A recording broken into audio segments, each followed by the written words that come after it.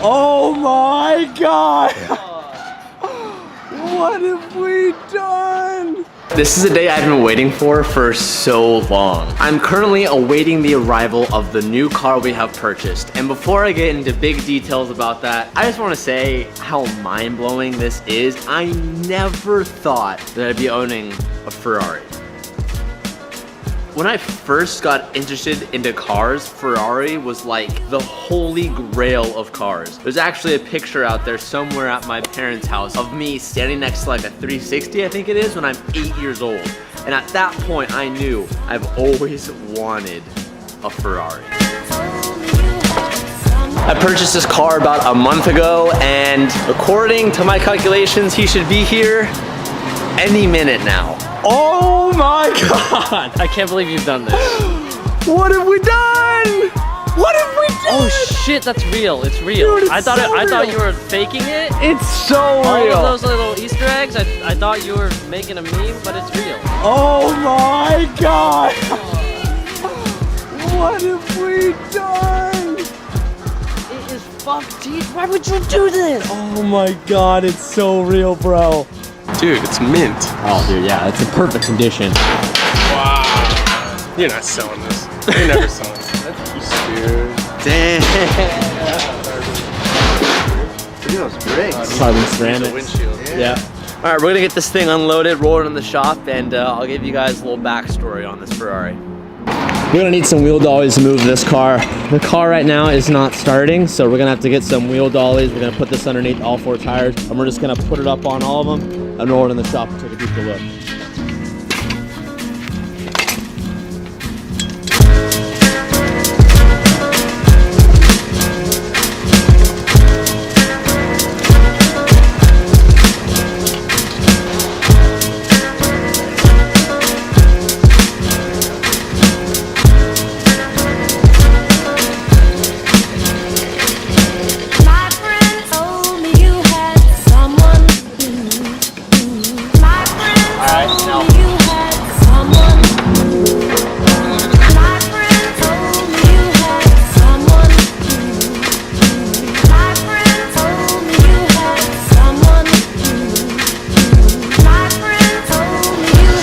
Okay, so we now have a 2015 Ferrari 458. I believe there's about 4,000 miles on the car, and as you can see, it got into a pretty nasty front end collision. Now, the interesting thing about this car and what really spiked my interest on it is that it is still a clean title. The car allegedly still does run. The battery right now is completely shot. I can't even get it to go into accessory mode. The key just goes in ignition and we can turn it a little bit so the wheel doesn't lock. That's pretty much about it. I don't know much about this car. I don't know how it got into an accident. I don't know anything.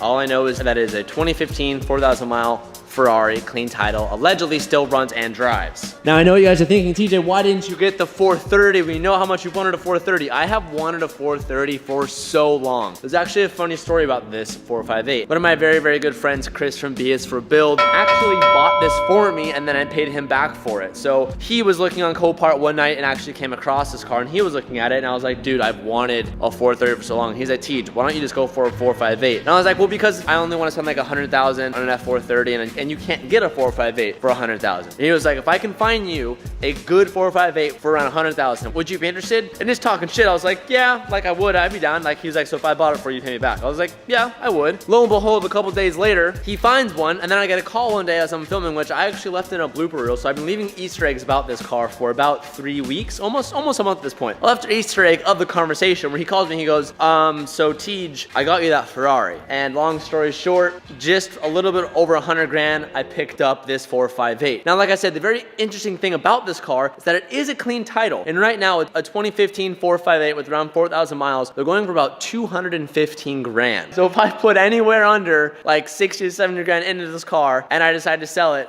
we should make a profit on it, which is awesome. I'm really excited about is how much I'm gonna learn during this whole entire build, because this is something I've never done before, and I've been seeing a couple of creators doing it, and I'm like, wow, that seems really fun, and it's a really cool way to get into a really expensive car for cheap. So lo and behold, this starts the series of bringing back the wrecked 458. Everything from the front fenders back looks pretty good, but let's just dive right into the meat of this car and let's just look under the hood here. So I've done some looking online and I've done some research on what's underneath the bonnet of the Ferrari, and there is pretty much a support beam right here, which is probably the most expensive piece that we're gonna need to replace on this car. There's like a front core support that runs for about $17,000 retail. Now we can find some used and we can even find some cheaper on eBay, but that core support goes around here. We're gonna need some headlights, bumpers, new hood, fenders. The side skirt needs to get fixed up. Everything should be bolted back on. That's what we're hoping. Because if I want to keep this to Ferrari standards, if we do any welding, if we don't do that in a Ferrari specialized shop, from what I researched online, it isn't built back properly, and Ferrari doesn't, I don't know the exact Ferrari terms, but it's not Ferrari spec, if you may, if Ferrari doesn't do the welding. So this lower control arm is fine. If you look at this other side, this lower control arm is completely snapped off. This front wheel is bent, but it looks like our carbon ceramic brakes are still intact. We have a little bit of scuff on the caliper. There's some scuffs around the wheels. Our windshield is cracked. I don't think it'll be too hard sourcing all this. I'm pretty sure we might be able to find like a front end clip for a 458. I've been doing some digging and I have seen some things out there. It looks like there's a bolt here. From what I've researched, this whole front end should bolt off. So like that's easy. From here, there's like imagine like a rectangle support beam. I'm actually gonna throw a picture of it up on the screen right now so you guys can get an idea of what I'm looking at. And if that's the case, we should be able to bolt off this front frame. We should be able to take all of this off. Like all of this bent shit can come off. Is that what you're telling me? That's what I'm telling you that I believe. Okay. I'm no 458 specialist, nor did I ever think we'd have this in front of us. So I'm pretty sure that's correct. Okay, it looks like it. It looks like it, yeah. So we can even kind of see the provisions. Looks like you can almost bolt all this off, which would make our lives so much easier. This bottom piece is there's like an awkward, like, it's weird. There's no like dent, but it looks like burnt off and like, ow, fuck me, it actually hurt. All the way down to like the bare metal of the car, which is odd. It almost looks like it got like something like melted all this off. I'm not quite sure. But other than that, I mean, the door opens just fine. Doesn't rub up against any of the front fender. And the interior looks pretty awesome. And I can tell you that it literally smells like a brand new Ferrari. You know that authentic leather smell? It's very, very apparent, which is awesome. Now, I don't know what package or anything. I haven't even searched the VIN yet, which as far as I haven't done that yet. So I don't know the exact packaging on this car, but it's a black on black interior. We have white stitching on the car, and it has, I don't know if this is stock or not, but it has carbon fiber everywhere. This whole entire dash, all the way to the end of the AC vent, is all carbon fiber. It wraps around and goes towards the front left of the car. The steering wheel is all wrapped in carbon, and it even has the wheel that lights up for like the shift marks. I don't know if that's stock in 458s, but, and the paddle shifters are also carbon. Our control panel down here is all carbon fiber, so it's pretty sweet, and the door sills are carbon fiber. So like I said, I'm not sure if that's stock in all Ferraris. It might be, it might not be, but that is pretty neat. The battery is tucked down underneath the passenger seat, and right now, as you can see, I have the key in the car, and it does absolutely nothing. So my assumption is that we'll probably throw a battery tender on this overnight, and if we can't get it charged up, we'll probably have to get a new battery and see if we can turn this bitch over. Are these carbon fibre monocoques? I think it's composite. Composite. Because the rear lid of the car is composite, I think. I'm thinking because if it's a monocoque design, it might not be. Don't quote me on that. No, I know it's fine, but like if that's the case, then this is actually really easy because Koenigsegg, when they test their cars, they don't destroy the monocoque. They do this kind of crash damage and they shear off the front and just unbolt shit. Yeah, I mean, this might sound crazy, but you guys can quote me on this. We're gonna do pretty much everything in this shop. I think parts wise, and I mean, unless we do need to do any specialized welding or anything, I don't know. I don't think we need to pay any labor, but I'm thinking we're gonna be in this car like 40 grand, I think. 40 grand in 2 months, and we'll have this bitch back to stock, so I don't think it'll be that hard. I cannot wait till we start taking it apart. That's what I want to do. All of this is like cool. I'm already like, let me, yeah. So like I said, Chris was a big help in getting this car, so huge shout out to Chris. I love you, baby. I'm gonna go ahead and FaceTime him and show him the car because he literally has been a part of this since I have been, so I know he's pretty antsy to see it. Hey, buddy. Are you ready? Am I ready? Yeah, dude. Show me. Okay, here we go. Hey! Dude, it looks pretty good. Oh, wait, why is there Hey. Calvin in it, dude? All right, refund. Send it back. You can see where it's like all screwed up, but that one support brace that we were looking at looks like it's like a couple bolts. You take it off, and then other than finding out how to make this lower control arm fixed and getting that back on the car, like it's not that bad, but it does look scary. Dude, you'll be able to fix it. It's no problem. I'm gonna Check beans out what for I'm build driving my way today. through. This is like, it's like a cousin. I know, it is.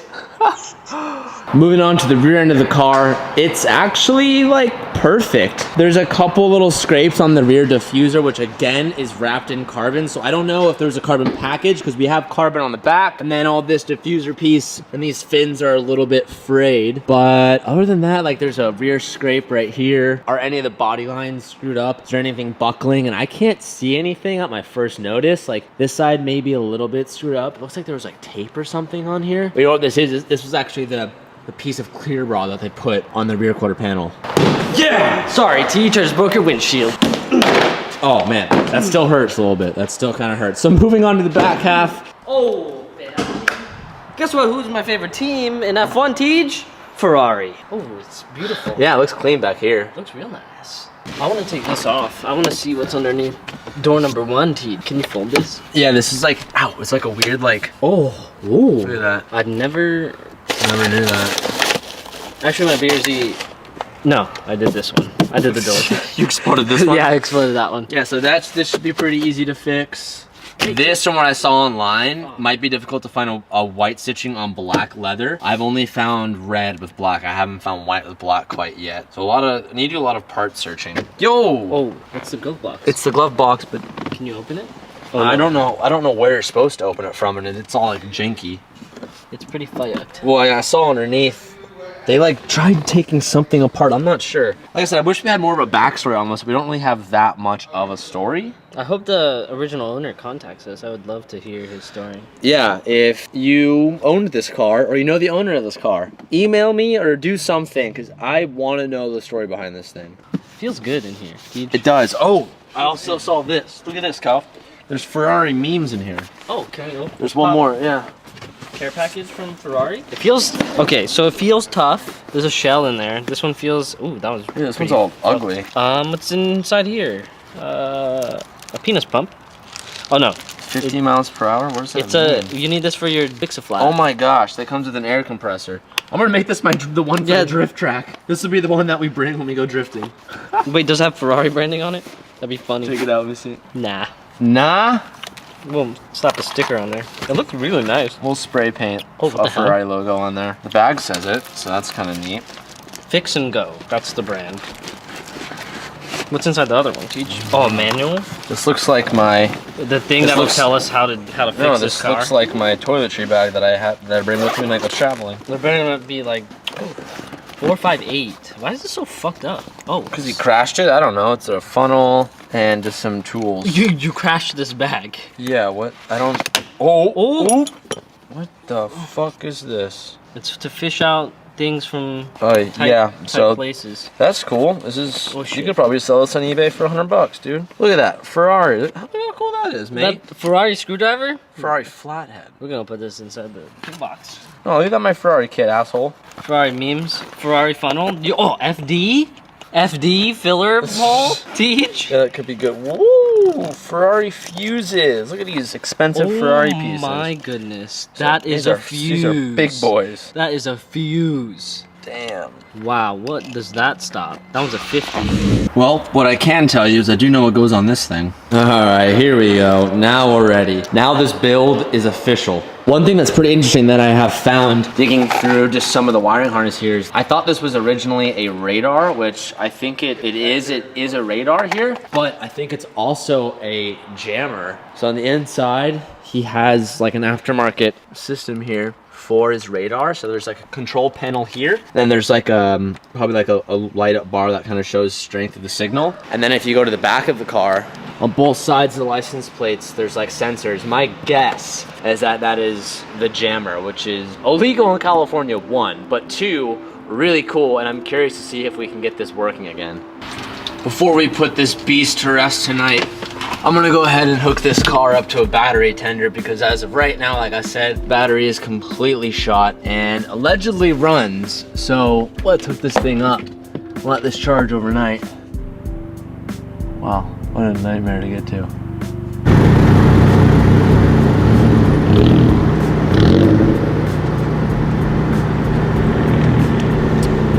And just like that, the S2000 has been sold.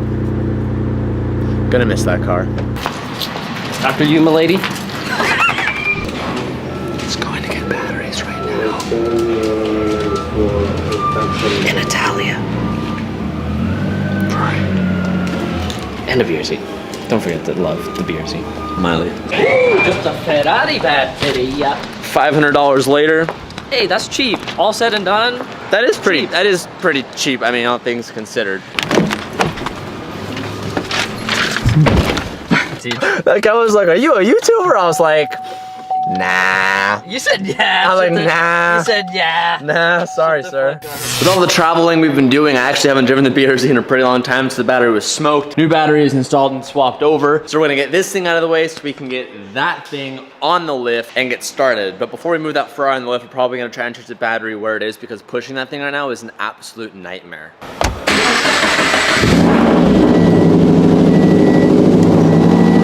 Well, so far we're 1 for 1 on battery swaps with the car starting.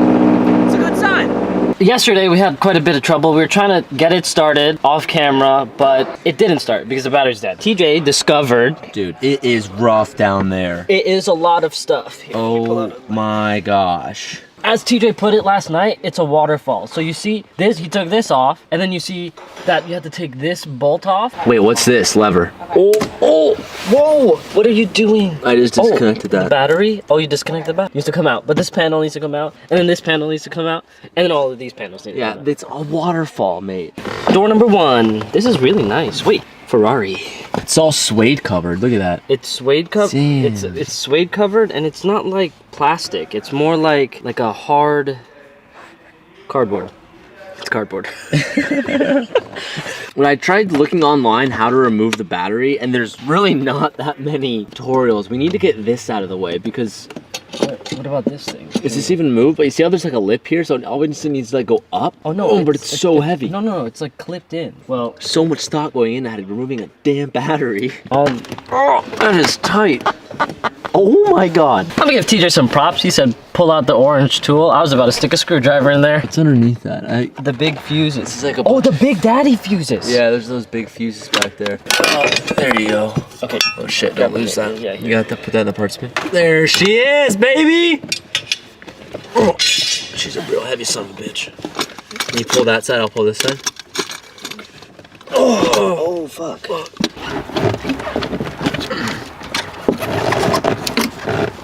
Don't just yank on it, TJ. Oh. Wow. That's a heavy battery. Don't drop it on my nuts, dude. I don't want to put it on these Italian leather seats.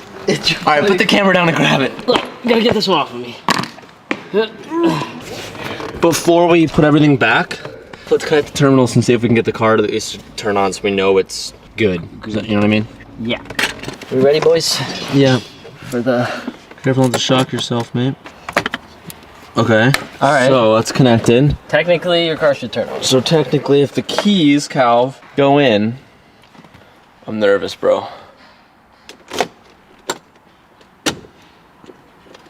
We got nothing. We got nothing. We got nothing. We got nothing. What happened?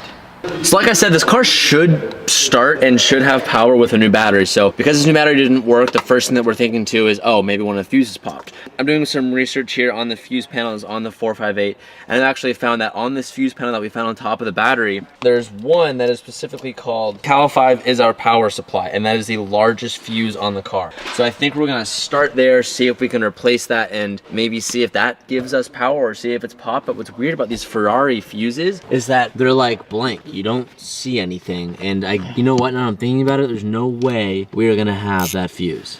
Yeah, there's no way we're gonna... Fuck. This one, the big one here? It's, yeah, the big brown one. Oh, the big brown one. That one. We're just gonna put a thing here, and if it's continuous, then it works. If it's not, then it's broke. I got some bad news, boys. Looks like this fuse is good. Now we chase other fuses. When you buy a car from Copart, if they label that the car runs and drives, when you get it, it should run and drive. We can't even get the car even just to turn on the electronic system with a brand new battery. When they had the transporters come and pick up this car to bring it here, they said, hey, the battery is low. Put it near the end of the trailer so you can push it on and off when you are transporting from trailers because the battery will not survive. Well, when they were calling us, what I didn't tell you guys on the first video is that it was actually a nightmare with shipping to get it here. The guy who we were dealing with was, I don't want to call him an idiot, but he literally blew us off 2 days in a row and just randomly didn't show up. He was calling me, he was like, I don't know how to start the car, blah, blah, blah. He was trying to move it. He told me that he tried jumping the car. From what I've been told from guys at Copart, if you jump this car and you do it incorrectly, you can like short the car. He did tell us that he did try and jump it, so we're thinking that's exactly where our issue is running into. Whether or not we can just dig deep and find some fuses in here that are blown, we're gonna, rather than just doing like testing with the multimeter, making sure there's continuity, we're actually gonna take some apart and do a little physical inspection on them. If in fact they did short this car out, or I can't imagine them blowing or frying the ECU. We were just talking about this car is new enough in age of where you would think Ferrari would have something against just shorting out the whole entire ECU by trying to jumpstart the car. This could get really interesting. If we call the transport guys and we tell them that they fried the car, that's gonna be on them because it was supposed to deliver a running car. So I don't know, that's like thinking worst case scenario. Let's get the positivity up. We're gonna be double checking all these fuses to see if we can fix this. So we did some researching and there's a thing called an inertia button, and what happens, you get an accident that trips that and it pretty much like bricks your car. Now see, the weird thing is this car was running beforehand, so I think they must have reset it, but our sources are telling me to try to find that button, reset it, and see if it makes a difference, because we're hearing a bunch of different things, and to be quite honest, I don't know, which is what's making this a little bit more difficult. But the ECU, are you pressing it down? Are you ready? I guess. I'm gonna press it. I don't know if anything will happen. I pressed it. You said you should hear like a click. Oh. If you're not hearing a click, it's already been pressed, so it's not triggered. Eventually. Okay, so guys, it's literally like 4 hours later. I haven't gotten too far with anything quite yet. I'm currently double checking every single fuse by physically pulling out and checking it rather than just checking for continuity. We just got on the phone with a couple guys that work at our exotic wrecking yard, so huge shout out to Ryan. And there's another fuse panel on the driver's side of this car that actually controls the fuses for the dash and all the electronics. We're thinking that maybe when they jump started the car, they could have tripped a fuse. From what I have been told from other exotic repair shops, they said it's pretty unlikely that they fried the ECU by jumping it, but there's always that possibility, but it's unlikely. So right now we're just double checking everything. We're gonna double check if there's any like grounds up front that are maybe loose, or maybe the harness they had touching on the chassis somewhere that was giving them the ground. But Cal just yanked out this one, which we found all of the radar crap that they have, just like a bunch of stuff. Look at this spaghetti, dude. I don't Like want this. whoever did that install. You want to remove this? What is this? What is this? And what has it? I think it's a jammer too. Jammers are illegal, but jammers are dope. We're gonna start pulling these. Hopefully we find something popped that leads to the next answer. All right, I report to you guys 30 minutes later with driver's side fuse box checking out everything just fine. Checking out just fine. There's one more fuse box that is right there. Put your hand on the one more, that one. So that panel comes out and there's a lot more options. There's two fuses in here that are called the battery charger and starter relay fuses. Again, it's kind of unlikely that those will be it, but we're gonna double checking every single fuse in here. If we get anything of worthiness, I will update you guys and let you know. I want to interrupt this clip really quick because I realized I didn't say anything about this on camera. Earlier in the video, I mentioned about the grounds in the front of the car. After checking all the fuses and nothing ended up working, I decided it was worthy circling to the front of the car and maybe just seeing if when they delivered the car, they had like the front chassis harness all bound up. Maybe there was a ground touching somewhere along the car. I decided to start looking for miscellaneous grounds that I could find and maybe just put it to the chassis and see if that made a difference. Lo and behold, we came across a huge, thick battery cable that, after checking for continuity with the positive terminal on the battery, we noticed that it actually was a ground. So what you're gonna see in this next clip is us putting that ground to the chassis of the car and seeing if it makes a difference. The key in. It's a ground. Yeah. Yes, we just tested it continuity, ground to ground, and then we checked if we put one end on the red, one end on the black, we got 12 volts. Okay, touch it to something, Rick. Good luck.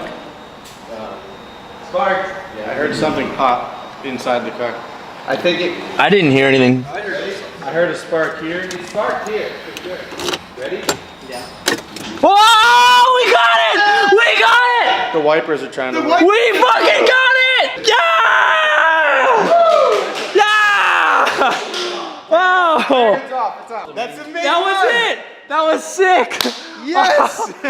The whole time we were looking at the fuses and the wiring harness up front, so we didn't think that was make a difference. Because remember, when we got it here, it was all rolled up. So maybe that was touching something and grounded it. That's why we never were getting any power. So the car is really low on oil. I don't know if we should start it. Oil in the car, you can't start it.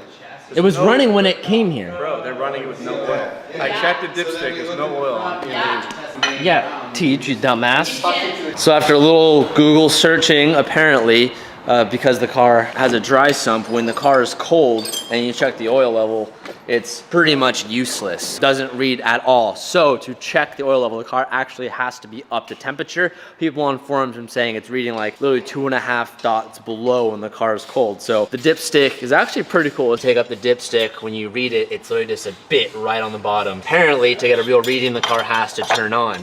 We'll run it maybe for a little bit and move this over to the other lift. My fingers are sore, my eyes hurt, and I'm getting tired. Lights. Lights! Lights! Okay. Wait. Oh! 5,173 miles. There's our mileage. We're Okay. literally out of gas. Wait, how did you know? I can see it. No, how did the truck driver know that? I don't know. Okay.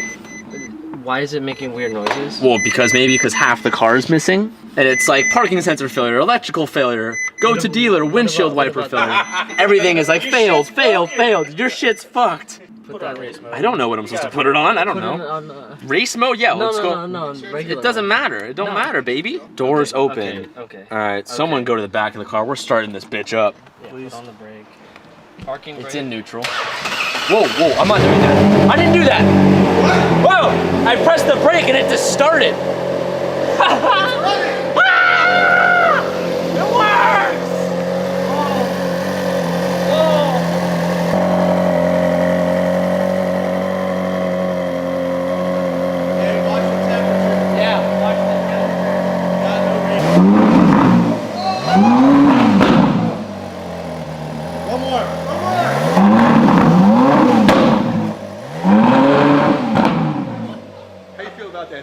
Oh, that's so good, bro. Well, it works. Look how cool that dash is, man. Okay. Damn, I'm so pumped. Okay. Nice.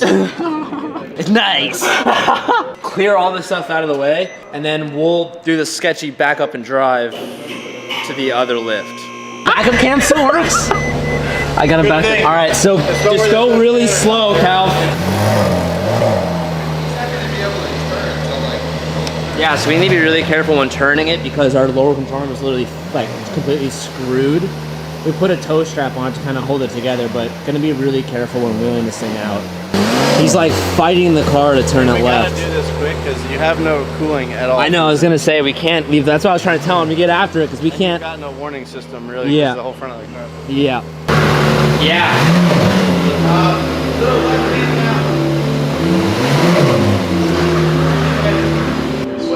Well, that was scary, but how cool is it that we actually got it to turn on? Just gotta make sure it's good, T. You don't need to start it. Oh, we just need to make You sure. don't need to. That's all. You can't just start it like that and not do anything. And just, Nah, well, you that's can't blue ball me like that. Sorry, dude. Did you move the seat back at least? Yeah, I did. It worked. So the first thing I'm gonna do is go ahead and take apart this hood. It looks like some 14s, then take off these hood latches and disconnect the washer fluid line. And that's about it.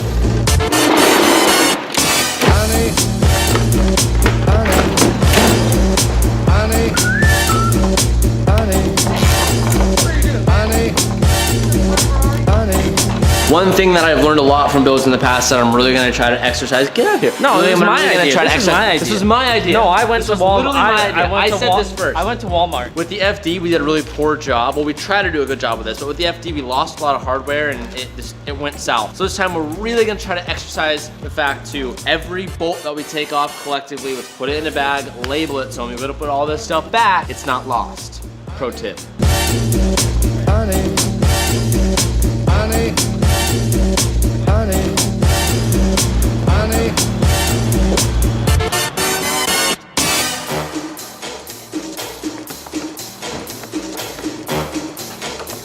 So we're gonna be taking off everything on the underside of this hood. Calvin makes a good point, and when we do order new hoods for this car, I don't know, especially when we order from a junkyard, I'm not sure if it's gonna come with all these under panels. So we're gonna go the extra step and just take all of it apart and label it correctly so that if we ever do need to reuse it, we do have it. TJ's whole goal is to do back to stock. I'm taking the time to remove the last bits of the windshield wiper sprayers, and I was over here trying to pry it open because you can't get your hand underneath there. There's no way unless you have my hands to get in there. I think this is worthwhile to do. I'm almost sure, like TJ said, that when you buy a old hood, it doesn't come with the little bells and whistles. It might, but it's not worth getting rid of this. I guess it just depends on junkyard to junkyard, and we don't know, so we're gonna take the extra precautious route. And I took off this front latch hose right here, even though it is a little bit bent. But like I said, I'm gonna be keeping all these miscellaneous pieces because who knows, we might end up needing it even though it's a little bit bent. And also, I took out the hardware for the front badge. Ooh, gotta get that off, man. I'm gonna heat this thing up because Calvin said it's probably like he's probably right. There's like a resin here keeping this on. And I'm gonna rip this off and keep it because that's pretty rad. And I'm noticing too, this car had a full clear ball around the whole entire thing. Yeah, we should probably rip that off too before this thing goes to paint. We're gonna have to, which will suck. Oh, the whole car has a clear bra. I was noticing it the other day. Oh, I see. And it goes there. It might just be the front facing pieces. And like, look, this whole fender Oh, this has it. has, yeah, this has it too.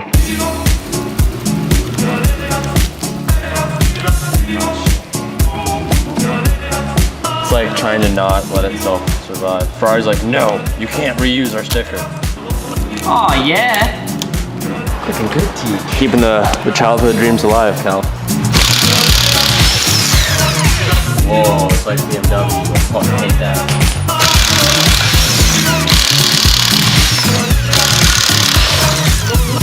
Oh, you can see the carbon fiber right here. So this car came with carbon ceramic brakes, which is amazing. These are very, very expensive, and I got actually a lot of feedback from you guys, so shout out to you guys watching. But a lot of you were saying to be very careful, especially with the right side of the car that took the impact. These are actually very, very fragile brakes, and oftentimes will develop like small spider cracks, and it'll create soft spots in the actual rotors. Whether or not we end up reusing these specific ones, I'm not sure. I would imagine that the left side is probably fine, but the right side are probably gonna need to replace that whole entire rotor. I don't even know how much that will be, honestly. Like, I don't even know. Like, is it 2,000, 3,000? No, I think you could buy the disc because this all looks like. Yeah, this is what's fragile. Yeah, we could. If this is like straight, then I think we could just replace it. Still, don't know how much that would be, but it's better than replacing your whole hub assembly. It doesn't look that bad. It's kind of pushed in. That's all. I had a lot of people commenting saying that the front left fender was actually in perfect shape, so we should try to resalvage that. So what you guys can't see is that it is buckled right here. Probably could be fixable. It did suffer a fair bit of buckling on the corner. So right now, Calvin is just removing these two bolts right here. We're gonna be taking that off. There's an infrastructure frame that goes underneath this front fender, which I'll get into in just a little bit, but we're gonna try to take this fender off. My guess, it's actually gonna take a while because there's a fair bit of bolts on the inside of the door jamb, which is gonna be kind of hard to get to, considering this is as much as we can open the door while it's on the lift. What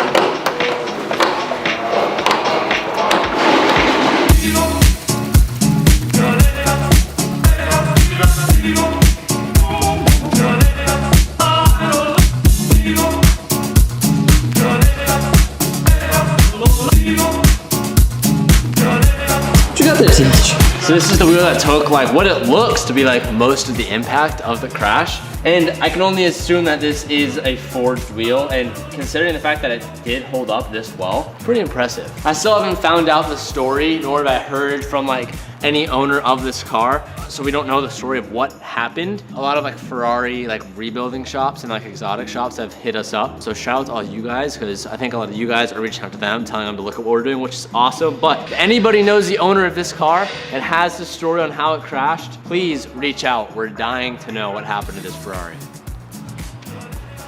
Well, TJ was dealing with that wheel. I went ahead and took off this fender liner to investigate how to remove this fender. And interestingly, TJ was talking about how we have to do it from inside the door jamb. But when I took this fender liner off, and after further investigation, it looks like that thing that TJ spotted is that little bolt right there. And it's welded on the other side. So hopefully taking that out, and I think that one as well down there. Right over here? Right here, inside, yeah, inside there. No. Oh, right here. Right there, One yeah. here. Yeah, there's 3 right here that I see. Yeah, so hopefully taking those off, we'll get this fender off. Here's that frame I was talking about too. I'm really excited to see that. I'm gonna talk to you guys about that in just a little bit. That's cool. I haven't seen it before in a car. I haven't seen any car have that. Isn't that cool? A few moments later. All right, so we're finding out that after doing some DIY searching on how to remove a 360 fender and side skirt, we're assuming it's gonna be the same thing for the 458. All of the bolts except for 2 are removed from this front fender. There are 2 bolts underneath right here in between like the door jamb, the fender, and the side skirt. But to get to it, you actually need to remove the side skirt. To remove the side skirt, it's a waterfall of things, just like removing the battery of the car. So from what we found on a DIY for a Ferrari 360, we're gonna follow that layout because we can't find anything online on how to remove a Ferrari 458 side skirt. So we're gonna start by taking off the rear wheels and then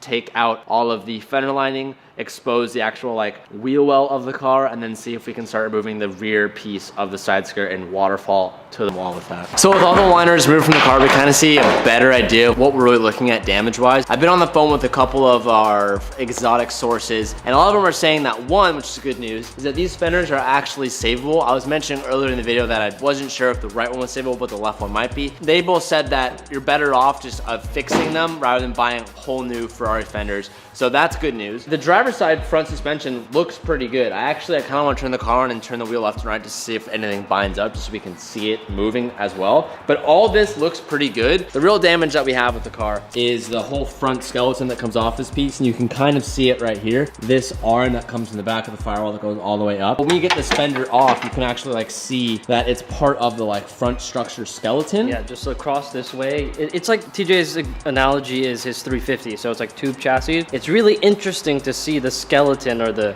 chassis of this Ferrari because it's really not that different. It looks really cool. And this front lower control arm is smashed up. Other than that, that looks like one of the only pieces that are really damaged. We noticed we were messing with this. It looks straight and we haven't seen any cracks as some people have messaged us about. It does catch a little bit. We don't know if that's normal wear or if that's accident wear. Yeah, it's a little tight and then it gets loose and it gets a little bit tight. That's what she said. But I mean, this part doesn't look that messed up. And again, we're not driving it so we can't hear anything, but just visually looking, like the sway bar is still intact, the end links are still intact. Only real damage is honestly just right here. This front frame brace is completely bent, and you can even see like where the actual like rest of the car kind of came off is bent and twisted. When we move on to repair this, what the whole idea is that we're gonna buy that front core support piece, and we were actually incorrect when we thought it just bolted on. You actually have to cut it off from the back of the firewall here, and the whole thing comes off. When you put the new one on, you don't bolt it on. We're actually gonna have to weld it on. Now, rather than us doing that here, which is what what's the word I'm looking for? The courageous person side of me wants to do that, but then the rational side of me says probably a better idea to take that to some place that's actually certified to work on a Ferrari, just so down the line, whether this car gets sold or even just knowing myself that it was put on straight and correct and is safe, considering I have no welding history besides 10 minutes on a MIG and 2 minutes on a TIG and shocking myself. I'd rather have it be done by someone who's actually professional and can make sure that it goes on straight, because if we misalign any of this front frame piece, the front bumper is not gonna sit right, the headlights won't sit right, the fenders won't sit right, and everything else is a waterfall. So this is really the most important fix of the whole entire thing. So I've been talking to a couple shops, I've gotten some quotes, and that's definitely where we're gonna go. And after seeing where all the damage really sits in today, which is, you know, these bent front brace pieces and our front lower control arm, there isn't too much that we can't handle other than welding that front brace on. And once that whole thing is on, the whole brace is on, it's a BRZ after that point. It's like any other car, the RX-7, we just put on all the pieces, the bolt-ons, and we'll have a Ferrari. And I know a lot of you are gonna be upset because we're not doing that completely in-house and all that type of stuff, but what's more important to me is that, you know, in this being a Ferrari and it kind of has that like stature, I wanna make sure that it's at least done right down to the core. I don't want people to look at this build and be like, oh, it was hodgepodge back together. I wanna take the right route, the safe route, and other than that, that's the only outsourcing we should need for this car. So damage on the interior of the car isn't that bad either. interior. And like I said, I've been talking to a couple exotic collision shops and actually some Ferrari specialized shop, and they all said that finding these exact pieces with this leather trim with that white stitching for sale somewhere online is gonna be a long wait. So what they actually said, and I saw some photos, is that is all repairable. So we're probably gonna send that off to whoever puts the frame back on this car. We're probably gonna send it off to them, and they can actually patch that up and make this look brand new and make this look brand new. And then finding this front airbag for the 458 wheel is a very easy thing to do. So that should be pretty easy. Apart from that, there is a little hole right here. I don't know how that happened. There's a legit hole. That probably wasn't from the accident, or maybe he like had a screwdriver in his hand and when he crashed. I'm not sure. Yeah. That's about the extent of the damage on the 458. It is a lot, but at the same time, it's not that much, kind of. I mean, there's some lines that we have to address. They're pretty mashed potatoed underneath the car. Obviously, new power steering lines, all the coolant lines, all the plumbing, pretty much that comes from underneath the car needs to get fixed up. But it's honestly not that bad. It's gonna be a learning process, but it's not the worst thing in the world. It's pretty bare bones. Like the 350, here, it's just the skeleton. We don't have to deal with an engine. That's great. Engine mounts, like none of that. It's just get the frame on and rebuild it like Legos. Like Legos. So the frame is the most important thing that needs to get fixed on this car. Once we get that framework done, Ferrari, dude. It already drives. You guys saw it drive. So technically, if we've got a not bummy wheel, we could go drive it. Yeah, technically. Not mix this hardware up. A few moments later. Break it. Let me break it to him. You want to break it to him? Break it to him. You want to do it? We just got a call. Our handlers just Interior pieces to be taken out of the car so that when they get it, they can just drop it off to their inside guy who's gonna do the repair on the interior pieces where the airbags blew up, and we're gonna remove the driver's side seatbelt because that is locked up and needs to get replaced. Let's get to it. 2,000 years later. All the fender liners have been put back. All of our hardware has been put back. We put back everything for the fenders, the side skirts, put the wheels back on, lowered the car. So now what we're gonna do is actually spend the rest of our day putting back the rest of the interior and removing the broken pieces, which is scary to do in this Ferrari, considering if you break anything, it's just gonna add some Ferrari tax on the rest of this build, which is what we're not trying to do.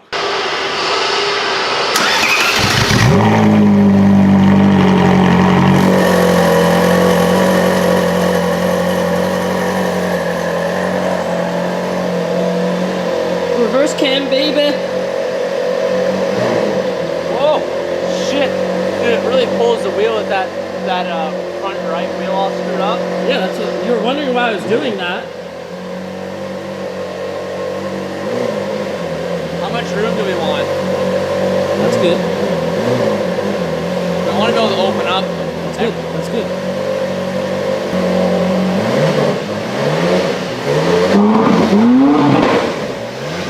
It won't let you go past 4,000. Yeah, I know. It doesn't do that. Probably not until it gets warm, which if it gets warm, we just damage more stuff, so. So good. It's weird. It, when you put the key on, unless ours is screwed up, does it start like this? No, it's when I put my foot on the brake, it starts. Isn't that weird? Like, watch this. Watch this. Foot on the brake. Weird. I don't know if it's supposed to do that. I don't think it's supposed to do that. I think we have a bridge connection for something or the other. Isn't that weird? Like, this button does nothing. I don't know. It might just be a Ferrari thing. There might be, like, Ferrari people in the chat being like, you dumb idiot. Like, that's exactly how it's supposed to be. I don't really know. All right. We're disconnecting the battery because we noticed that the left taillight is shorting somewhere, and even when the car's completely off, it's like staying on and flickering, and we just bought this new battery and we're not trying to drain it. So the next thing that we're gonna do is, one, put back all of this interior that we've torn apart. We're gonna be figuring out how to remove this, which I'm a little bit scared about. And then also right here, this is where the window airbag went off, so we're gonna figure out how to get that off. We need to remove the driver's side seat belt because that is locked up. It feels good, but they told me that it might still be screwed up. If this one locked up, this one probably did too. We don't know if there was a passenger in there or not, so we'll probably just do the driver. The guy that owned this car did not die. Unless he did. That's why we haven't heard from him. Day 2.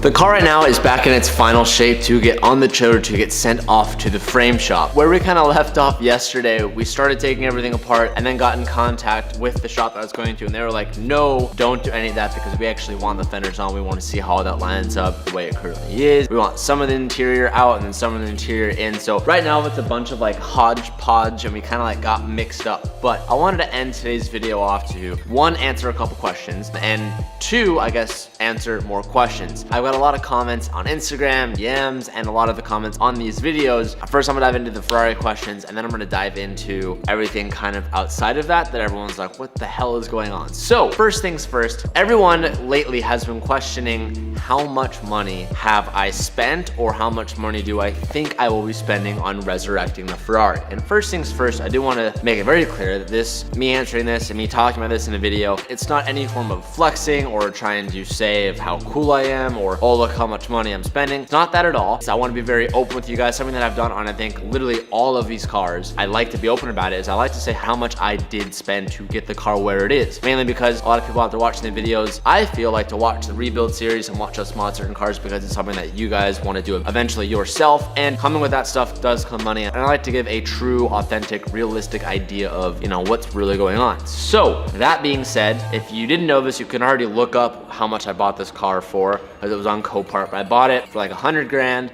and plus like 2 grand for shipping. So I bought the car for 100,000 itself. The car is a clean title, which makes it a very unique come up, and especially coming from Copart. But the biggest question I have gotten in the comments is how much are you going to spend? And I have an idea. My guess right now is probably anywhere from 35 to around 45,000. And that's to get it back to stock. That's buying all of the parts, refurbishing interior pieces, paint, getting a new wheel or repairing that wheel. That's like all said and done to get this thing back to its normal state, as in stock. I don't mean modifications like aftermarket coilovers or bags or whatever. 100% stock, my guess is no more than 45. From what I've kind of felt around from people around, that's pretty accurate.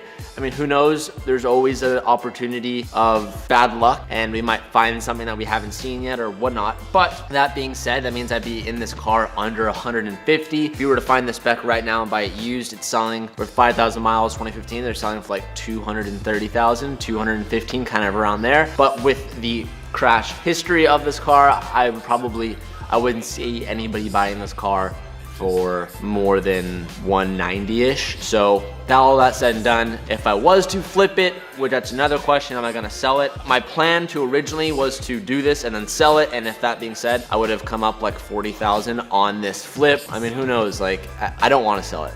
I don't want to sell it, but who knows? We'll see what happens. The next question is, how much have I spent so far in parts? And I actually just made this order with an exotic repair shop, which I will introduce you guys in a couple of videos down the line. But I do want to be open and honest in how much we've spent so far and how much it realistically costs. So, biggest thing we have been talking about is that big front structure that's missing off the car, pretty much like the other half of the car. I got one sourced, and that is called the front frame, the front frame assembly, kind of what we've been calling it. Online right now, you can get those things brand new from Ferrari for about $15,000 or $17,000. I got a used one for $7,000, and it says it comes with the complete front rail, including radiator cages, front bumper bar, and fender/bumper support. Now, what that means is pretty much like the back of the 350, because it's a tubular end, we kind of like built like a skeleton to hold in the bumper, hold it in taillights, all that stuff. So the same thing is gonna happen with this car. So what we didn't get into earlier in this video is that underneath these fenders is actually like a frame support, like a bendable arm. You can actually see a piece of it right here that's connected to the fender, and that branches off and kind of creates the front skeleton of the car, which holds in the headlights, it holds in the radiators, holds in all the cooling and stuff, and then on top of that goes all the bumpers and whatnot. So I picked up that for $7,000. I know it sounds like a lot, but that was actually a pretty good come up. Moving on to the impact side of the car, which was the front right, I actually picked up the whole entire suspension components, like beyond the rotor and beyond the lower control arm. I picked up what they call the casting. I picked up a right-hand side suspension casting for $2,000. So without getting into it too much, beyond the wheel and beyond the rotor and beyond the whole brake system, all the suspension components, like the actual like connecting tie rods, all the connecting suspension arms, all that stuff, I actually picked up that whole entire thing for $2,000, which was a pretty good come up in my opinion. I got a new lower control arm. I picked up that for $750. That was an expensive piece, but it's a huge piece of material. And as you guys saw, mine is actually cracked off from the frame. Like a piece of the frame is still on the little control arm. So that thing is beyond repairable, and we picked up a new one. So right now I do have 2 fenders sourced. Now we're not gonna know if these are repairable until it gets to the frame shop where that's attached to the body shop. They say if they can fix it up. But I have each fender sourced out with the badge and the light for $1,750 each. If I end up going forth with that, it will be about, if my math's correct, about $3,500 for both fenders, and that is not painted white, unfortunately. Those are different colors. So if we did go with those, we'd have to get those repainted again, which would probably end up being around $4,500. I have it on order, but I'm not sure if I'm keeping those quite yet. A lot of you guys have actually been sending me parts of this car, so if you're doing digging and stuff and looking around, many thanks for that. I don't have a hood yet, but I've gotten linked a couple that are under $2,000 and are willing to ship, so that's always good. I found a front bumper with all of the bells and whistles, and by that I mean like the motion sensors and stuff, so it gauges how far you are to the wall, parking sensors, whatever you want to call that. I have one right now for $2,200. I have seen some a little bit cheaper, but this bumper is $2,200, but I'm not going to be paying shipping on it because it's already at the yard where this car is going. So in my opinion, I maybe could find it a little bit cheaper if I looked a little bit longer, but we're in a time crunch, and I know that you guys want to see this car on the road just as quick as I am, so I went ahead and picked that up. I haven't found either of the headlight assemblies yet. What I'm really looking for is some that aren't cracked or don't have cracked tabs or anything. I want to find some that are super clean and are in good condition, because the whole front end of this car, like what really stands out in my opinion is those amazing, beautiful headlights. So I'm not trying to find some that need any repairs. So at the moment I haven't found some yet, but I'm thinking I could probably source both headlights for about $2,000, $2,500 in that range for both of them, which isn't really that bad. Beyond all this, I still need to find all of the miscellaneous pieces. We might make like custom hoses for power steering and plumbing and stuff. All that we might just do custom. I don't think we're gonna order like Ferrari parts for that. I still need to find a radiator. I still need to do all the interior like trunk and carpeting and all the seals and stuff. So I'm still looking for front clips that are still parting all that stuff out, but it shouldn't be the biggest issue. I think that puts me at, let's see, 9, 10, 13. I'm roughly around 15,000 so far, which isn't that bad. And keep in mind, I am gonna have to pay some money for the guys that are doing the front welding and when it goes on the frame machine. So there's gonna be a couple extra thousand on there so far. But I'm under 20 into it, and we're not halfway there, but we've gotten some of the main pieces, which that makes me very happy. It's time to get that Ferrari into that trailer. So as I mentioned in our last Ferrari video, I said that this car will be going off to the frame shop up in Sacramento, and it's gonna be going to an exotics rebuilding facility. While it's up there, we're gonna get the new frame on the front end of this car. They're gonna weld that and have a Ferrari spec, bro. We are also gonna get our interior pieces refinished and refurbished because all the airbag pieces that went off in the car just destroyed the interior. And I decided rather than trying to wait it out and source old parts from old cars with the exact spec, I'm gonna go ahead and just get them rebuilt and refurbished so we can cut down on the time of waiting for the new parts.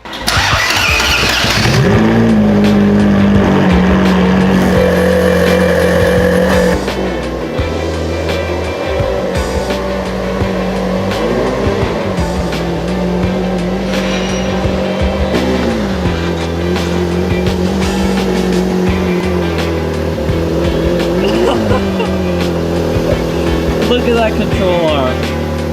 What in the world?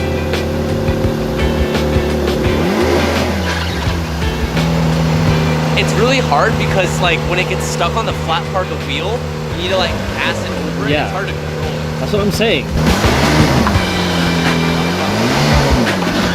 Oh.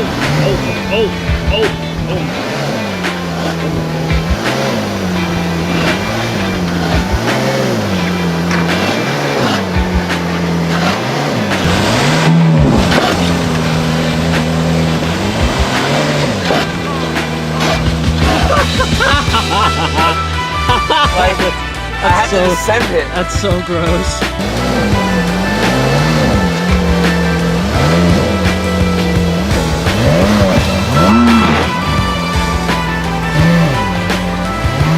I was gonna tell you, like, don't break that hard because every time you broke, the control arm went like this. In my head, I was just like, dude, it sucks to do it, and everything on that side, I already have bought and have replacements for it, so I was just kind of sending it. We're gonna be just throwing the rest of this interior pieces inside the car because they're gonna try and patch some of this stuff up and fix it for us so I don't have to buy new ones. Ferrari's going on to the next step of the journey. We gotta get the hood, baby. Where are we gonna put this? He has like a huge like flat part. It's gonna fall off. What do you put on the floor? Get amongst her, Teach. Get amongst it. Yeah, that's not going anywhere. Maybe, hopefully.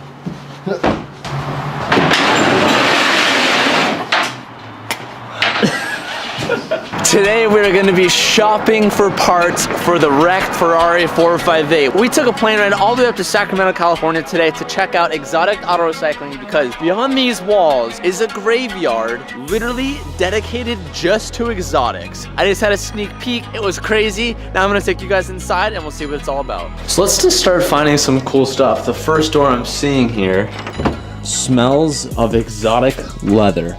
And it's just chock full of seats. Oh. Excuse me, sir. Oh. Excuse me. Oh, This room here is seats and interior bits for exotics. there's seats in here that I saw in like video games, like this iconic to me for whatever. I don't know what car it goes in, but I feel nostalgia when I look at this seat. That's a Lambo Murcielago seat. See what I'm saying? Now, we don't need seats for the 458, although this looks like a 458. It might not be. This looks a little bit too old, but that's like our similar stitching. We don't need new seats, but we do need... Actually, when I think about it, we don't need anything for the interior because the two interior pieces that we did need to get fixed are actually just getting refurbished because that's where the airbags went off. So this room deems itself pointless, but it is pretty cool to be here. And I always talk about this. I think it's so weird. If I could explain to you guys the smell, like if you've ever been in a true exotic, like a Lamborghini or maybe like a super high-end Porsche or a Ferrari, the first thing you notice is the smell. The leather smells so good and it's everywhere. The smell is literally everywhere. Some spare paddle shifters. Oh man, that looks expensive, boy. Don't need them, but pretty cool. Speakers, carbon bits. All right, let's find something that we can actually use. The inside is full of engine parts, engine components, and outside is where they store the actual like spare chassis and stuff. We need to find some front end pieces, Cal. We need to find our front structural frame. We need to find maybe some headlights. Maybe front bumper. A front bumper would actually do stuff like that. So let's see what we can find. I found the Hall of Exotic Exhaust. Need one of these. You need one of these. What? Oh boy. Maybe in Is green. there just like parts? Just brake caliber parts? What do you got, Cal? What do I got? Let's see what I Hey, this is actually ours right here. It's a Silverstone Silver. I don't think that this is for a 360, so we gotta find our certain spec here. But just wreck In exotic. alphabetical order. I think it's the library teach. I'll see you later, bud. Oh, later, dude. I don't know if I can walk on that. Oh, I definitely can. Sketchy though. Fender liners. We do need fender liners, Cal. Oh, this one fender liner seat. We need. Wait, I gotta. I don't like this. This is uncomfortable. These are all fender liners. We need to map out where we are so we can take note of everything. You need some Adam LZs. Look at this Adam LZ spec, bro. Calvin, I just made a shocking discovery. What? I just found a basketball court inside Exotic Graveyard Warehouse. Jeez. And 2 cars for inspiration. Oh, let's go look at this. So I'm pretty sure the story behind both of these cars is these were both wrecked and crashed at one point and they rebuilt it completely from all the parts that they had. Oh, and then we have a 458. Calv, we need these, baby. We actually need these. It's yours. Wait, this is mine. Our car's been here. The Ferrari actually came here first. We're going to the frame shop, and these are actually my spare skirts. A big chunk was taken out of this one. If you guys remember that, these are actually our skirts. Good eye, Calv. Good eye. Yeah, that's identifiable. Hey, Calv, this whole entire thing is our car. Look, because here's our silver seat belts, and that's our door panel. Memes. Yep, that's our door panel. This thing is heavy. Oh, put that back. Guys, I just found a spare 458 wheel. This isn't the exact color, but this is from a 2010 458, so we need to replace that for our front right. We're finding things left and right, baby. So we never have an excuse for not having a good idea for a motor swap, because you literally have Lambo V12s and Ferrari V8s just literally everywhere. I'd like to find like a 458 motor. I don't know what any of these looks like. This is a Ferrari 355 motor. Just a mighty fine hood, Teach. So here's some pieces that we have set aside for us. So we do need a new hood and we do need some fenders. So here's one of the fenders. And All these pieces that we are gonna be getting, they're gonna be all different colors, and we're obviously gonna have to repaint them and whatnot, but this is perfect. I did purchase new fenders now. I'm not sure if we're gonna be able to fix the ones that we had. So these are a good backup, a little security, a little bit of insurance. A little wrap going on in there though. Interesting. Yeah, just to block it out.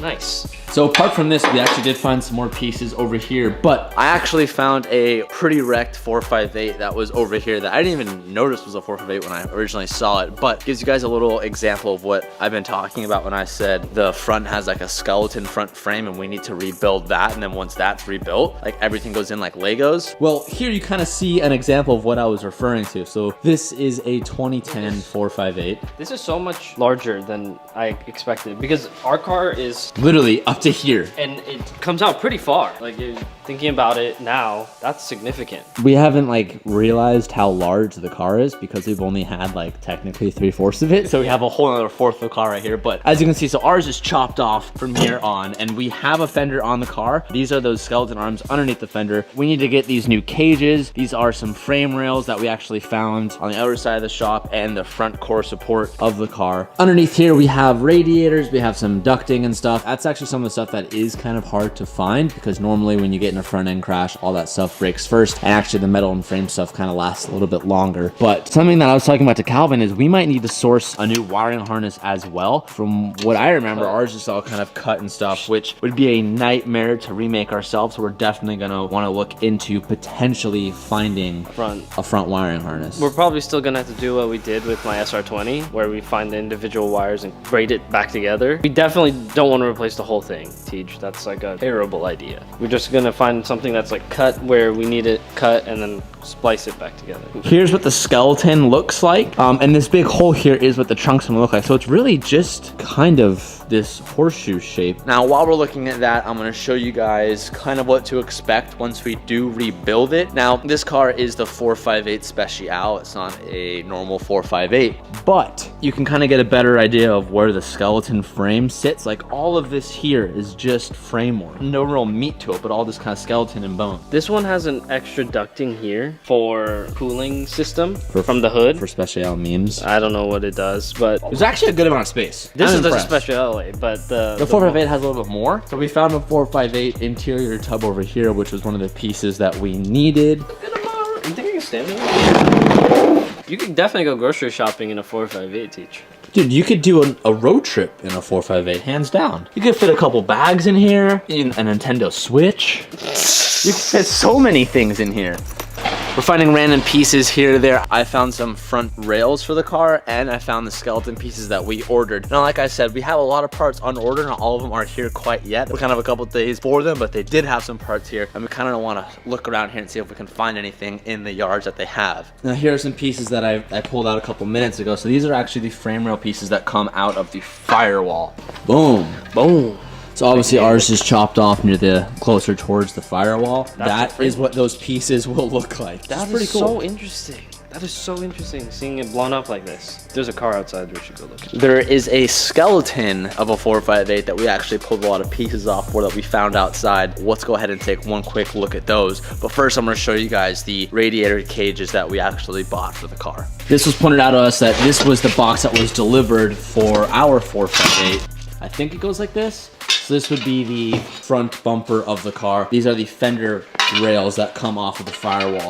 So you can like kind of see the skeleton. You may have that backwards. I don't know how it goes without the car in front of us, but it is kind of cool to see that. So imagine the frame rails coming right underneath here, and then you have the fender arches and you have the front skeleton of the front bumper. There's another piece in here, which I'm assuming is the under fender rail. So imagine that, like that. I don't know how this goes, dude. Something like that. You guys get the idea. So now I'm gonna take you guys out to what is my favorite spot about this place. Where good cars die. All of the cars that we grew up looking at here, just dead. They're all here. Cooked They're all, or fire. every one of our dream cars are all sitting here looking at the end of their days. How does that make you feel, Cal? This is like their death. This is the graveyard. This is the actual end of the line. You're dead. You're dead. GG. You're over. And F in the chat for all the supercars out here. F for specs down below. Poor Murcielago. Just destroyed. Look at all this. I can tell by that green. That green's a Lamborghini Gallardo or Murcielago. You can tell just by the paint color. Look at all these Lambo and Ferrari This pieces. is how bad it gets. Everyone out there who owns these cars, stop crashing them, man. No, This is keep what crashing them. You're giving me parts for my car because Don't they crash crashed. yours, Teach. They gave us parts. Don't crash, Teach. This is the saddest Murcielago I've ever seen. Rip, my brother. So over here, you see a yellow kind of tub. That is our donor car. This is where a lot of the pieces came off of. I owe a lot to this car. Look, and there's even spare frame rails in here. All the interior bits. You got some hoses. We just scored, baby. This is the jackpot. Let me just pop the trunk, Teach. You got, oh man. Yeah. I wonder where the engine for this went. It's probably inside. So to my understanding, when they get a wrecked car, they'll keep the chassis outside, but then they'll strip apart all the interior pieces, the motor. All of a sudden that will wear down from the weather pretty quickly. All gets put inside, and they just leave chopped up pieces that they may use or may not use on the outside. Sad panda. But this is awesome. This is a jackpot Ferrari find for us because I know it doesn't look like it, but a lot of these pieces are useful, and I don't know where it goes. It's kind of like a Lego kit that doesn't have instructions. But good thing Calvin's really good at Legos, so I'm sure we'll be able to figure it out. I'm pretty sure that these aren't the same thing, Teach. Brand new windshield, thank you very much. New brake lines if we need them. AC lines. The AC lines. Oh look, this is the whole thing, Cal. This is the front cage and the fender rail connected still. Oh, you want to take it out and hold it to the car? Yeah, let's do it. Nice Ferrari, bro! But it looks good. So we're gonna be taking quite a handful of pieces from this car. Oh, we've already taken the front rail off it, if you guys have already seen from inside. It's kind of crazy to think about that. Wrecked cars get rebuilt from other wrecked cars, and eventually a car will get so stripped down and so naked and just so useless That it turns into that, and it meets the end of its day. Calvin, this Gallardo looks like your 240. oh man. Oh, look at the fuse panel, Teach. I'll just take that as a souvenir. Put that on the wall. So while we're here, I want to show you guys the room the cars go to before they end up in here, because it's a pretty crazy sight. This is like the morgue, Cal. It's like you're dead, but like you haven't made it to your grave yet. that's what this room is. That's a great. This is where disassembly happens, and you can kind of see the newest stuff that came in.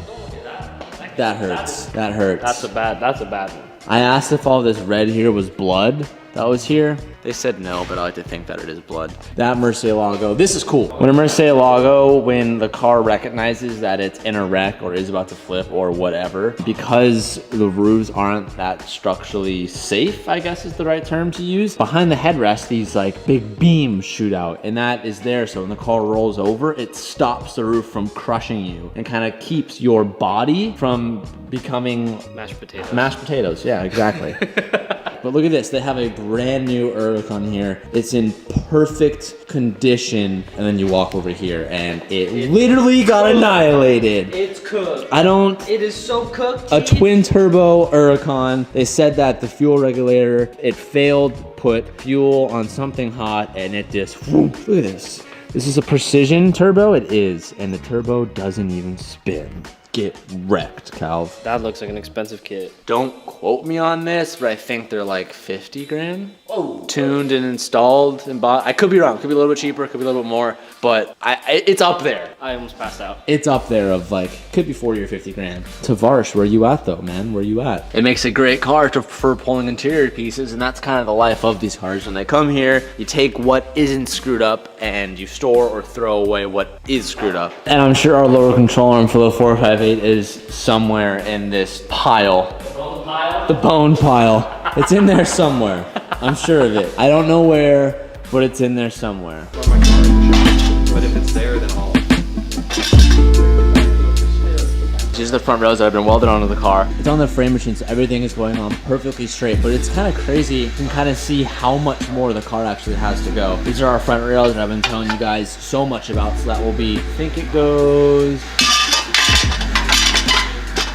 like the front skeleton that kind of holds in the radiator, all the cooling, all the plumbing. The front Fender rails will kind of sit on the arch right here. It's crazy to see how much it comes together. So this was pretty much majority of the work of the car to get both these front rails on. And as you can see, the whole front subframe here was ripped off, and now we have a new lower control arm that's here. So this is the front right of the subframe where the lower control arm was completely detached from the side of the car. And now what we got really lucky that it was just that, because if it was anything more to the left, it would have had to replace this whole entire side piece, which would have been really, really expensive. And now that we were just able to fix the front piece right here, put the new low control arm on, well, on these front beams, and the whole front right castle is actually savable. From what's going on from this point, the fender arches need to be put on, these skeleton sides need to be put on. They actually did discover that the front right rotor is kind of screwed up, like it doesn't spin like it should, meaning that when it spins, it kind of wobbles and kind of stops. Whether it's just that the hat is bent or that the rotor is actually screwed up, we're not sure. But if you replace this rotor, we're gonna have to place the other rotor. There's no way to check it now. You actually measure out this rotor on a scale, and if it doesn't weigh a certain amount, that's how you know like the rotor has been used up and you need to replace them.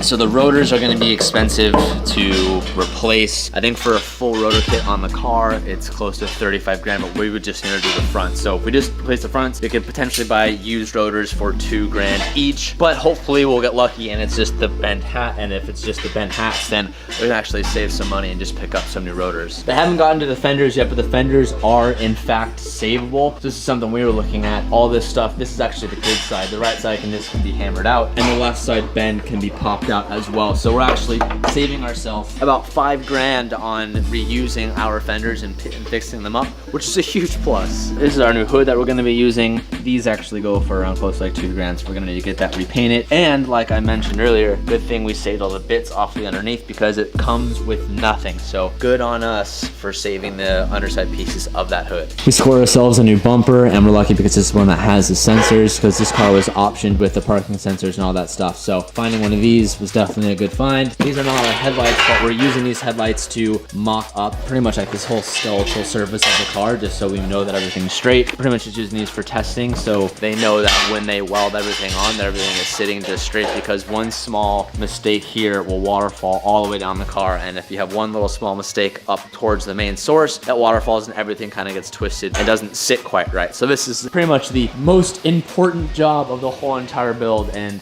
seeing this kind of come to life kind of doesn't make it seem so far away. This is the fender frame rail support that goes into the front lower bucket, which connects to the front rails and the crash bar. That's awesome. That's so cool. Thank you.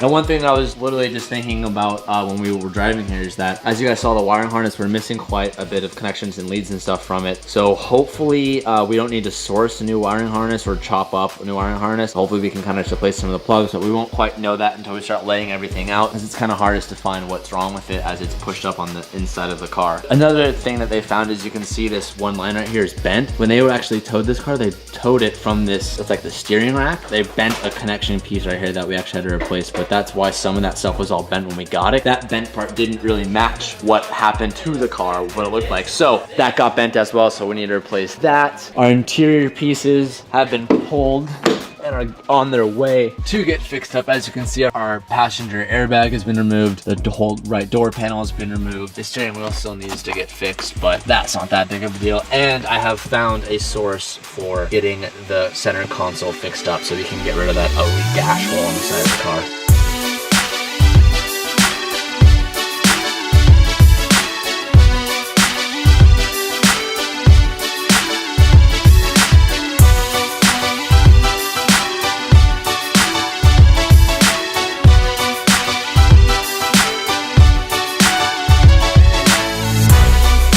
While we're up here at Sacramento and seeing the Ferrari the way it is right now, it's absolutely crazy. But seeing the car in its current state and seeing how far we need to get it back to where it needs to be, there's a lot of work and there's a lot of protected value in that. So that's why when I get back to San Diego, I'm gonna be installing the ThinkWare F800 Pro dash cam. This dash cam is not only awesome because it allows you to record while you're driving, but it also has a parking feature that when you're parked, it has motion sensors. So if anybody walks by your car while you're not there, the car's not even on, it should capture what's going on in front of you and it gives you that extra eye. And if you ever get in a crazy accident like this, you can have it on camera and you can tell all your friends about it, which is pretty cool. So for that reason, I'm gonna be installing this wing up back home. So huge shout out to Thinkware. I'm gonna link them down below in the description. So if you're looking for a dash cam or you wanna be covered while you're driving, be sure to check them out. Everything will be linked down below. What I think precision shit is out of my realm of knowledge, and I commend this man for doing beautiful work. So once it gets back done from here, I think they have a couple more days to finish this up. Then it's gonna go back to the auto wrecking yard where they're gonna gather all the pieces that we got for this car. And at that point, we're gonna take it home. We're gonna get ready for paint because we should have our fenders. We'll have the hood, we'll have the front bumper. We're gonna have the skeleton on, so we're gonna put all that on. And then we can paint all this. So we can get this white, so we can paint the front bumper, so we can paint the hood and the fenders. And once it gets back from paint, we have all the parts. We're gonna have the new brakes, we're gonna have the wheels. Then it's literally just putting it all back together. So I know a lot of you guys are like, there's no way you're gonna get this thing done in 2 weeks. Well, they're literally gonna have this thing back at the shop in less than 2 weeks. That's how fast and speedy they were, and the quality is pretty awesome. So that being said,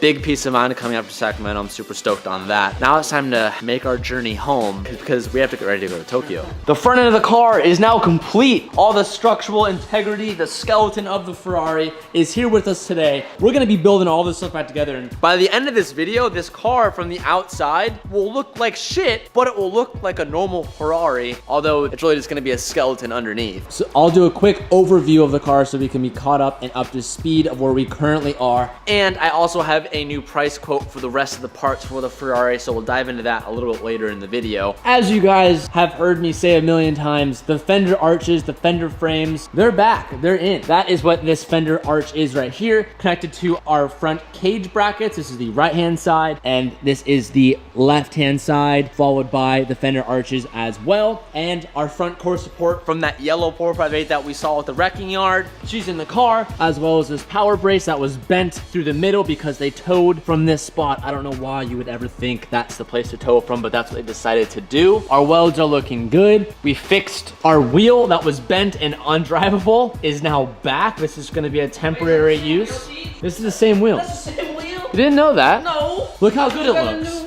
Whoa, this was bent as hell. Fine, it doesn't look like it was ever bent. Well, how do you fix It only how do you costed fix a it wheel? only costed $250 for that. to fix that. To fix the wheel. That was really messed up. Wait, where was it messed up? It's hard to tell where, I guess, to be honest, like, I it's don't really know. hard to notice I where have it was no screwed idea. up. Also, I got a new update on this rotor. Remember when it was spinning, it was really, really wobbly, and I was like, it's either the rotor of their hat, and if it was the rotor, it was gonna cost like 3 to 4 to 5, 6 grand to replace both of them, which would not be in our favor, but we caught a little bit of a break because it was just the rotor hat assembly. So this part was bent, so we have a new one coming in, so the car still has a little bit of a slight wobble to it. The whole right casting has all been replaced. That Our guy. lower control arm has been fixed. We welded in a new lower bracket to the front of the subframe down there. So all of these suspension components, guys, we caught a lucky break. They're all fine, none of it was damaged. Suspension-wise, the car is perfect. Subframe-wise, the car is perfect. Frame-wise, the car is perfect. We have the front end. So this is huge news. From this point on, all we have to do is just reassemble, like Legos, the front end of the car, and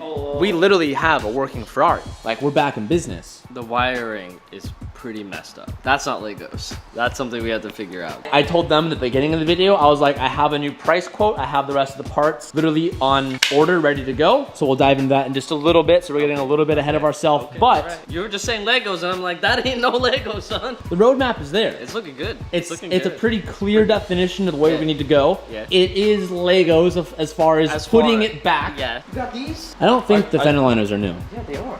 This is the real ones. these are rears. Oh, fuck. We have to put those back. Ooh, that was rough. Well, we're not gonna put all that back quite yet because the car is going to paint in 2 days, but we won't be dropping off today, but this car is getting ready to go to the paint booth. So like, we're making great steps here. And someone in the comments, and I got like top comment, was like, that Ferrari is gonna be in the shop for 2 months. It ain't gonna take 2 weeks.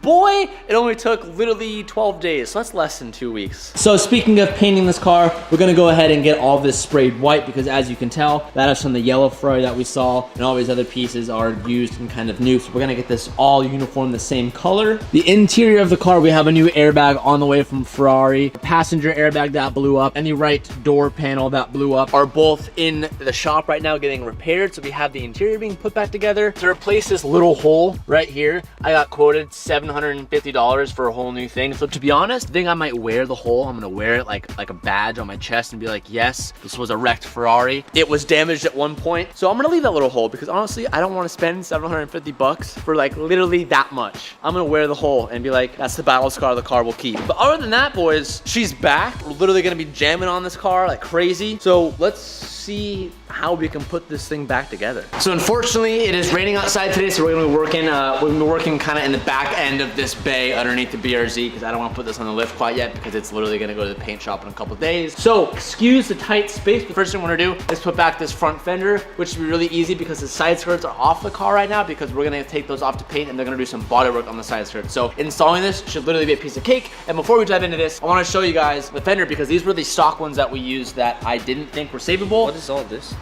Clear bra they had on the car. At the shop that they put the front frame back on, they kind of fixed this up a little bit, bent out all the bends right here, and obviously really this is gonna need some work at the body shop when it gets into paint, but it looks great. And they like fixed up the back end here and kind of just like redid the supports on it. So we saved those fenders, and that right there was It's gonna look $2 or so- $3 grand off the top end of the part. So huge moves on that. It's gonna look so good.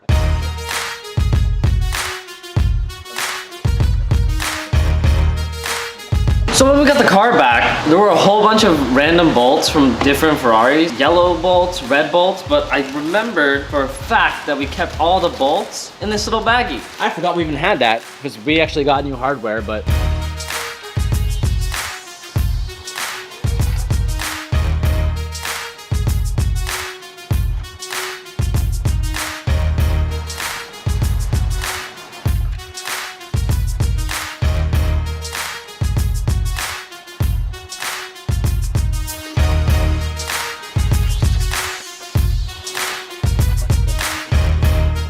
we need to like hold it. I'm holding it. Think that's it? Yeah, that's it. You're good. Tighten this down a little bit. Moment of truth. Ooh. Nice. But that's it. Nice, okay.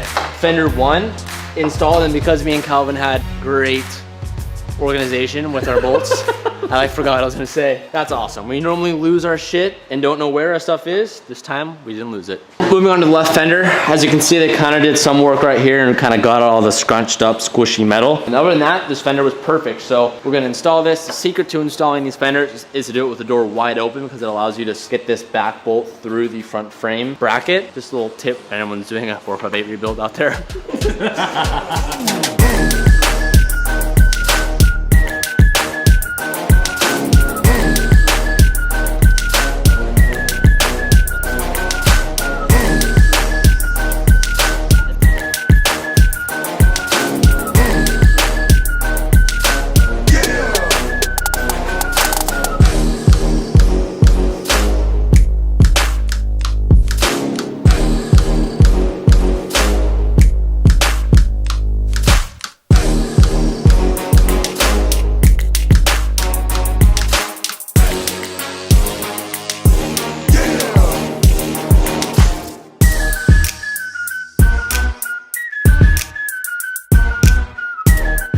It's amazing how well this lines up, and this is the main reason as to why I took the car to get this frame job done first, and why I really didn't want to do this in-house, because how straight this work was and how straight these frames were really dictated how well the car was going to get put back together. So as you can see, our fenders line up perfectly, our bumper lines up perfectly, and this is only using one of the speed nuts. There's another hardware connection point right here. This is just with one, so we could probably raise this just a centimeter more when we have the other bolt in there.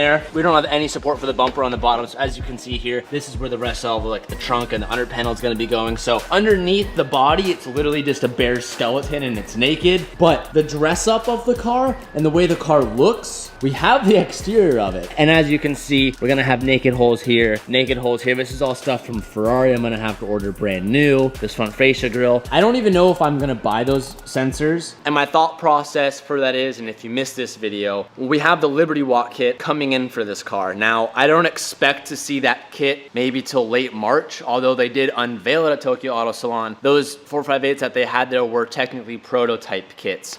So the kit isn't ready to be shipped out right now, although I was the first person to order one. We probably won't see them till, my guess is maybe March, maybe earlier, could be later. You know, when we go ahead and do that, it's a new front bumper, it's a new hood, it's a new fender. So some of you might be like, Tej, why'd you even buy all the used parts, and why are you gonna get the car painted when you're just gonna be replacing all of it? And quite honestly, it's because I don't know how long the wait's gonna be for the new kit to be in, and I kinda wanna drive this thing as much as I can the moment it's done. And I don't wanna be driving around a 458 with ugly front panels and mismatched paint colors. So I'm gonna spend a little bit more money just to have it looking perfect for a month or two while I'm driving it as my daily. For that reason, because I will just be tearing it apart. I'm pretty sure the new front bumper doesn't have spots for front sensors and all that stuff, which means that package option is kind of a waste. So hopefully there's a way to code that out. I'll have to do some research on that, but I don't know if I'll be buying the new sensors now that I think about it. This looks great, looks really good, super easy to put back together. Now let's move on to the hood.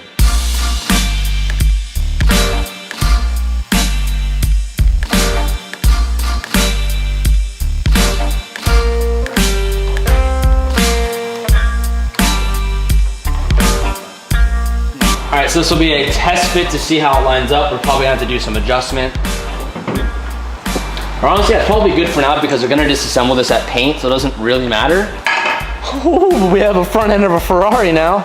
We obviously don't have our headlights either. Those ones that were used at the shop were only there just to make sure the framing and everything was perfect. So we don't have the new headlights yet. I'm still looking for those. I need the AFC versions, which are, of course, the more expensive versions or the higher spec. I think it's like active lighting or something like that. So those from Ferrari are $2,500 each plus shipping. I haven't been able to find used AFC 458 lights that aren't already screwed up and have broken tab. You guys are linking me a bunch of stuff. Any of you know anyone who is selling 2015 458 AFC headlights? I'm pretty sure that's what it's called. They're the more expensive ones used that aren't screwed up. Let me know because you have a buyer lined up right here.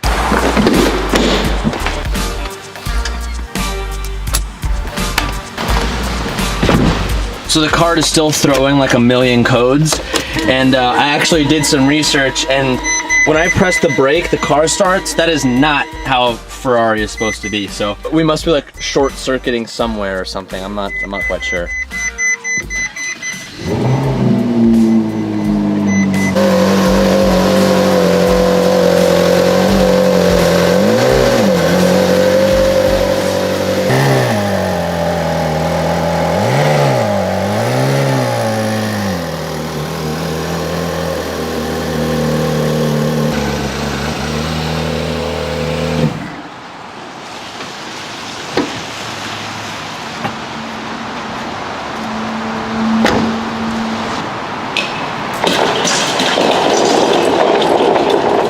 I wanted to pull the car out, just kind of see it more in a more open light, and it is raining just a little bit, but I'm so happy with how this car is turning out. It's going way faster than I thought it would, which is awesome because I really wanted to challenge myself to get this car up and running as quick as possible to show that it is possible and you kind of can get into a Ferrari for way cheaper than what they're selling for. Rather than sending this to the paint shop and having them do some body work and spraying the front of this car, I decided that I was gonna try and save me some money and maybe have a little bit of fun before we do the Liberty Walk kit on this car. Before we wrap this car temporarily, I do plan to paint this car when we have the Liberty Walk kit in, but like I said, I'm not expecting to get that kit till about March or so. So we're gonna have like 2 months of this car being stock, and I didn't wanna paint the front end and then rip it all off because the Liberty Walk replaces the whole entire front end of the car. I didn't wanna just paint stuff and then throw it away. So I'm gonna go ahead and wrap it because it will save quite a bit of money. But before we wrap it, we need to fix these fenders because they are pretty dented still, and your boy wants to learn how to do some Bondo work. So today, we're going to finish these fenders, get them nice and smooth and ready for wrap. The frame shop went ahead and tried to remove the clear bra, and it left all of the residue. Clear bra was like stuck on there. To our rescue, Premium, the guys who's wrapping the car, ordered this for us. Usually this kind of job, you sit here and just contemplate why you exist, because this is super hard to remove. But I already tested this, and look how good it removes it. Like, ew. Like imagine having to sit here and remove that, right? This thing says 60 seconds and you're good. Oh. Oh, wow. Oh, yeah. Oh. That looks pretty well. That took no time at all. I looked it up online. The 3 things that I clicked on, they were like, it's gonna suck, dude.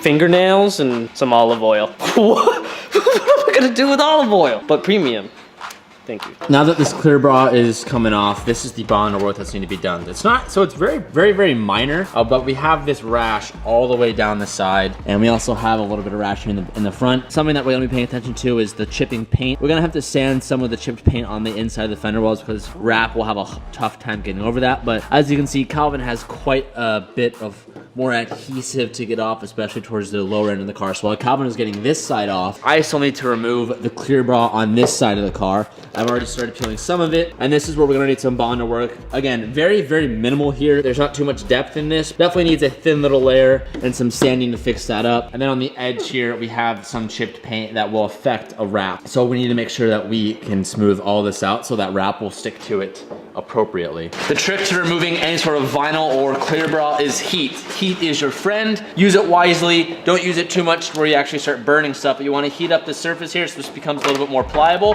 and everything kind of comes right off.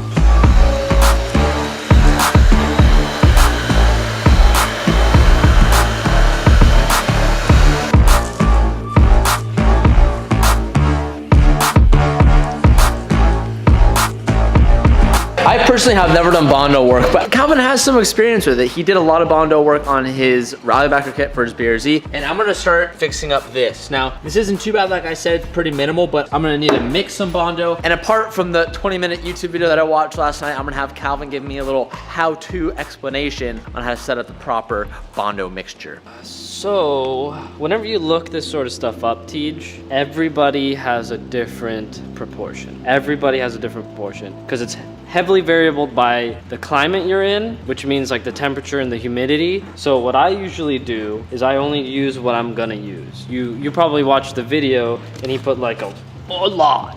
You don't want to, we're not doing that because you're only working on a patch about this size. So imagine the layer of Bondo you're about to put on the car is less thick than a credit card. So basically what I do is I dip the tip inside. That's it. That's all you need. This is the part where it's trial and error. If you add too much of this, it like becomes into molding clay within a minute, and then you're just like, and then you can't spread, so it's not good. So this is how much I put. That's it. That's it. I might get flamed, but I'm telling you, man, you kind of just mix it until you get like a, I like that color. And then if you're like, oh, it needs to be a little more red, oh man. And remember also, if you don't put enough of the red stuff, it doesn't harden at all. I want you to try it. I don't want to show you my technique. I want to see you try it. It's actually pretty enjoyable. It looks pretty easy. Okay. I think it's easy. Okay, no, that's fine, yeah. Hey, that's looking pretty spicy, Tej. Look at you, you're a chef now. From a doctor to a chef, Tej? I'm a doctor of many things, Cal. Doctor and some chef memes. Nice, Tej. That looks pretty good. Easy. I'm not too happy with that area. I could feel it starting to get a little more clay. Yeah, it turns to clay. Like, see, I put too much of the hardener in. I think I got a good base coat. So we're gonna let that sit for 20 to 30 minutes, let that harden all the way. And then we're gonna go back in, sand that up a little bit and see how it does. Calvin said we probably should have taped some of this off. So we're learning, but I'm satisfied with that. Now, while this side is hardening up, let's jump over to the other side and see what we can get after. I'm gonna interrupt today's video to say thank you to our sponsor, SeatGeek. If you guys do not know what SeatGeek is, it's an app on your phone that allows you to buy tickets for stuff like concert or big events, anything like that sort. SeatGeek is great because it allows you to easily choose where you want to sit in the stadium and provides a seat map that has colored labeled options. Green being the best, yellow being okay, red being not really the best. If you use code TJ, it's gonna save you 20 bucks off of your first ticket purchase. 20 bucks at this event is huge. That's like a free popcorn and drink. Don't miss out on the deal. SeatGeek is the place to go when you're trying to buy tickets for anything around your area. Be sure to check them out and use my code TJ. Thank you so much for SeatGeek for sponsoring today's video. And now let's get back to the normal programming. This particular area has a low spot, so I'm adding a bit more Bondo so that when I go to sand it, and the tool we're gonna use is gonna use the shape of the body to allow us not to go deeper than it should be.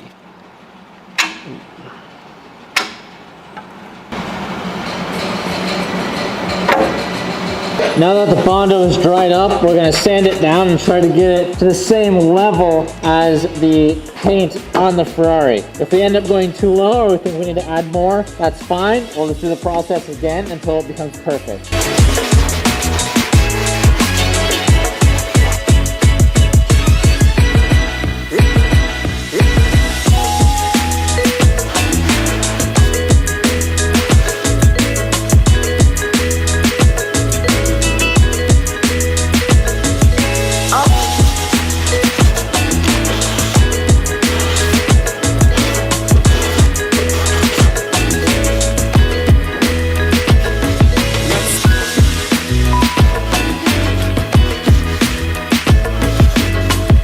right, so I pretty much just finished up this left-hand side. I did a lot more sanding than I thought I would, but it feels really, really good. What's interesting is I took a lot of the Bondo off. There's still a little bit filling in the crack, but it feels very, very even, very, very smooth. I probably did roughly like 20 minutes worth of sanding on it, going from a couple different grits to going to my last grit, which was pretty fine. That's gonna do us perfect for a wrap. And now what I'm gonna do next is a couple of these edges are a little bit flaky with paint. I'm just gonna get the super fine sandpaper and kind of just sand it a little bit to try to blend it a little bit more.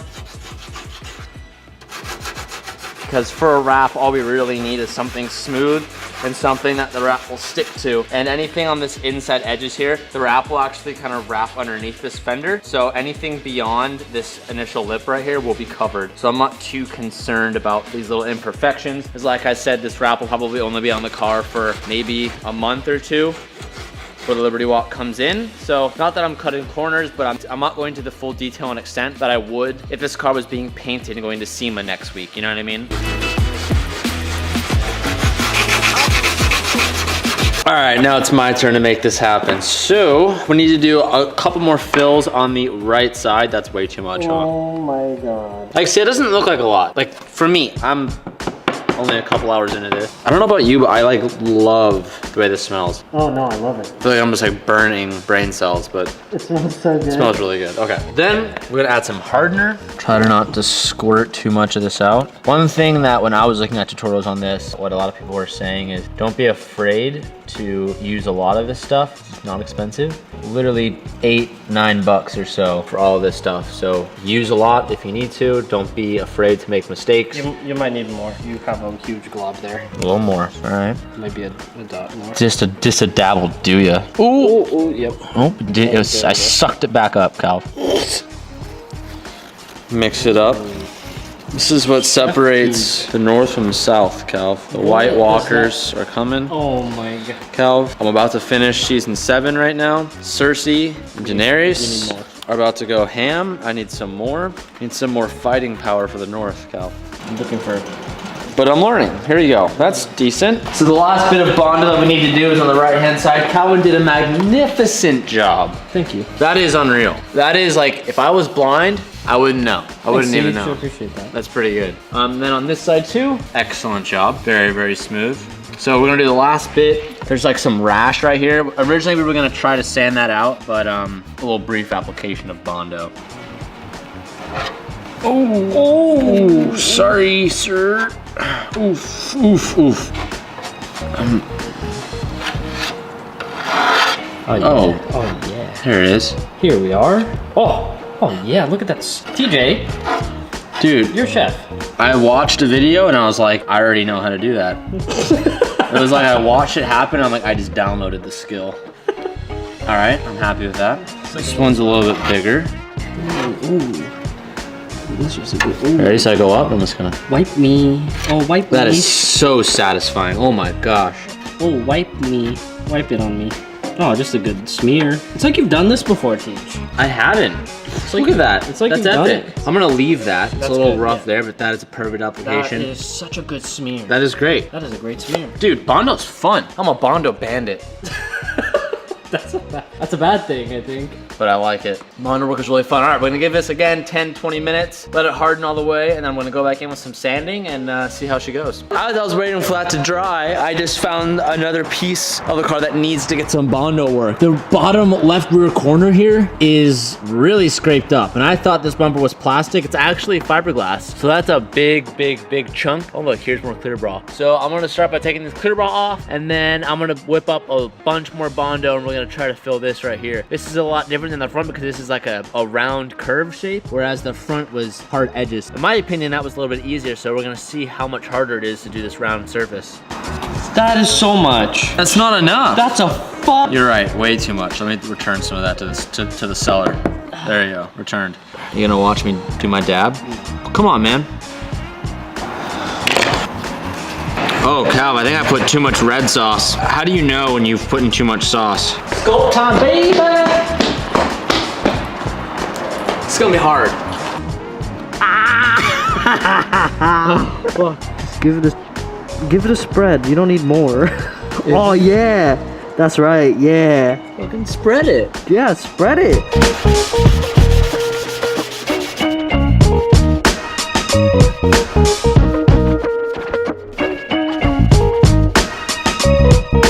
Just finished sanding out the front right fender. Pretty happy with how it came out. This one took quite a while just because it was a really awkward angle to get to, but it's very, very smooth. The vinyl should go over that just nicely. This right fender was in the worst shape by far, and it actually smoothed out quite nice. I did some extra sanding on this inside of the fender here because this was just some chipped paint, so I was just doing some sanding work to kind of blend it together, and it all kind of came together super, super nicely. So overall, I'm pretty satisfied with how today has gone. The last thing I'm gonna do is I'm still waiting up for this Bondo over here to dry up. It's still just a little bit tacky, which this one's gonna be probably the most difficult, and it's a lot of Bondo. So give us about 10 more minutes and we'll get after it. Good body work, man. Good body work. I put a lot of Bondo on this, which is gonna take a while.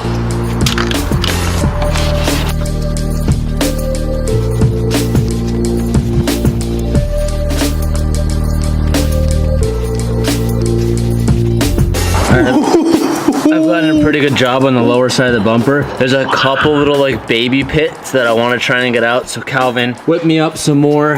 Give me just a little bit over here, a little over here, and then a little bit right here. And then once I finish that out, we should be pretty much good. Oh, yeah, Tej, you're just a doctor. You're just a doctor.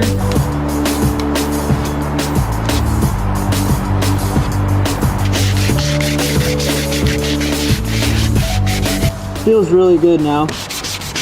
Could probably stop here any moment. It's gonna look so good when it gets wrapped. Yeah, it's gonna look really good. It's a little bit hairy underneath, but none of that is really visible once the car is wrapped, so I'm not like too concerned with it, but I'm really trying to make sure that these rounded edges is like what's most important, so I'm really trying to make sure that that is pretty smooth and is all the same. Pretty big improvement. This edge was really bad. Yeah. The problem with Bondo work is it doesn't look good right away, but it feels so good. I found the easy access point to get this door handle off because TJ over here was investigating how do you get the door handle off. Normally, in my experience, you've always accessed the door handle from the back of the panel, so I started looking here first. But then I was like, that looks a bit weird. I touched it, oh, it's flimsy. Oh, surprise. There's a screw up behind there. We're gonna get that out with this guy. I'm gonna do my best not to strip it, Tej. Wish me luck. Oh, there it goes. Pull it oh yeah. that way. Ferrari, I thank you. That wasn't actually that bad. Usually, especially on the RX-7, it's right here. You look behind this thing, you can remove the mirror. But for Ferrari, nah. To get to this part, you need to remove the speaker and then stick your hand in a blind hole and reach for, I believe it feels like a 10 mil bolt, and we'll remove the mirror. It is almost impossible to film what's gonna happen inside this door. But up here around this area, there's 2 nuts. Stick my hand in here, stick a 10 milli in there. Oh, there's 3. I'm gonna take these off. TJ's gonna cradle the mirror, pull it out, unplug it, and we'll repeat it on the other side.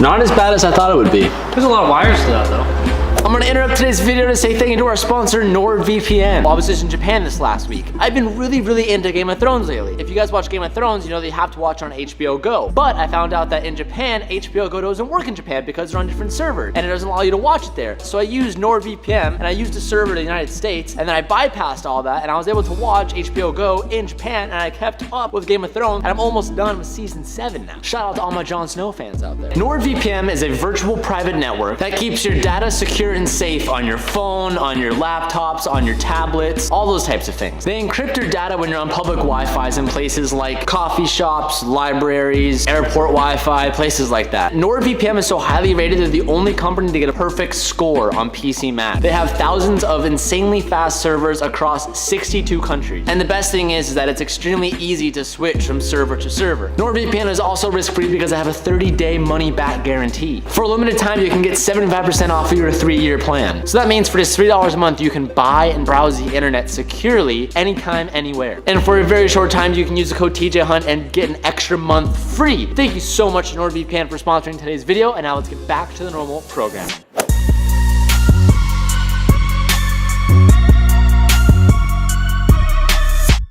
It sounds really silly, but getting this door panel off is actually a little bit more frightening than you think. Rather than using normal like plastic push pins and plastic clips like every other car uses, Ferrari actually uses like these steel or aluminum like ballpoint clips that go into like a metal retention side. And it actually takes quite a bit of force to get these panels off. Without instructions, my best guess right now is that this middle portion comes out, as we saw from the other side of the door that already had the panel removed. There are bolts that we'll have to undo to take out this front portion because that's where the airbag is. So right now, I'm literally just following the seam with our pry tool and I'm popping these clips out. And like I said, you have to put a lot of force on them to get them to come out. So it's a little bit scary, but I'm just kind of trusting the process right now.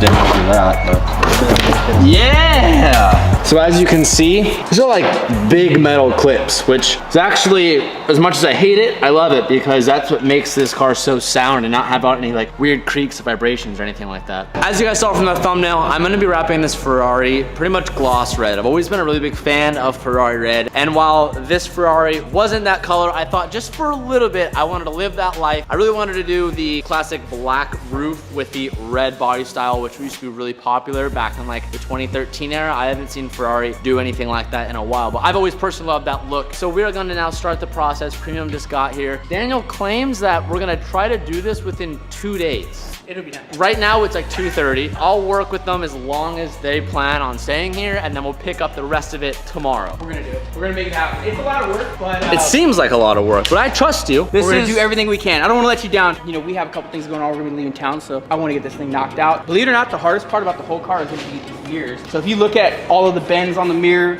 the way that it's set up in general, the vinyl has to go all the way in over here, so that we have to remove the glass. These take time. And believe it or not, this could be like an 8-hour wrap job on just the mirrors alone. So today, my goal is to get all the easy stuff done, which is everything, you know, hood, fenders, roof, quarter panels, even the bumpers. So we want to try to get as much as we can done. We'll probably be here till 1, 2 in the morning, till our eyes are bleeding. We'll go to sleep and we'll come back and knock it out. Let's get to work. 1 or 2 in the morning. Okay, all right. As always, if you guys have been following the channel for quite a while, I've been working with Premium for like probably like the last like 3 or 4 years. I think this is gonna be the 5th or 6th wrap I've ever done by them. If you're ever in Southern California and looking for any type of wrap from anything small to doing blackouts or a roof wrap or a full car, hit them up. I'll put all the information in the description down below. And if you haven't already, subscribe to their YouTube channel because every 100,000 subscribers, they give away a free wrap. They literally go wherever you are and they'll wrap your car. And that's why they're leaving in 2 days, because they're going to do that for someone. So here's the color we're gonna be doing. I don't know if it's like Ferrari red, but it gets the job done. It's just a classic gloss red, and then we'll be doing a gloss black for the roof. I need you to pull this. It's basically, if you look in the door, it's that clip down there. Yeah, the red one. You want me to pull up top? There's 3. 1, 2, and then 3. Are you sure? Are we not missing something? I'm not sure, but if you look over there, that's the only 3 things up there. Fuck, dude, that's like really in there. There's like a black bracket, and I see like that comes out with it. Turns out we were missing a couple screws and bolts towards the top end of it, and I was pulling on it, and I almost literally broke the tabs. But thanks to Anthony and Calvin's brain power combined, they figured out there was more bolts, and then some clips, and then it finally came off.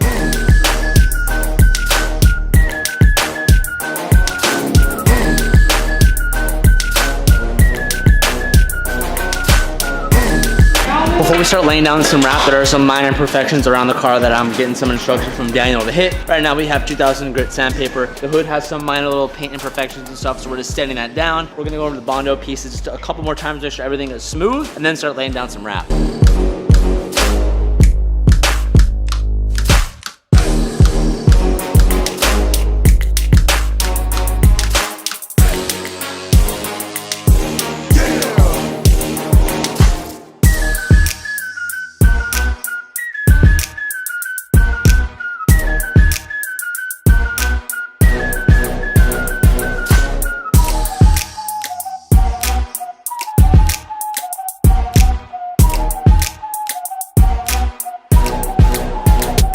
So as Anthony was taking apart the rear, he was going towards these taillights off, and as these taillights were coming off, one of the back bolts is like spinning within its bolt in the taillight, so that's kind of a process. But as I was looking at this, I started noticing there's actually some Bondo work done on the back end of this car. So at one point, I don't know when this would have been, but at one point, I think before the car had the front accident, this car must have had some minor damage on this rear quarter panel, because I'm actually noticing a little bit different shades in paint. Like Daniel immediately was like, the gas cap actually looks like a different shade of white than actually this paint on the car. So it definitely was resprayed, and there's a really crappy job done in the back, and a bunch of bolts were missing, and some of the tabs are all screwed off too. So kind of discovering a little bit more damage on the car than we had originally thought, which isn't necessarily the worst thing in the world. Like, yeah, it does kind of suck, but now that we have found it, we can definitely fix it and do our best to make it better than what it once was, but definitely kind of a bummer. So before we go ahead and wrap this fender, I need to do some more work and get some of this gunk off in the intercept that I actually realized that I missed. And then I might go over to a little bit more sanding work on this stuff, because as Daniel said, if you can feel it, you will see it. So I might hit this a little bit more, but for now, let's focus on getting all the gunk off this so we can go ahead and wrap this fender.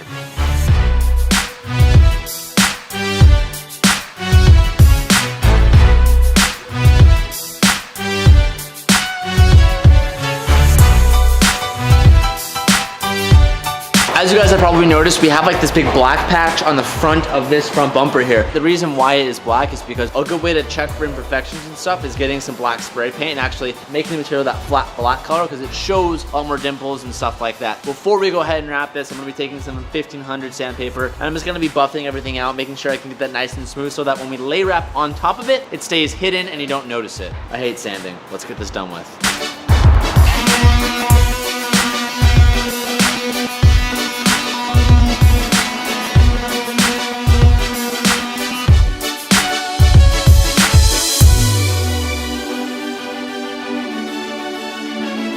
We didn't expect to take off the fender, but once we did, I and TJ saw like slight imperfections that will show through the wrap. I'm gonna go ahead and fix this while TJ is working on the front bumper and making that all smooth for the wrap. This corner was a little bit wavy because it was attached to the car and the bumper was on. So once it was removed, I was able to see that there were lines that need to be there that weren't there. So I'm adding more filler so I could sculpt away what it needs to look like.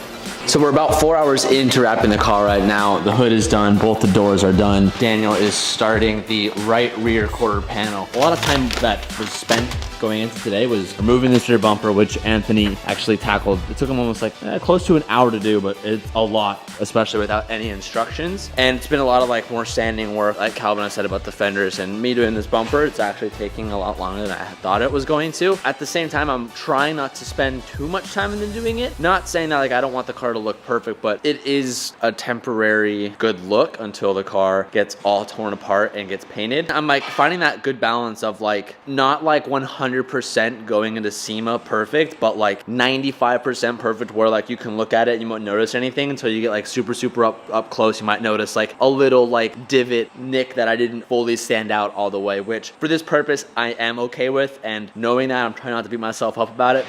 But we're gonna keep on trucking for tonight. Want to at least finish the other quarter panel, and maybe we might touch some other pieces or not. Not exactly sure yet, but we're gonna keep on going. The oil is still burning, and I'll keep you guys updated.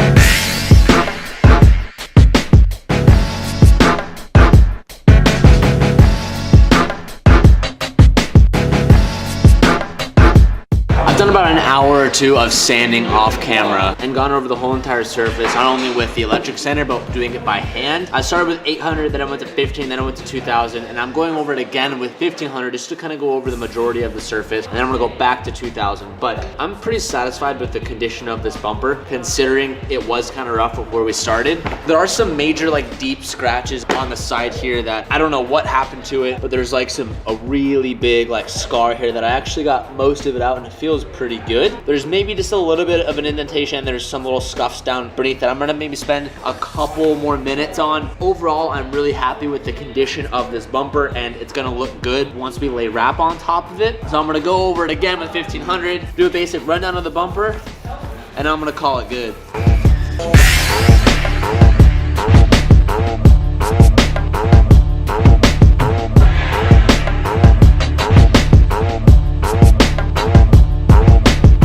So while Daniel's over there wrapping the car and doing things that I don't know how to do. I'm trying to do every little piece that can be done at this time. So right now, it sounds silly, this is actually a pretty cool moment. So I'm gonna be taking off this Ferrari badge and trying to transfer it onto the new hood over there. Now to get this off, it's actually been kind of a struggle. It's like really, really on there. Same with those fender badges. Those things are a pain to get off. Like you have to heat them up and have like something super, super small to get in between the badge and the paint without ruining the paint. So what I've actually found is I've been using this card for the fender badges, but to get the hood badge out, it's even harder. So I've gotten the smallest little flathead that I can. And because we're not using this hood anymore and it's kind of already screwed up, I'm not too worried about scratching this hood. But what I did is I used the heat gun, heated it up a lot. So I got the sticky resin behind the badge and I removed the back nut and now I'm slowly peeling this badge off the car. And what's cool is these badges aren't plastic. They're actually like heavy metal medallions. While this thing is still a little bit gooey, I'm gonna throw this on the new hood.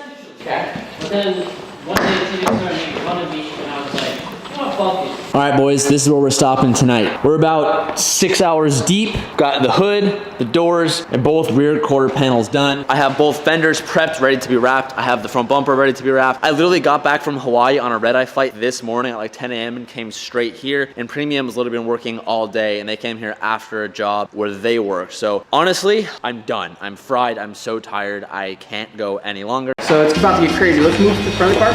Send this to Antoine and Sabrina. All right. We let it work. Going with the black roof is just one of those things on a Ferrari that looks really good. Okay. There's no direction to go. Thank you. Okay.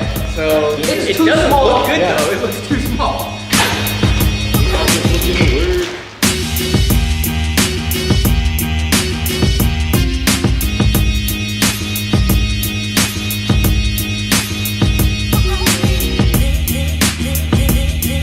For some reason, I've always preferred the black roof. I always told you guys that. And Daniel just finished wrapping it up. This looks like the Batmobile in my opinion. A lot of people think the black roof is from here to here, but it actually stretches as like one piece of metal. So it goes all the way from the start of the windshield all the way and falls and waterfalls to the back. Daniel was asking if we wanted to hit this part in black, but actually with you putting that on top, I think I like it like that. I mean, either way, I don't think it matters that much. The only reason why I considered doing it black was just to kind of tie the roof all the way in and around, you know, but where it gets weird is right here, since this is gonna be red, and then it kind of stops just randomly abruptly. So I agree, keeping it red's gonna look cool. It'll flow with the quarter panels. But at first I had this thing, I was thinking we gotta do that in black. Just, I don't know, I felt like it kind of brought the motor out even more. If you think it would be better black, I was trying to go off of what it is from the factory when they paint like that. I'm pretty sure that that was red. It is red, and you know the only reason, like, we did that black roof, so it looked super tight, and I know that that was even kind of questionable in the beginning for you. You didn't want to do a full black roof at first, but now that you see it, it looks super sick. You couldn't tell by now, the fenders are off the car. Daniel saw the fenders. He didn't say I did a bad job. He just said it could be better. Literally in the part that I was struggling with when we were wrapping that a couple days ago, I didn't know the best way to wrap little pieces of corners and like tuck wrap the best. And Premium putting all the work into this car. We're gonna be driving it around and their brand's reputation is gonna be on the car. They're like, they wanna make sure everything's like 10 out of 10. We're gonna be redoing those, and Daniel's actually gonna teach me a better way to do it, which will also I'll be able to teach all of you guys out there and teach you something a little bit new. As always, huge shout out to Daniel and Anthony and the whole Premium crew for coming down here. The house calls especially help when this car doesn't really drive, and towing it would be kind of sketchy on our open trailer. So if you haven't already, subscribe to their YouTube channel, hit them up on IG. They do everything from roof wraps to blackout packages to selling vinyl to a whole bunch of stuff. So they'll be linked down below, and check them out if you haven't already.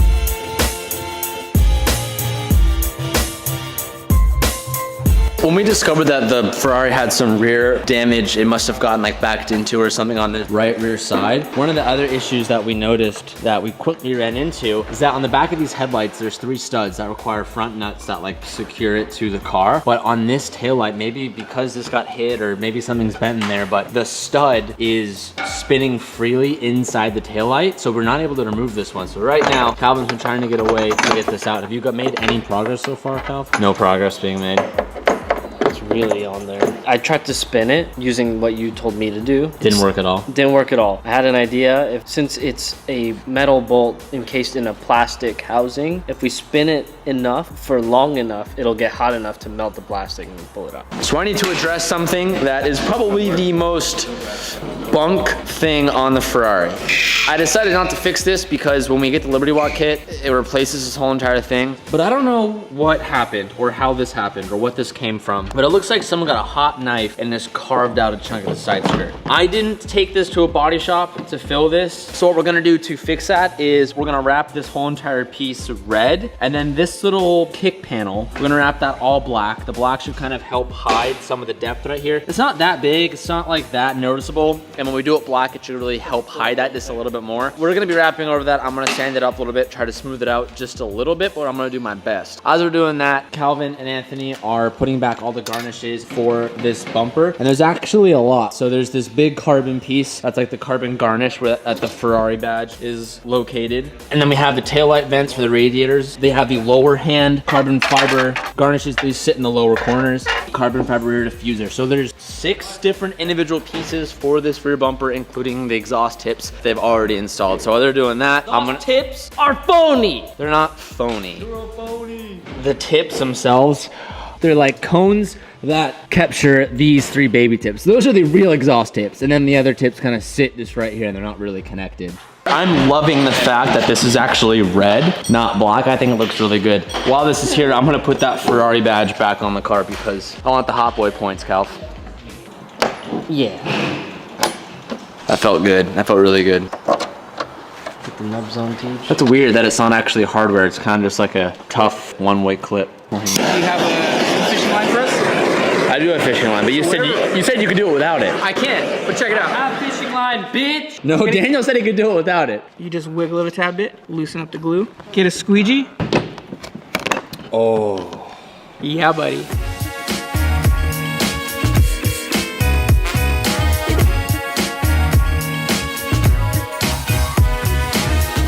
Before this rear bumper goes back on the car, we have to put back all the carbon pieces and all the trims and accessories. It's actually super easy. There's just bolts on the back of this bumper. Ferrari made it pretty easy to do it, so let's get after it.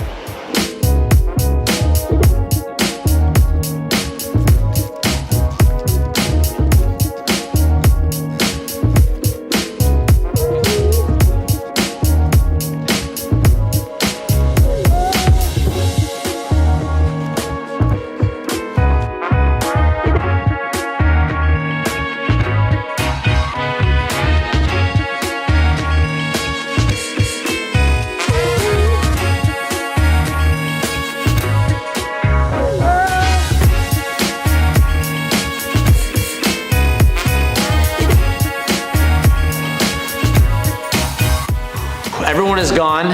Coming up on 11:30, we put about 9 hours in. We have everything done but the front bumper and the mirrors. Premium's gonna come back another day and we're gonna finish that up. They offered to take the front bumper and wrap it at their shop and bring it back, but all of our parts for this car literally come in like tomorrow, and I didn't want them to take the bumper away. I don't know if we'll need that to mock some stuff up, but I know we can't be outside and get the natural daylight here, but I'm gonna give you guys a little walk around to see how it looks. So the rear end of the car is absolutely my favorite. The way the black roof just kind of scoops in, and because it matches the black tempered glass, it just like waterfalls in and it just looks amazing. Also, the contrast of the carbon on the red looks really good, and you can kind of notice a little like shade of the black mesh and the kind of the grayish carbon, so it really stands out and really pops, which is one of my big favorites. We did this in black because we kind of left this cut out. I know it looks kind of bunk and a lot of you will probably be a little upset about that, but I'm trying to save money where we can, and for something that's literally gonna get ripped off and replaced in 2 months when the wide body kit comes in, I just didn't have it in me to go ahead and do that. But because it is black, it kind of hides it a little bit. That's my justification. We got a huge box delivered to the shop this morning. I opened it up just a little bit to ensure that it was what I thought it was. It's exactly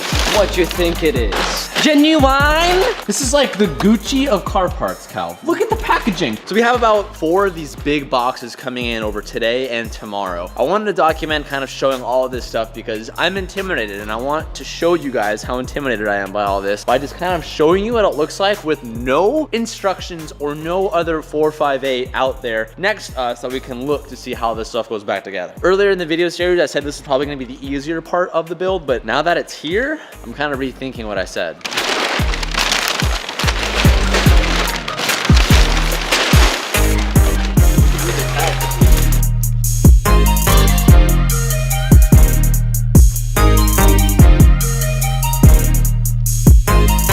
Well, box one contains of a lot of things. Most it looks like AC lines, power steering lines, coolant lines, some front meshes for the front bumpers and stuff. So I guess before we go any farther, we have to put this Ferrari on the lift because that's probably where it's gonna live for the next week or so.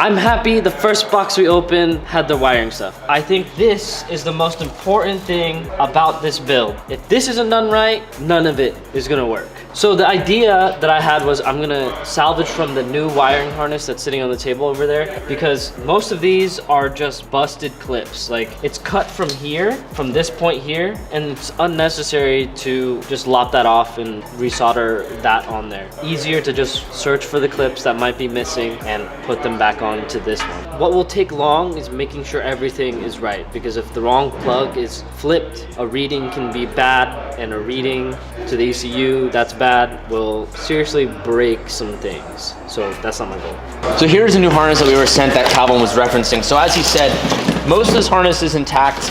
They ended up just chopping it off from the base of the chassis, which is okay because I think rather than using this whole new harness, we're gonna see if we can salvage that other harness and just replace it with busted clips that we have, because most of that harness is intact. It's just, like I said, missing some key components. So we're gonna try to do the least amount of work possible and salvage whatever harness is better. So we'll get to that later today.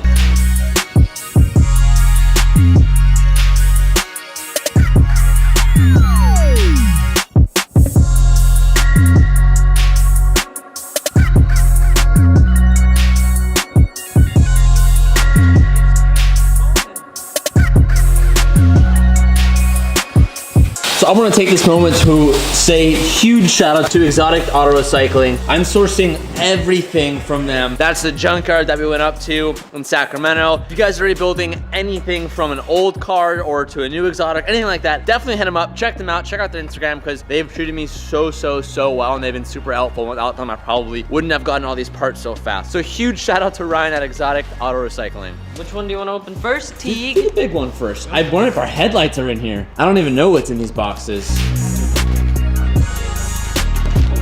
the door. That's the airbag for the door. We got a lot of little baby parts here. Careful with that, don't want to.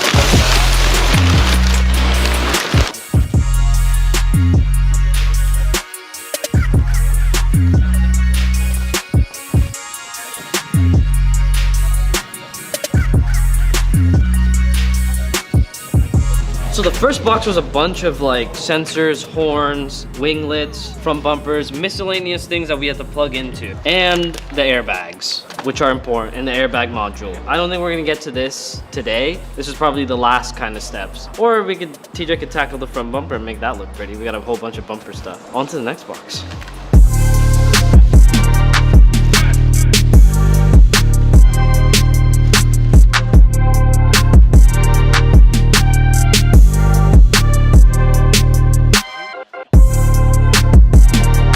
Cool, we're only gonna open one of the boxes because we don't wanna have two naked radiators. Way bigger than I thought it was gonna be. All right, well this concludes about probably a little more than half of the parts that we have coming in, but this is more than enough to go ahead and get started. So that being said, let's put this Ferrari in the air and check out the coolant pipes, because we have those in stock now, and other than doing the wiring harness that needs to be figured out, I think we should move on to the cooling to see what pipes we can replace right now.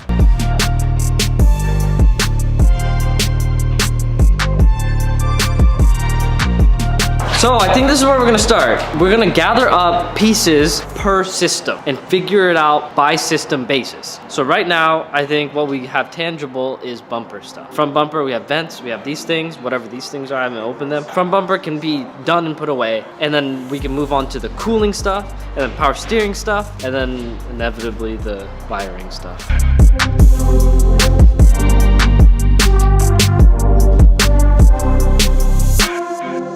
What I'm noticing as we take apart this car, you don't see a lot of big manufacturing tells. It looks like these cars are handmade as if you would go about yourself making this car. So if you look at this, usually in a big manufactured car like a Toyota car, this would have the nut integrated onto it. But instead they use speed clips, which is fascinating because that's what a home builder would use, right? Showing that these cars are handmade and they're thought of to be handmade. I thought these were like, this method was like the cheaper method, but it's more looking like the handmade method. Right now, Calvin and I are gonna start on replacing some of these lines that we know we can fix. For example, a bunch of these lines on the front end are just torn off and cut off, and we actually have a lot of those, and those look pretty relatively easy to do. We're gonna start by replacing those lines, and then, yeah, I don't know. This is just gonna be a guessing game at this point.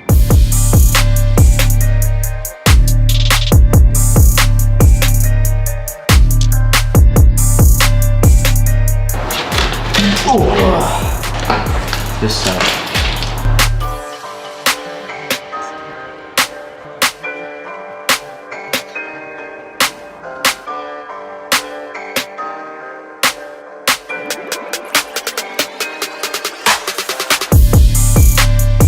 All right, so we just got the old coolant lines out of the car. We're gonna put the new ones in. These are super simple. Other than the front ends being damaged and cut off, some of these old ones are missing tabs and whatnot that these new ones have. So with that being said, let's go ahead and put these new ones in. Before we start putting stuff back, I realized that we have more lines we need to replace. So we have an AC line and a power steering line that are both cut off the front. So we're finding where they connect here in the back. So our AC line is right here. Our power steering hose is just a little like rubber hose up here on the top. So we're gonna get those out completely and then replace it with the new lines.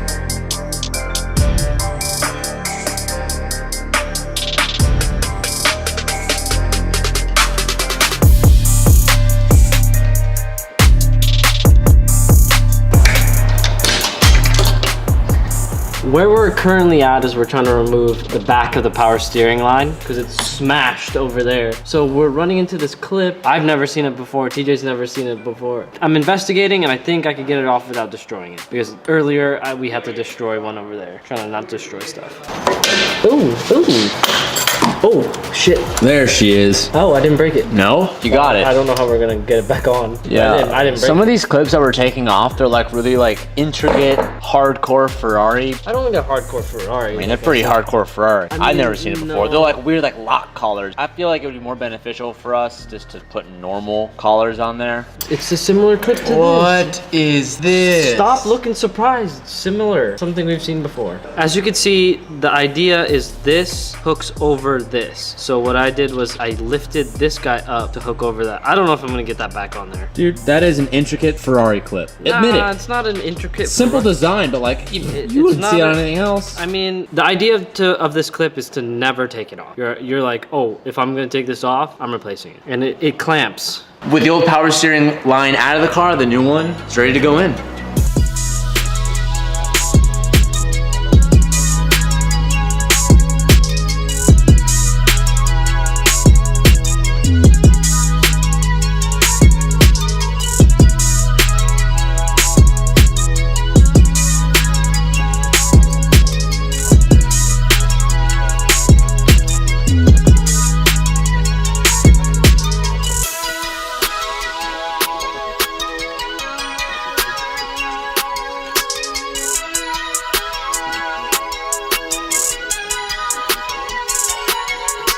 We need to remove this guy because there's a whole bunch of AC equipment in the way of me trying to get this wiring all buttoned up. It seems like there's only 3 bolts to remove this whole windshield wiper motor.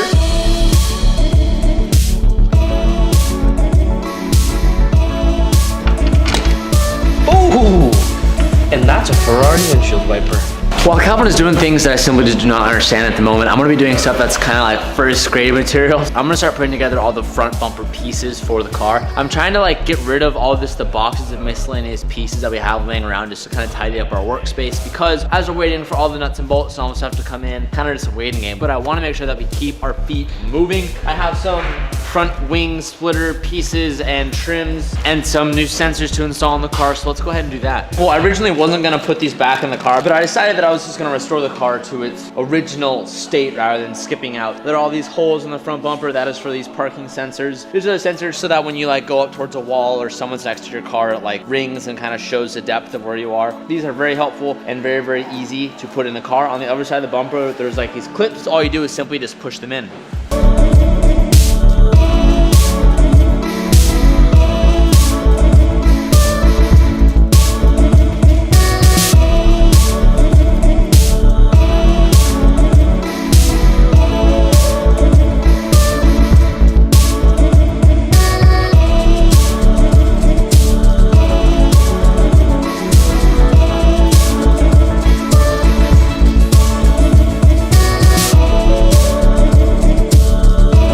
Taking the new harness and labeling all of this that's on my screen onto here, so when we go to put it in the car, we just type in the reference number and know exactly where it goes into. So for instance, S080 is the trigger for the front tire pressure, and then we'll know if it goes to a tire pressure sensor, plug it in. Whatever code this wire corresponds to, I'm putting it on the wiring harness so that, again, when we go to put it in the car, we know exactly where it plugs in. And I'm gonna do it down this whole spaghetti strand. 20 minutes later. I'm super proud of this because right now I'm just chasing the wires super blind, but I found one that was torn, and look, it fits. So you know we're gonna have to test it to make sure that I'm not cross-wiring things. I'm keeping a log of how far I've been going. Appendage, I changed it to arm, so arm 2, and then on the other down there is arm 1 and arm 3. I haven't done too much. There's quite a bit, probably like 20 or so. 20 ones that I've done so far, and I'm almost done. This is the last leg, and then I can put it on the car and test that horn. I want to briefly interrupt the install today to say, boys, Valentine's Day is coming up quick. And if you haven't done anything for your ladies yet, this is a great opportunity to use my code TJ on SeatGeek and save yourself $20 off of your first purchase. If you guys do not know what SeatGeek is an app on your phone that allows you to buy tickets for things like concerts, events, local shows, sporting events. So if you guys are a fan of the NHL, or if you're a fan of the NBA, or maybe one of your local artists is in the area and you want to snag up some tickets, this is a perfect opportunity to quickly download the app and buy tickets for wherever you want as soon as possible. Once pulled up on your phone, it pulls up a seating map that easily labels the best seats from the worst seats, and it's all color coordinated. It makes buying tickets a lot less painful. If you are in need for a last minute Valentine's Day gift/date, use my code TJ and save yourself 20 bones off of your first ticket purchase. Thank you so much for SeatGeek for sponsoring today's video, and now let's get back to it.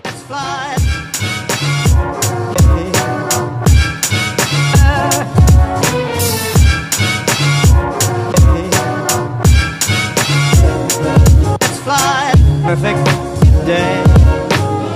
Perfect day. Perfect day. Perfect day. Perfect day. Now that Calvin has finished labeling up the stock wiring harness, here is the old one on the car. And as you can see, it's just missing clips, it's missing a bunch of stuff. So here is the secondary one, and we pretty much need this whole entire new strand. So what Calvin is gonna do is he's gonna cut it off here and then cut it off here and then pretty much just resolder on this new arm to the existing wiring harness. That way it's cleaner, it takes up less time than replacing the whole entire harness, and it's much cheaper. Once he does that, we're pretty much gonna follow the string and pretty much do the same method to every other arm that is destroyed and just replace it with the new one.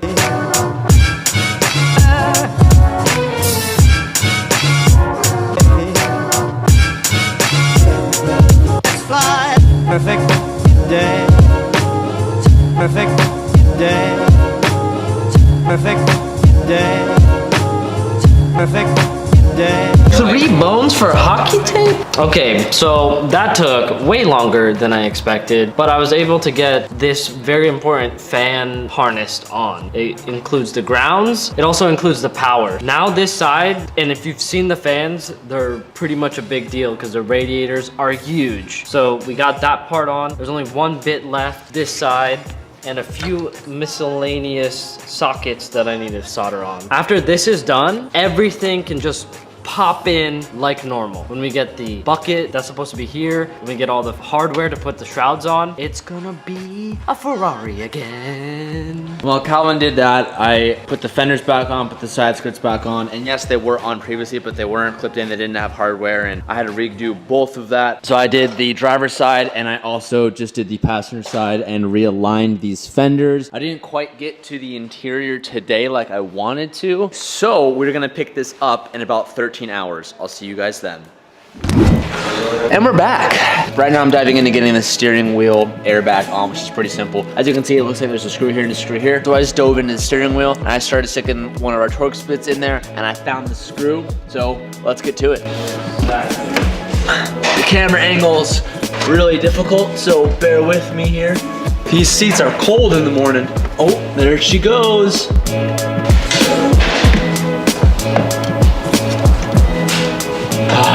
Got it. Even though this airbag already went off, I'm still scared it's gonna blow up in my face. I've never seen this clip before. Ooh, hey, careful. What? Don't say that! Don't say that! Battery is disconnected. Of course, the camera wasn't on when I got this out, but I got the second clip out, which actually got really difficult because I don't know how well you can see here, but this is the airbag that went off, and here is a brand new one. When it goes off, an airbag is like really like a bomb. It's a small explosion that releases the airbag, and obviously it gets extremely hot. And even on the back, it has all these like warning labels. And on this one, you can actually see it got so hot that the warning sticker bubbled and boiled and shriveled, and like the actual metal here expanded into a dome rather than just being flat like this one. And when it did that, it got so hot that the plastic receiver of this clip actually started to melt inside, which almost ruined these clips. Thankfully, I was able to salvage them, but if this was broke, I'd have to buy this, which would suck because it would just be more money and it would take a while to get. But I've been waiting for this moment. The new airbag cover is about to go in. This looks brand new, it looks so good. Oh man, that looks sick. Oh, damn. I like almost waited to do that until the car was like done and on the road, but I had to do that now. New airbag is in. That is so satisfying.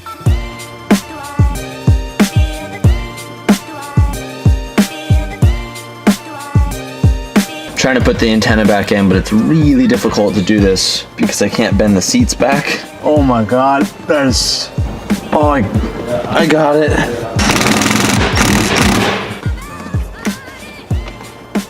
I just spent the last 3 hours doing this. Look at it, it's all back together. And as I said before, we're gonna test it by testing the horn. That took you such a long time. I want to just highlight that because I know we didn't show any of it. I decided literally not to show anything but a small time lapse of Calvin doing that. It took a matter of 2 days. It was actually much longer than 3 hours. It was a long time, and individually soldering and then heat shrinking, and he also labeled everything and double checked everything. I also didn't tell you that there were like 8 or 9 grounds within the harness that Calvin didn't know where they went to. And at first, Calvin's thought was, well, it's a ground, it doesn't matter. But then as we started talking about it among all of us here, depending on what ground went to which sensor, some sensors require grounds constantly and some only require it when there's like an accessory or an ignition. So long and short, it did matter. So every ground that was within the harness had to be chased all the way back to make sure it went to the proper sensor. So a lot of investigation went behind the mad scientist Calvin's method. This is the moment of truth as Calvin's grounding up the secondary harness. This hole in like, I want to get a good shot of this because just fan that out. It took Calvin a very long time, much longer than just maybe 3 hours of soldering, but much, much more collective time to figure that out. What we're gonna do here is we're gonna put the battery on the car and I'm gonna try to hit the horn. And our thought process is, this is the new harness that was not only just soldered onto the main harness, but this was spliced and already repatched. But if I hit the horn and this horn goes off, that means that the harness is working, has a full circuit going through it. There's a lot riding on this, Cal. There is a lot riding on this. I mean, to be fair, the only things that are connected to this bit of the harness is fans and the trunk latch. And a bunch of weird like Missing. headlight washer sensors and stuff. We're really hoping this works because this is, My eyes, the scariest thing about this whole entire rebuild is that the harness was destroyed. We're gonna have to rebuild it, and just chasing wires sucks. before I connect this battery and give the car power supply, just because I don't want an airbag to explode in my face. And the thought of expecting that to blow up my face scares me. I'm actually gonna connect the battery from this side of the car because we just replaced that airbag and I don't want there to be a short somewhere, or because I screw with it, it's gonna explode. So, moment of truth, a little spark. Okay, airbag did not explode. That's good, that's good. What? Is there less like... No, dude, there's still so many warnings. It looks exactly the same. Okay. But I think if I hit this, it should go. 3, 2, oh, by the way, the horn's on the steering wheel. 1.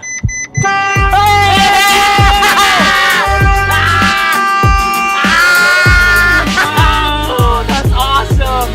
That's so awesome, dude! Yeah! That's so awesome!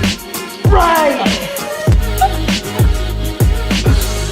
There's a bunch of these holes, and TJ speculated that they're clip holes due to the shadow of the dirt. It feels good. It feels good to just see the clips. Dude, there's thing.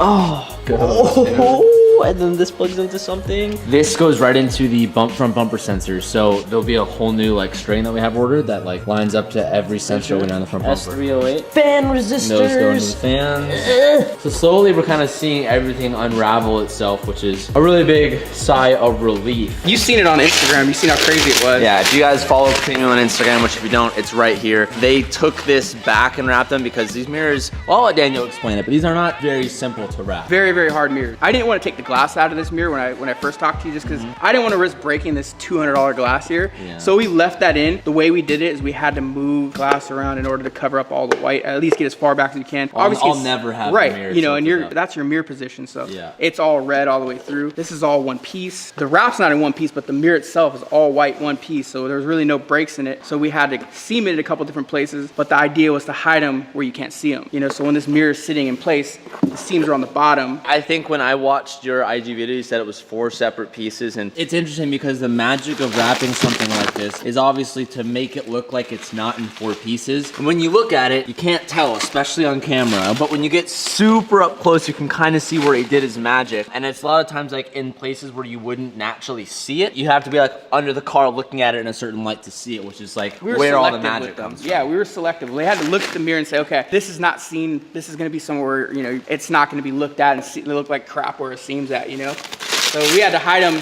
and I'm really happy that they came out.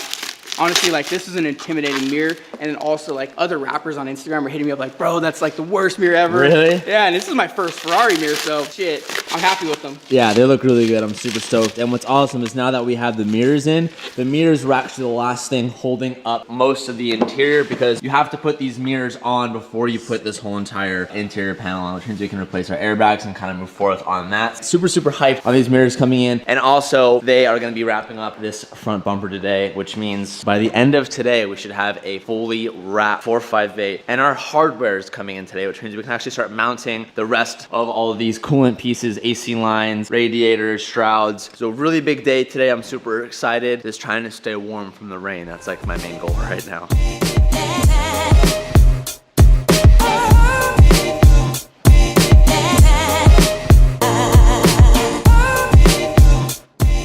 Much easier to take it off than putting it back on. Once Calvin finishes tightening up this mirror, then we can put the speaker back on, and then we can put this door panel back on. And I will say the door panels on the Ferrari are much easier than any other door panel that I've ever had to deal with. More recently, I've been dealing with a lot with the RX-7 door panels, taking those on and off. And this, as you can kind of see here, there's bolts that go down the whole entire side of the door. And when the door panel goes on, you simply just line it up, and then it's just clear as day. You can tighten every single one, and then there's a clip panel that goes on top of that. Makes it super, super easy and much more structurally sound than normal traditional plastic clips that go into the side of the door. That's what I was talking about on stream. People were asking me, oh, what's the difference between working on like your BRZ versus the Ferrari? This is what I'm talking about. When you look at this, it's as if someone like myself or someone like yourself decided, I'm gonna make a car, so I'm gonna put it together using what I know, hardware, and avoiding as many clips as possible. It's just like a really nice thing to see that they use like handmade techniques rather than big industrial techniques, which both have their merit.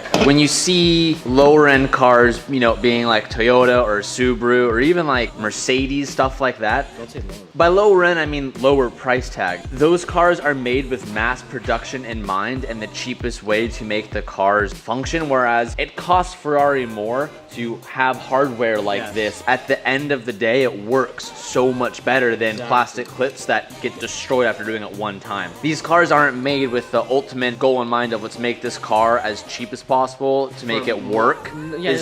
Best most of the time, you know what I mean? It's like the mindset is different, and that's what sets apart these cars from other cars.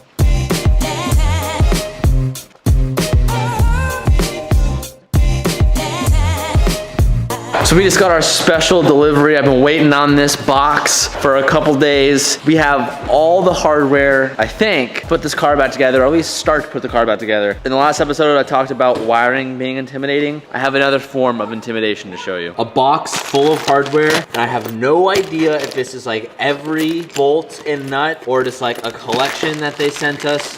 This bag is labeled at least a little bit, but this whole entire thing is just random hardware. And I know obviously these bushings are for the radiators, so that's like a good start. But other than that, we just finished putting the door panel back together. And literally in like an hour's time, Daniel finished wrapping this front bumper. So we now have a red front bumper. So if I put this on and closed the trunk latch, we would have one solid piece. So I don't know if we can do that today or like make it look like the car's on the porch today. I might try to put it down towards the end of the video so we can kind of get a look at it. But that's really exciting. And now that we have this hardware in, I think once we fully finish up this door, we're gonna move on to putting the radiators on the car and just trying to mount some of the stuff up. We're gonna put a big piece on this car. Front mounted radiator has 3 bushings that need to go in it, but we only have 2 so far. But I see where exactly they go. So if you look here, it attaches to this point, and that point over there. It's really interesting how these both lay too, because you wouldn't think that this radiator fits in this car until you have it like laying in the exact angle that it's supposed to be in. So you can kind of get a good reference from this side angle here of how it lays in. And we're gonna be starting with the left-hand side of the car because we have the left-hand side of the harness complete, and we're still waiting for some clips to the right-hand side. So we're gonna go ahead and start building back to the left-hand side and make our way across.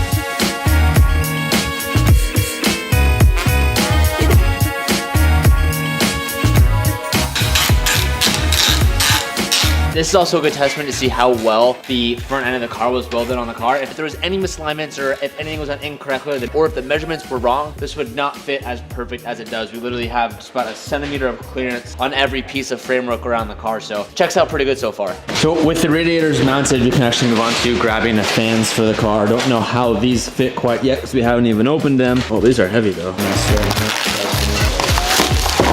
What a beautiful looking fan.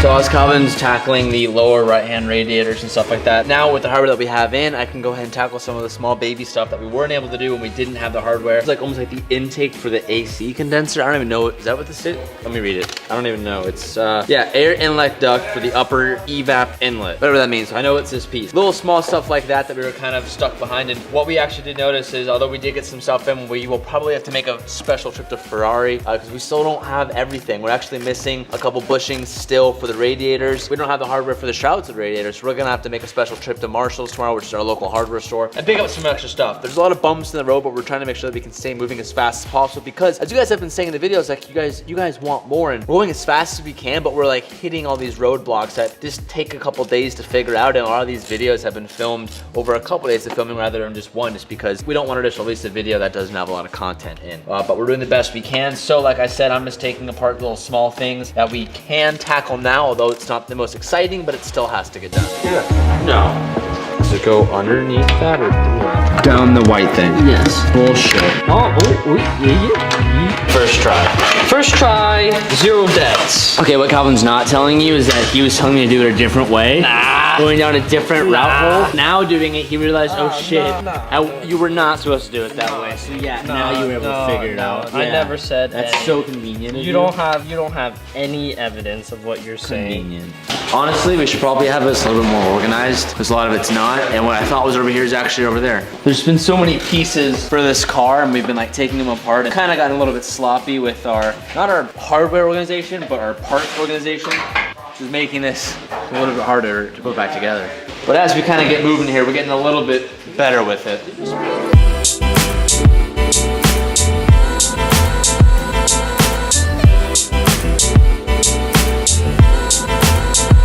So Calvin and I have been digging through our hardware bin. Little pointer tips to all you guys out there if you have a home garage. If you ever take apart things or come across old hardware, never ever throw it away. We got one of these little bins from our hardware store. And whenever we have anything left over that see laying on the ground or we pull it off a car, we just throw it in this bin. And it's completely unorganized, and that's kind of the idea of it. It's just a bucket that whenever you ever need hardware, you can always usually rely on finding something, although it may not be matching, you can usually find whatever you need. And as we're going through here, we actually found random pieces of hardware that we could use to fit this like oddly specific size. And then I was like, wait, that looks really similar to the Downstar hardware that we use. And huge shout out to Frank from Downstar, because all the hardware that he sends us for the wide body kits and stuff, we actually keep all of it. And if you aren't familiar, he uses like those rubber walnuts for cars, and it's a great product. We have a bunch of it left over because we keep all of it because it's super nice. And I just found out that we can actually use the hardware on the Ferrari for this radiator and shroud and for our AC condenser. So we got super lucky there. Rather than using a little bunk hardware, we're gonna use matching hardware, and we need to use washers, so we're gonna use his dress up hardware for it as well. But you're never gonna see it in this car, but it is really cool to think that we're using fancy dress up hardware on the inside of the car that only we will know about. So look at that. That is super, super cool. I'm super, super excited about that. I'm gonna send Frank a picture right now and tell him that he saved the day. So right here we have the AC condenser. I believe we can actually throw on the car right now that we have the shroud and the fans on.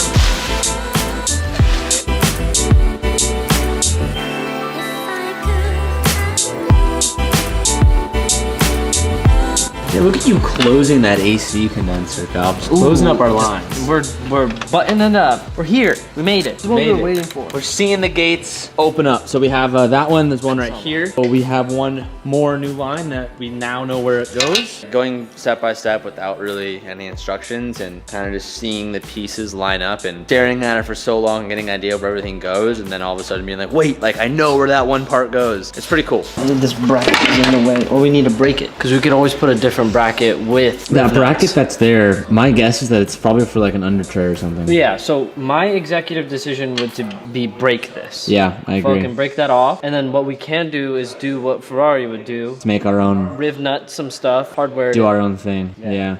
So there's a bracket right here and a bracket right here. If you guys remember, this one was broken off, and Calvin tried tapping that one back, and we ultimately decided we were gonna leave it for now. But that's actually getting in the way of this AC line. it's getting in the way of progress, Tej. Progress is key right now. Smash it. So we're gonna fuck it up. We're gonna take it off and figure out how to fix it later down the line. Smash it like the like button. That was the old in with the AC condenser.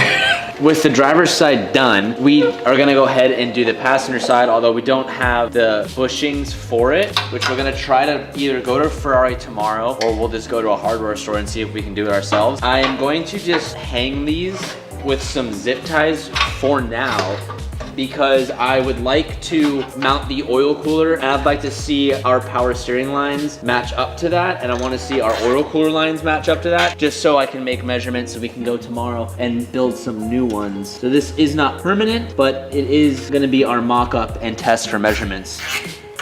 for now. All right, so this oil cooler, just like the AC condenser, this mounts underneath the radiator. I'm not sure exactly which one it's supposed to be.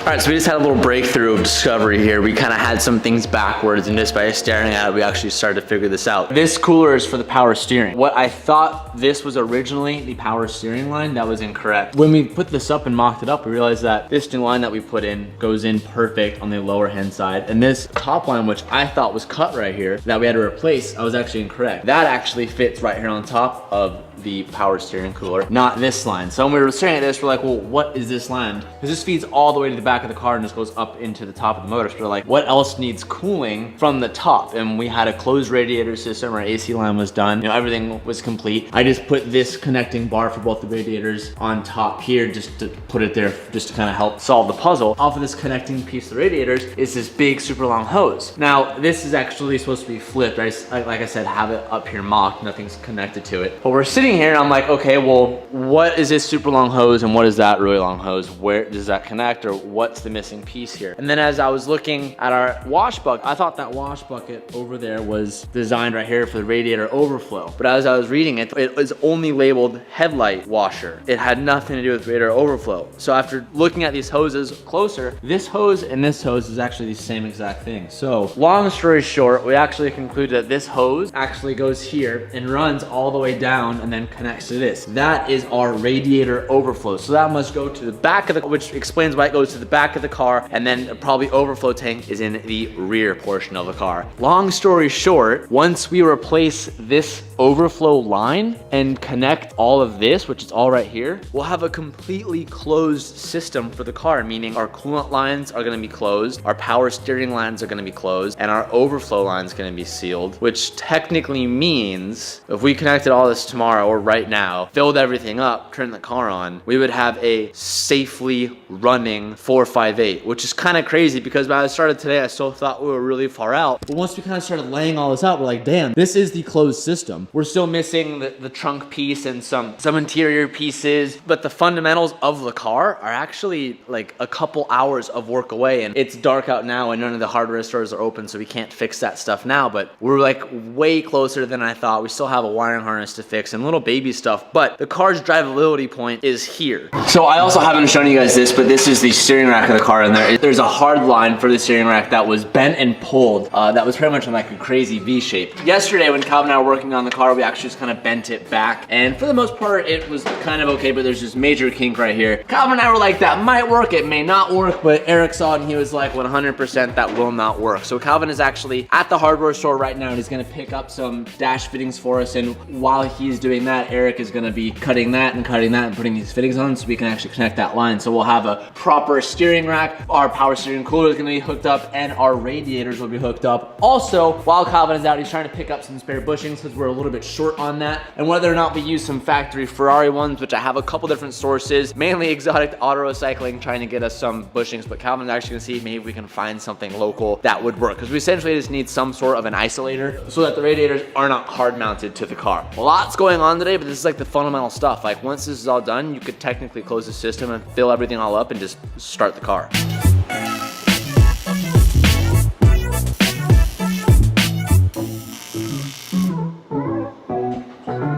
So as I said, we're actually able to make this happen by using the old left-hand coolant pipe and attaching it and chopping it up to the now damaged but repaired right-hand side coolant side. It always amazes me how fast Eric is able to do this stuff, because when I look at it, it just looks hard. And I know it's hard, but after doing it for so many years, it's just like no big deal.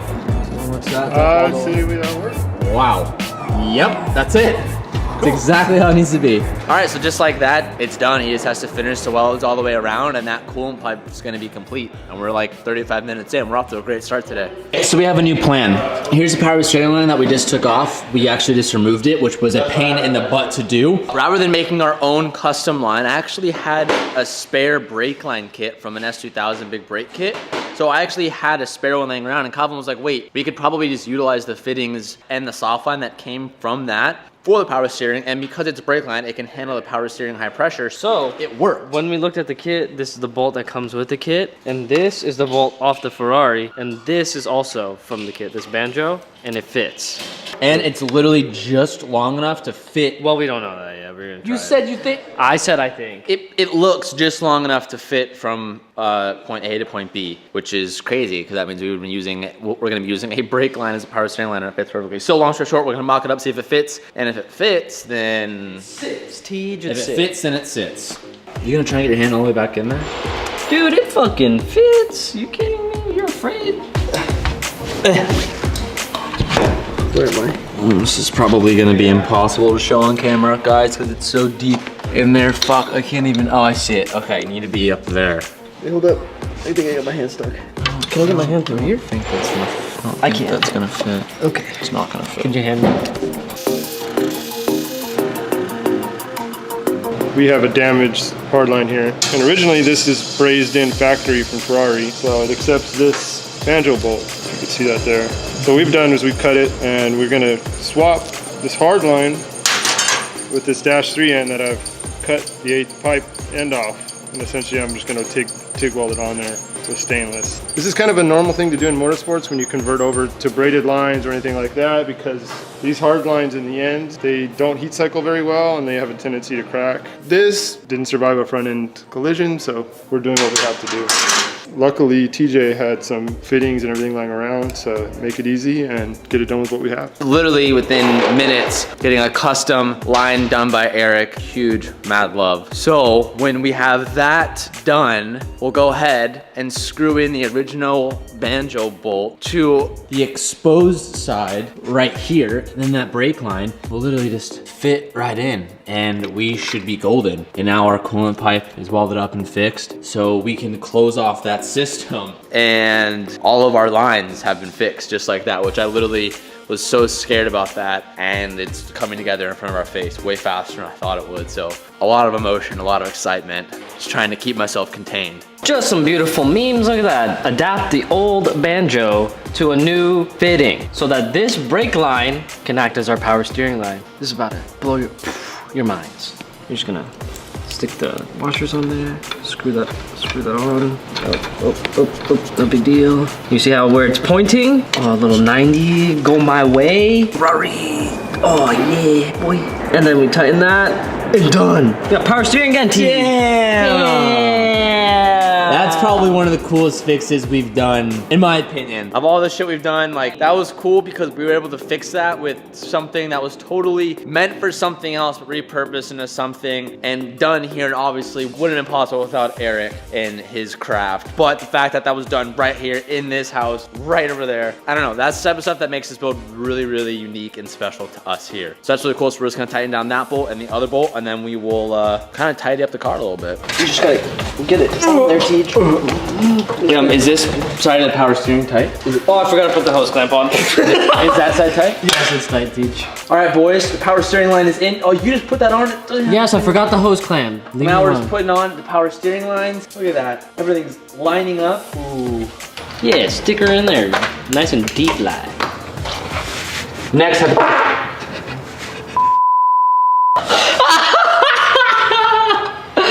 Oh God, I actually just shit my pants. all right, with those on the car, our bushings have been sourced for us, and they're gonna be overnighted, so we can't hard mount, well, we can't technically hard mount the radiators and fill up the radiators and connect all of it yet, just because we have to take it all off when we put on the radiators and stuff like that. So what we are gonna do now that we've gotten this far, I'm gonna put the front bumper on, lower the car, and we'll see how everything kind of lines up now that this is all buttoned up. How wild is that? That's so cool to see everything that far with our lines connected. Really seeing the end of the picture here.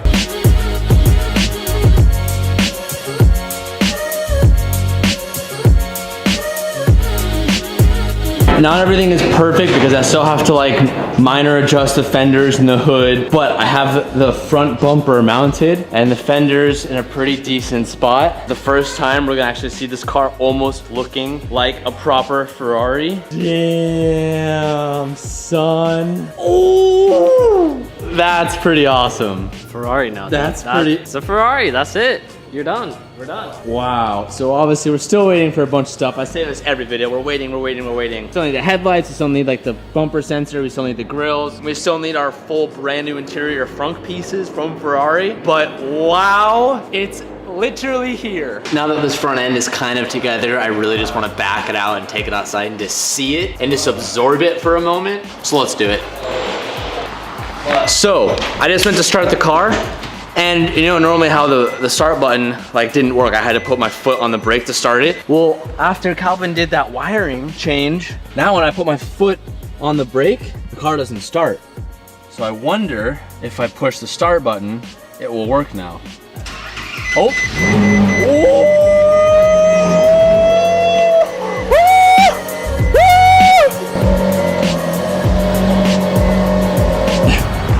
Boys, she's almost back. The front end is still like stuck in the raise mode. I wonder now if I could actually lower that because we've replaced the harness that was originally just screwed up. So we might actually be able to lower that. I'm not quite sure yet. But wow, that's an incredible sight. We've been waiting for parts and today we got them. We actually just got the rest of the interior pieces for the Ferrari. So by the end of this video, you're gonna sit back and relax and you're gonna see a finished interior of the Ferrari 458. This is my sign. You're like a sign boy on the side of the street. You're flipping it, you're tossing it. Except please don't drop our sign. This is clearly where the vent goes, right here. You see that vent over there? That's where that goes. The new dash piece. And on the other side, whoa, weird. When did that get there? It's a door. So basically, the goal today is to put the interior back and sit in the car and pretend the car drives. Pretend we're going outside with the car that doesn't have cooling fluid yet. That's next time.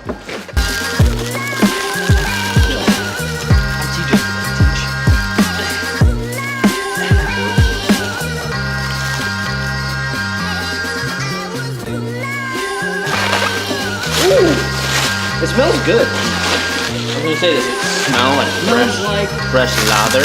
Fresh pants. Just bought. They only replaced the dude, smell it. Put your nose on it. Whoa. This is one of those times where I wish you guys could smell. You can see it, but you can't smell it. And the only exciting portion about it is really the smell.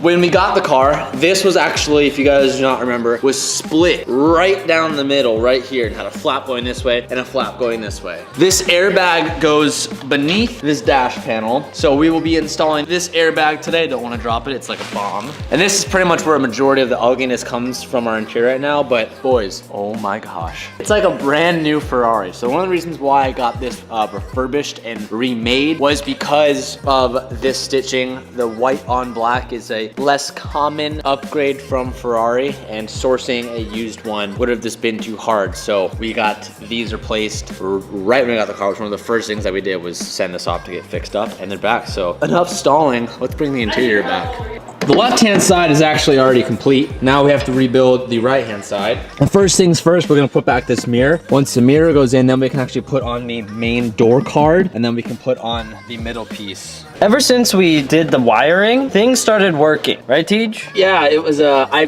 briefly mentioned that the lift kit now works, and the start button works, which is crazy. It's crazy how just putting grounds, I mean, that's my guess. It has to have been like that's what I was all the say. grounds that we were missing. It just kind of completed the circuit and fixed some of the stuff that we were initially kind of concerned about. Something off camera that you guys do not know is some of the pieces we were not able to get used from Exotic Auto Recycling. Shout out to you, Ryan. They've been a huge help. But some of the pieces we couldn't get from them just because they simply just didn't exist in their possession at the time. So I actually called up Ferrari San Diego. I ordered some new bushings. We have those on the way and some miscellaneous stuff. But I also mentioned, hey, you know, I bought a wrecked Ferrari. I rebuilt it myself with, you know, under this garage. And I was like, my car has a bunch of codes and I need some help. And they actually said, yeah, just come on down and we'll help you out. He's like, I don't know how much it will cost you, if it will cost you anything. But Calv, it's pretty cool. When we get this thing up and running, we can drive down to the local Ferrari dealership and they're going to try and tap into it for us, which would be pretty cool. Anyways, I digress. Calv, you need me to help hold that mirror, correct? Correct. I want to take a moment to say thank you to eManual Online. They're a website that allows you to download manuals and PDF schematics for pretty much every car out there. They even have it for the 458, which has been a big big help this project because there's not that much information about 458 and just Ferraris in general online. And using e-manual online, I've been able to download pretty much a full manual on this car to figure out how to take everything apart and put it back together. Calvin and I were using this diagram here to diagnose the harness when Calvin was putting it back together. And there's literally thousands and thousands of pages of everything in here that are making this build just that much easier to do. And most manuals are only 20 bucks to download. But right now, if you use my code, you can save some money on those. So be sure to check it out. I will link it down below. Huge thank you to e-manual online for not only showing me this account, but by giving you guys the opportunity to save some money yourselves. So when you're looking at this is the door, and what's in here, what destroyed it was this airbag. This is a very important part because this will prevent TJ from dying. Another accident were to happen. Or you from dying. But yes, death will be prevented. This will prevent death by TJ or myself when driving this 458. So I'm gonna take very careful time and probably do a similar technique in painting these. Indicate whether the screw rotated, because if this is loose and it goes off, it's a bad meme. But I think this is really cool that you're able to take, it's modular, to take this out in its brackets and put it back in.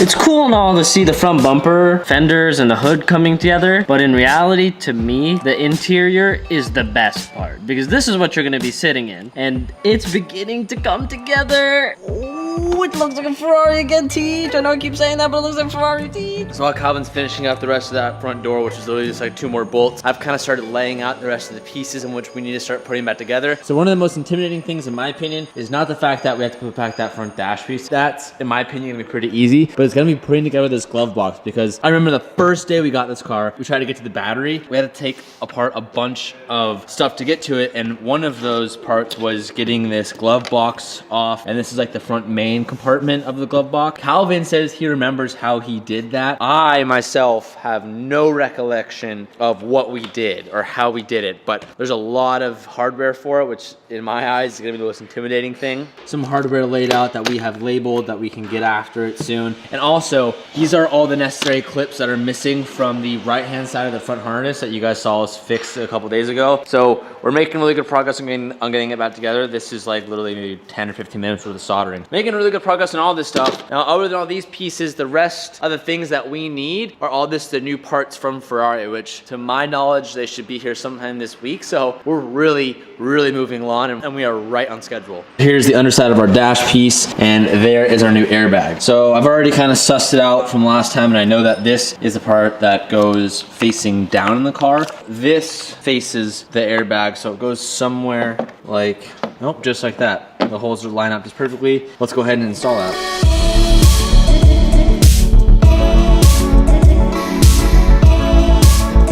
We're going to be putting in the front dash piece. This is going to be scary because it's very heavy and there's a lot of like holes to line up to, and it's going to be very difficult for us to film. So I'm going to put the camera right down here and try to show you guys when I can. Wish us luck.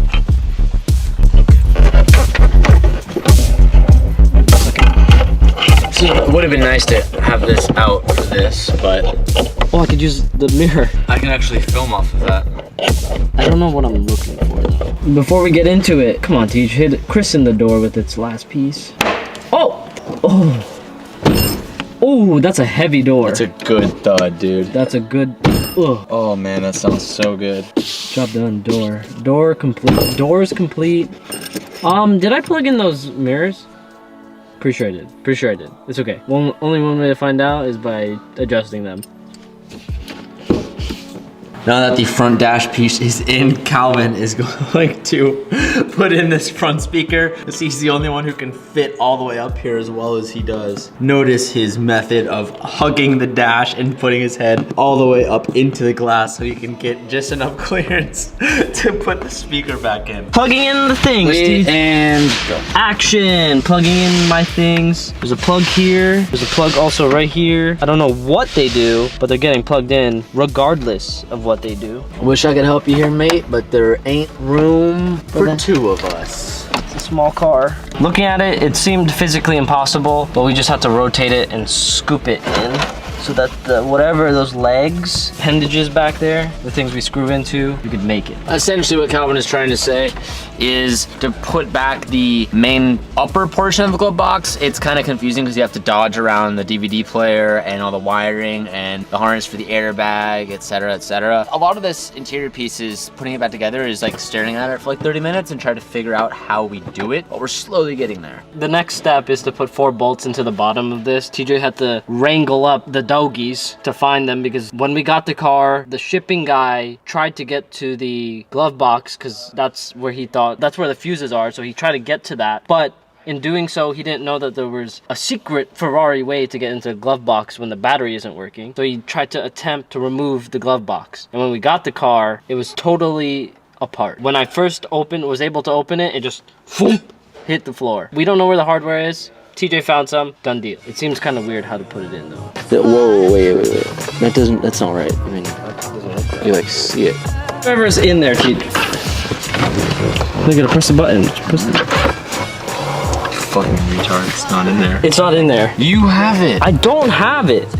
You have it. Give me the screwdriver. Give me the screwdriver. You were the last one to use it. I don't have it. I don't have it. You got out to find something. No, I didn't. How are we losing tools in this cabin? There's nothing in here. The last part of today's build is putting the seatbelt back in. And when the seatbelts are in, the interior is done and it can be driven safely. There's a bolt here and you see this notch? There's a respective piece that goes into that notch and it just pops in. You put in the screw. What I learned from doing my 240, you have to pull on it really hard and it might disengage the lock because they're slack.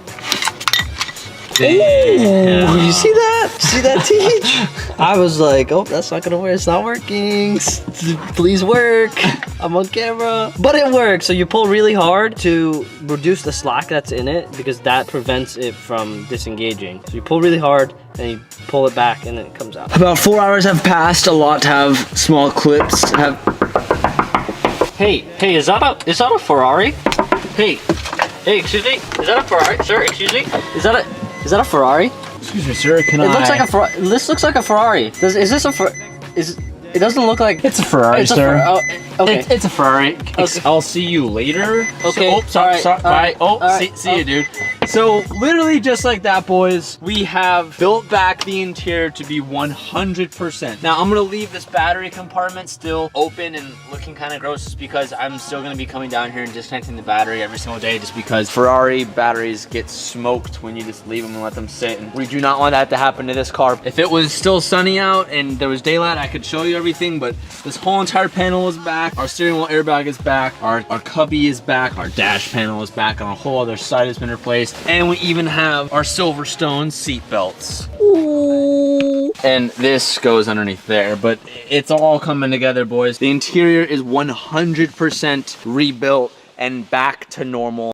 Today is the last day for wiring. We got all the last plugs and all the terminals. This is the big guy. This is what was keeping the Ferrari from starting on day 1. We used a 2 gauge. It kind of worked, but now we have 0. I've seen this online. I've seen audio dudes do this. Process is simple. You take a blowtorch, a vise, you heat that guy up, and you just pull up some solder in there. Ooh, and then you stick the wire.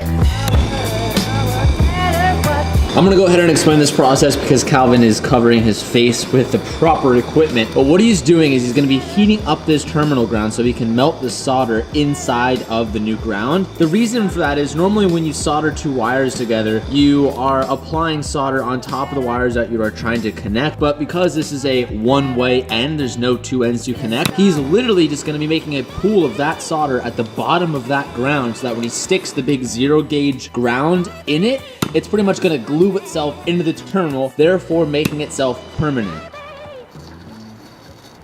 We are just days away from getting this Ferrari back on the road for the first time. We're gonna be finishing up some wiring today and finish with the last pieces of the radiator. The last thing we need to finish the whole entire front harness is these 4 clips. So we're gonna be soldering these on, as well as patching up some grounds today. If you guys are hockey players or benders like TJ, get some hockey tape.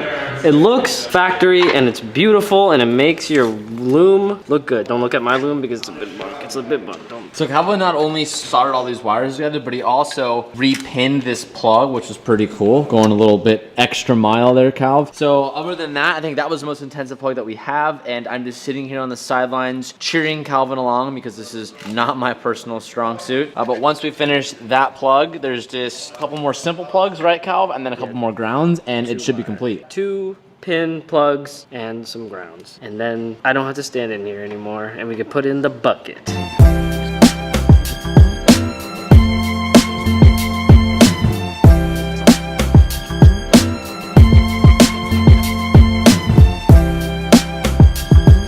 If you don't need to solder, then don't. I suggest you get yourself some of these things. They're called pin removers. So when you go to remove connectors, you can push them into the connector to remove the tip off of them, because I don't know about you, but cutting and soldering takes longer than this. It's a simple tool. On the pin, there's a retention clip, top and bottom for these pins in particular. So I stick these inside the hole and then pull on the wire, wiggle it a bit, and then you take the new one and you just repin it. Boop. Job done.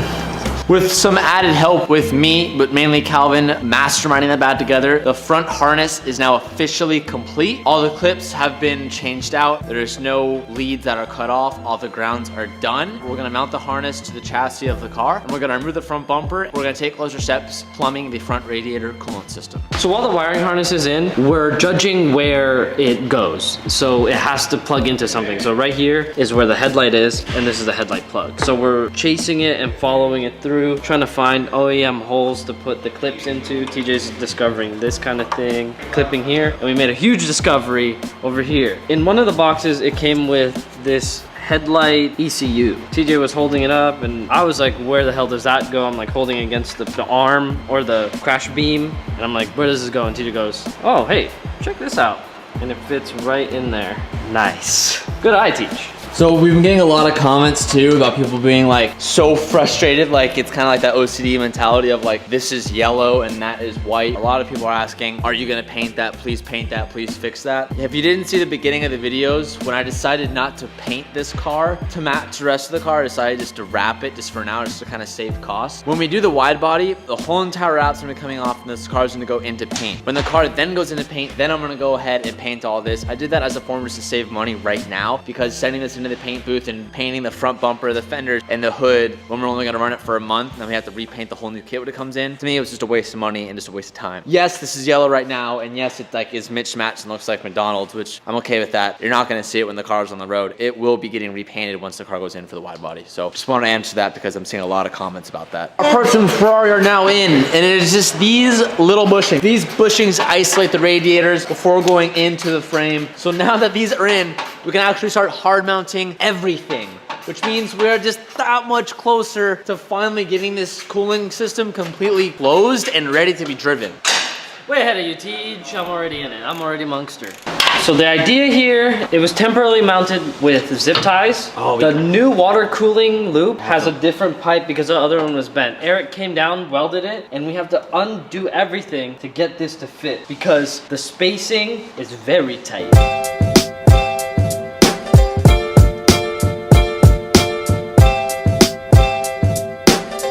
All right, so we have a connecting tube for the radiators that goes right here to right here. We haven't exactly figured out how it sits quite yet. We at least know the way that it oriented, meaning like we know that this line goes off the left because that's what connects to the overflow towards the back of the car. But getting it to fit perfect is gonna be kind of a mystery.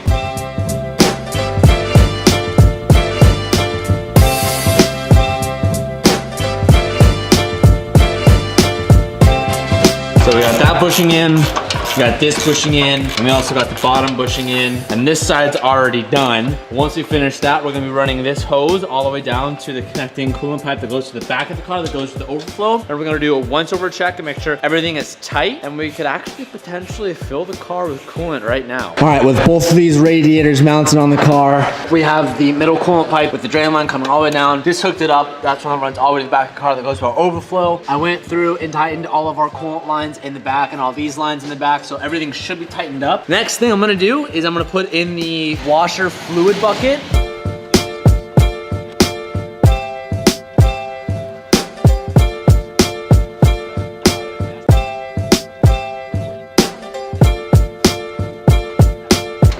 tube inside of a hole. Gotta put a little lube on it there. Oh, little lube. Little lube. Now it makes sense. For the last time, we have to tighten up the clamps on both the bridges. And then Calvin actually right now is gonna go ahead and plug in 3 more clips into the wash bucket. And that's huge progress, boys.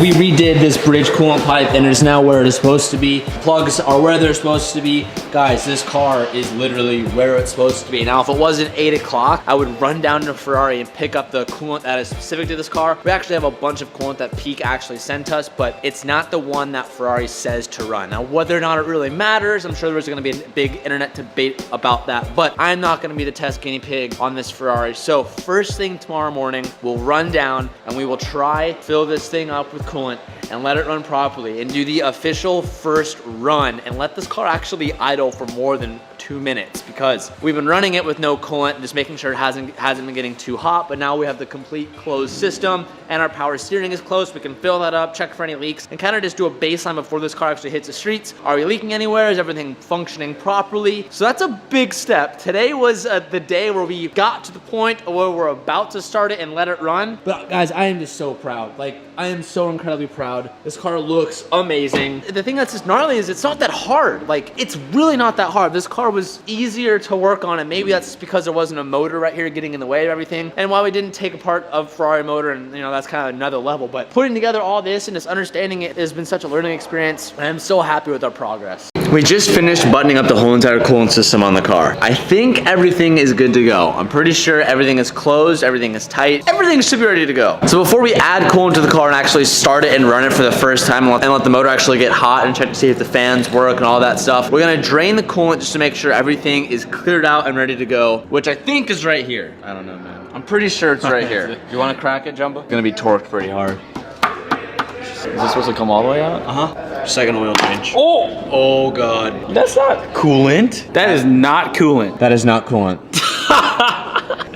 Fuck. Well, now you gotta go buy oil. Damn it. Might as well do an oil change. God damn it.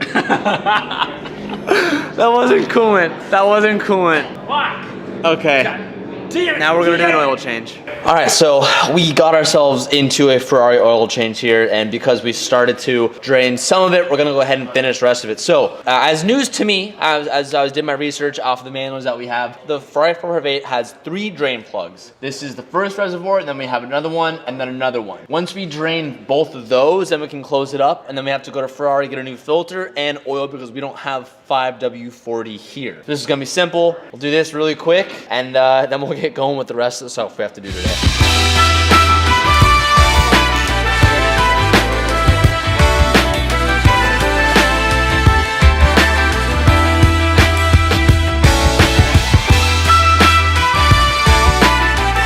Few inches later.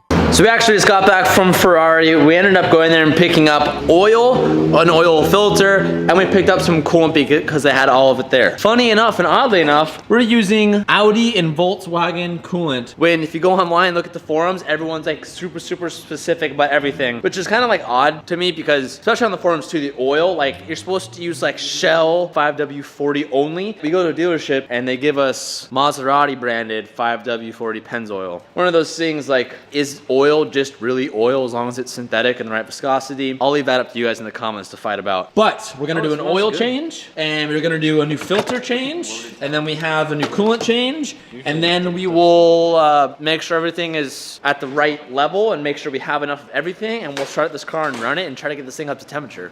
Ooh, doctor.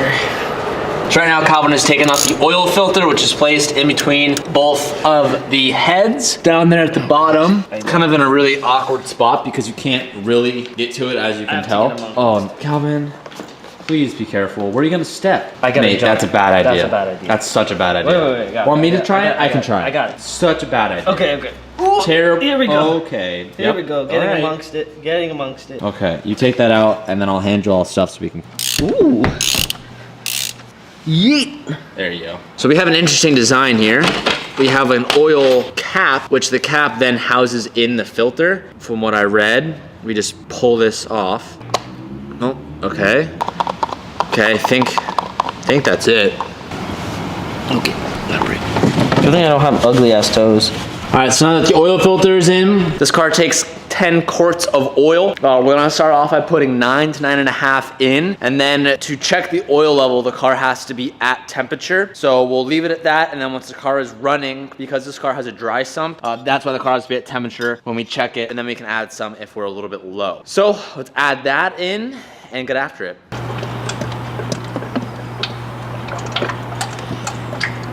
All right, so we are going to put coolant in the car for the first time. Our oil is good. I just checked our level when it was cold and it was right in the middle, but it's gonna change when it gets hot. I'm gonna do distilled water first before we put in our coolant mix, just to make sure there wasn't any leaks. I don't know if like the first gallon is just gonna get like sent straight to the front of the radiators or if it's gonna sit in the back. I don't quite know, so I'm gonna start just with something that's cheap first, so that if it does go on the ground, it doesn't cost that much money. So we're gonna start with water first, and hopefully we don't have any issues. Ev, you wanna man the camera real quick? Just sending full gallon in there. I want to see it leak. Send a gallon and then raise it up and Yeah. see if anything leaks. I don't hear anything here. I don't see any coming out of the ground, so that's good. That's a good sign.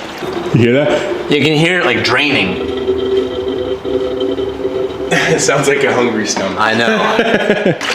All right, second gallon. Oh no, it's going slow.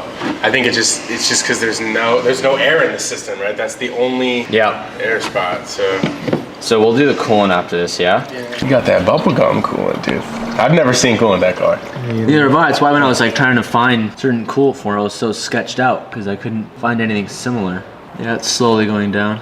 Kinda. Yeah, like without a lot of breathing, it's like trying to fill up these lines and stuff that are so long, and all the air is just gonna get trapped. I don't know. That's probably why it has that crazy bleeding process, because there's so much travel of all these coolant lines from the rear to the front and stuff. Yeah, it's slowly draining, but like You're still having to do another gallon and a half after this. another gallon, yeah. So this car takes 16.4 liters of fluid. That's 4.5 gallons. A normal car is like what? Like maybe 2 gallons? Not only do you have the radiators up front, but you also have like what, 1-inch coolant line. So there's a lot of coolant and heat transfer. It's actually very similar to the 350Z in the fact that like the coolant lines stretch the whole length of the car there and back, so it takes a lot of coolant. All right, so I just finished up putting in coolant. That's where it says to stop on the manual. So we actually have quite a ridiculous bleeding system that we have to do here because there's no bleeder on the car that I can find, but I have this schematic that's like probably about 20 minutes worth of idling and then raising the RPM for a minute and then idling and raising the RPM for a minute, and that is to get the car hot enough to not only bleed out the system,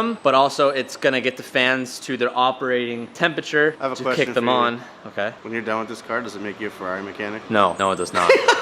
It's a good question though. It does not. I wish it did, but it doesn't. So honestly, like Calvin's not here. No one that's been helping this isn't here. And I'm just kind of doing it by myself right now because I want to do this. I'm like so excited to see it. I wish I had a couple helping hands for this exact process, but I'm done waiting. I want to get this thing going. So we're not dripping any water, any coolant. So far, I mean, I don't know if there's water in these lines quite yet, but I'm not noticing anything dripping. So I'm gonna stop delaying. We're gonna start the car and begin the bleeding process. Evan's actually gonna help me keep a close eye on this. We're just gonna start it and check for any initial leaks. And Ricky walked by off camera and he was like, dude, why do you seem so nervous? And if I haven't really projected it to you guys, I'm really nervous for this. This is probably the most nervous I've been for this build because this is the first time we've kind of like, we're gonna find out if we've messed with anything and like had any mistakes. So my heart's pounding, my head's kind of flying a million miles a minute. I am nervous, 100%. I'm nervous for this. All right, I'm gonna start it, Evan, then come out with you.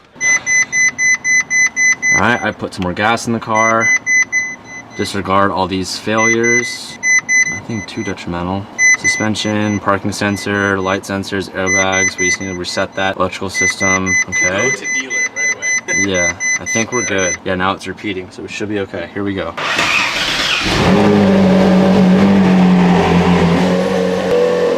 What I think we should do, maybe let it run for 30 seconds and then just turn it off because you did just do an oil change. And we'll just double check that you got oil and that the coolant isn't like, you know, all over. Okay. Initially checking. We should start feeling some of these get hot in a little bit, but I'm not seeing anything leak yet. Nothing dripping.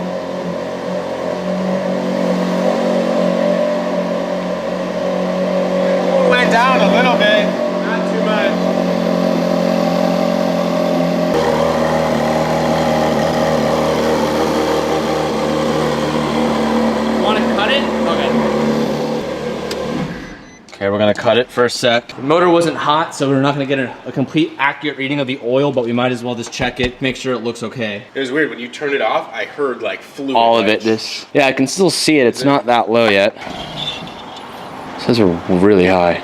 It is really high. 12 seconds later. Due to the shortage of hands, we haven't been able to document this very well. I'm gonna show you this slight little snippet just to kind of see what happened. 2, 1. Yes, nice, spin. As you can tell, we kind of ran into a little bit of an issue. There seemed to be some leftover oil in the car, and we noticed that there was too much oil, so then we had to drain it. Working with a dry sump and checking oil levels is really difficult because as the car gets hotter, that's the more accurate your oil temp gets. So we started to notice once we were running it, it was way too high, and it's been a mission. Big learning experience, but our oil level seems to be just about perfect right now. We have to get the car running for 5 minutes, and then if all seems good, which we haven't had any weird noises, any weird leaks, so nothing, then we can start this bleeding process. We'll start at number 9. Yep, it should take us 3 minutes or so. Okay, I'll let you know when. All right, I'm gonna start number 9 right now. You ready? All right, so we are doing the steps now. This is gonna take a couple minutes. It's kind of hard to hold my foot perfect and talk at the same time and film, so I'm gonna put you guys down. And when we get to the step where the fans are supposed to turn on, which is what I'm waiting for because we did the wiring for that, I'll let you guys know how that goes. All right, so our fans did not kick on, which is okay, is what I was hoping for, but it says once you reach the 2-minute mark at the step we were at, if the fans don't come on, just keep proceeding. So now we're at 2,000 RPM for 1 minute. Temperatures are looking good, oil temps are looking good, our pressures are looking good, no leaking at all, so all good steps, but like I said, I am praying for those fans to come on, because that would be like the assurance that we did that part right. All right, boys, fans kicked on. That is huge news. That means we did that part right. So our next step, John, what was it? Turning on both heaters, both zones to max temperature. I think that means my actual like heating. So that means, this means you have coolant up here. Yeah. Which is great. Yeah. It said to put the heat on the car at max temperature, at max air, so that's what we're doing. 3,000 RPM for 1 minute with the heat on.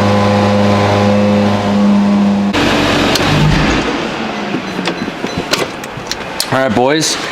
Bleeding process complete. Oil temperature good. Oil level good. Coolant temperature's good. Coolant level good. No leaks. No issues. We just successfully bled and changed the oil in this car. You know what that means? That means it's time to rip it, baby. Time to drive. Let's go. I'm hopping in. Not today. What? Not today. What? What do you mean? We don't have any undercarriage. We don't have any bumpers. You don't need that. We don't have anything. Take it around. Now that this thing is up to temp, we can safely, if we were to drive right now, we could safely drive it, but I'm gonna do a little bit of a baby rev here because I haven't heard this thing at all over 3,000 RPM since we had it. I'm not gonna go crazy, but I kinda wanna let you guys hear it a little bit since we're not getting any driving today. All right, here we go.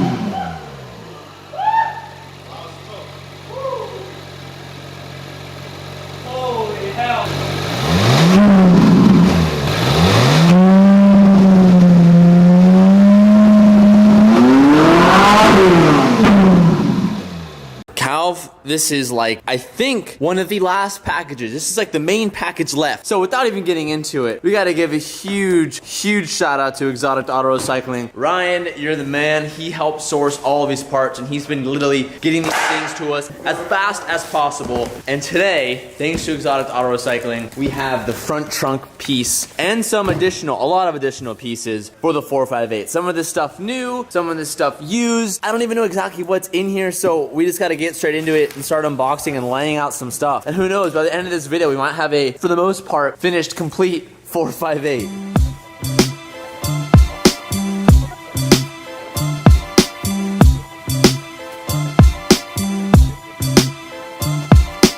Here here's the front trunk piece, and we got the rest of the stuff. So it's pretty much like all plastics. We have some miniature pieces, some trim pieces. We have our amber light, stuff like that. Those like front bumper cover holes that we didn't have. But what I really want to show them, Cal, because one of my favorite things about the 458, let me dig it up here. It is, you guys guessed it, the headlights. Unwrap me. Brand new headlight. Yeah, we sucked it up.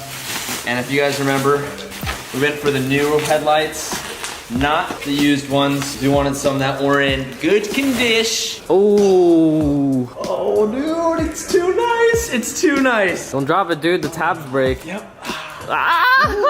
Cal, how long do you think it's gonna take for us to put all this back together? A few hours. I got it. You think we can do this in one day? If we remove if you remove the wheels, we could easily pull this off super quick. So you want to start with the boring stuff first, which is fender liners. Fender liner, and then this was important. We have to put back this radiator strap, the radiator ducting. That's like, if the wheels are in the way, that's really hard to put on. We have to figure out what stuff like this is. Like, I have no idea what I have no idea what this is. Does it say on there? We have a part number. All right, we know where we need to start. We got some bad news. Really bad news. So you know that cooling process TJ did that took hours? We gotta do it again. Why, you ask? Because if you look at this big piece of plastic, it needs to go here, above the radiator. And as you know, there's already no room to put those radiators in. If you think we're just gonna push it out of the way and try to shove that in there, it ain't gonna happen, Chief. Because we already thought about it. We already try to think about every roundabout way that we don't have to drain this coolant. We now need to find a way to drain this coolant, try to capture as much of it, because we need to push these radiators all the way down, because this sits on top and underneath it, and it's so tight that there's no way that we can force it through. We actually kind of have to undo what we've already done, which we really don't want to do, but we got to. We're kind of screwed. I can give you a helping hand. Oh, this is so sad to see this happen right now. I'm hurting on the inside. Maybe if we're lucky, there's not much up front. All right. 2,000 years later. The whole time we've been doing this build, we were wondering what goes in this big hole, because of course something goes in that big hole. And we believe that it's this bigger hole right here. Yeah, no way. If that radiator was in there, there's 100% zero chance that this. Oh, I see where the bolt's into. We've now replaced both radiators, done the lines. We're hard mounting the lines right now, but all to get these big buckets in. This is what directs all the air and keeps it flowing. So this is obviously all gets dumped out to the brakes. Same thing for the other side. Now we have to mount the under pieces, and then we can start building the front cowl and start putting back all these front pieces. All of it is in already. It took a lot of wrestling, a lot of power, and a lot of moisture, okay? We spilled a lot of wetness, water. Now it looks beautiful, all the ducting, the underneath ducting, the above ducting, whatever this ducting is. When TJ says it's zero clearance, it's tight in here. The next thing on the list is finding these little miscellaneous ducts. They're labeled, but we don't know what it means anyway. We're doing neat stuff. It's really hard to do this part because we don't know where any of this stuff goes. But we're kind of laying out some of these interior pieces, or these like trim pieces. You can kind of see like these top ones go here, that one goes there. We're pretty sure that the tub, actually the tub probably goes in before these pieces, is my guess. No, the tub goes into this. Oh, you're right, the tub does go into this. Oh, yeah. No. Yeah? The tub goes in first because you put the screw through into the... See, it's just been a lot of like, no, it's like this, no, it's actually like this, back and forth. Because there's still quite a lot of air ducting pieces that it's so hard to figure out where they go. So we don't have the speed clips for this. I mean, we have a couple, but we're definitely gonna have to run to the hardware store in the morning. But while we're here, we wanna try and just sit the tub in here just to kind of see how it looks. And if any of you guys are sharing the same excitement as me, I wanna see that. So we're gonna lift it up and just kind of see how it rests in the car.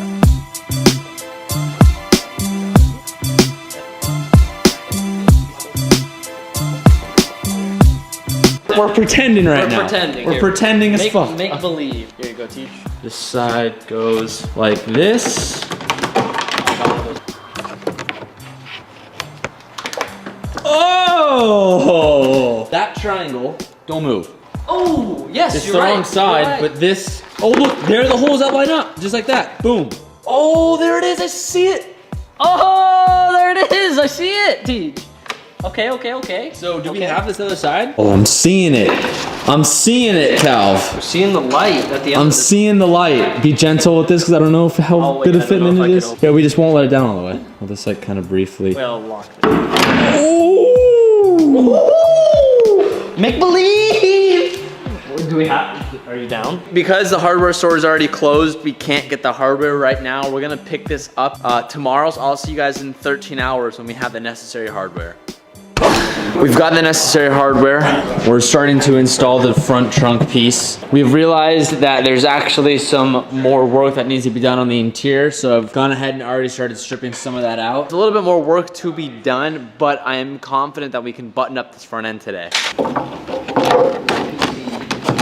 Oh, Cal, that one's supposed to go first. Oh, it is the magic piece, Tyler. You shot. Oh, and we have this one too. Yeah, you were right. That was that. We're just piecing together the way the interior pieces kind of fitted together. It's kind of nice because once you put these brand new plastics down, it hides all the gross junk and all that type of stuff, and it just makes it look a lot cleaner. It's a pretty big trunk. Yeah. What? It's a frunk. A frunk. Excuse me. It's a hood. No, it's actually pretty large. I didn't think it would be that It's a hood. For the first time, we're gonna test my wiring, and if I didn't do it right, this shouldn't work, period. But hopefully, when we plug it in and bolt it down, when TJ hits that hazard light button, bink, bink, bink. Oh, man. Oh, baby. Oh, those things are beautiful. At this point, I am now thankful that I ended up going with the brand new lights rather than new lights because these things, in my opinion, on the 458, one of the best features of the front end are the lights, is they're so beautiful.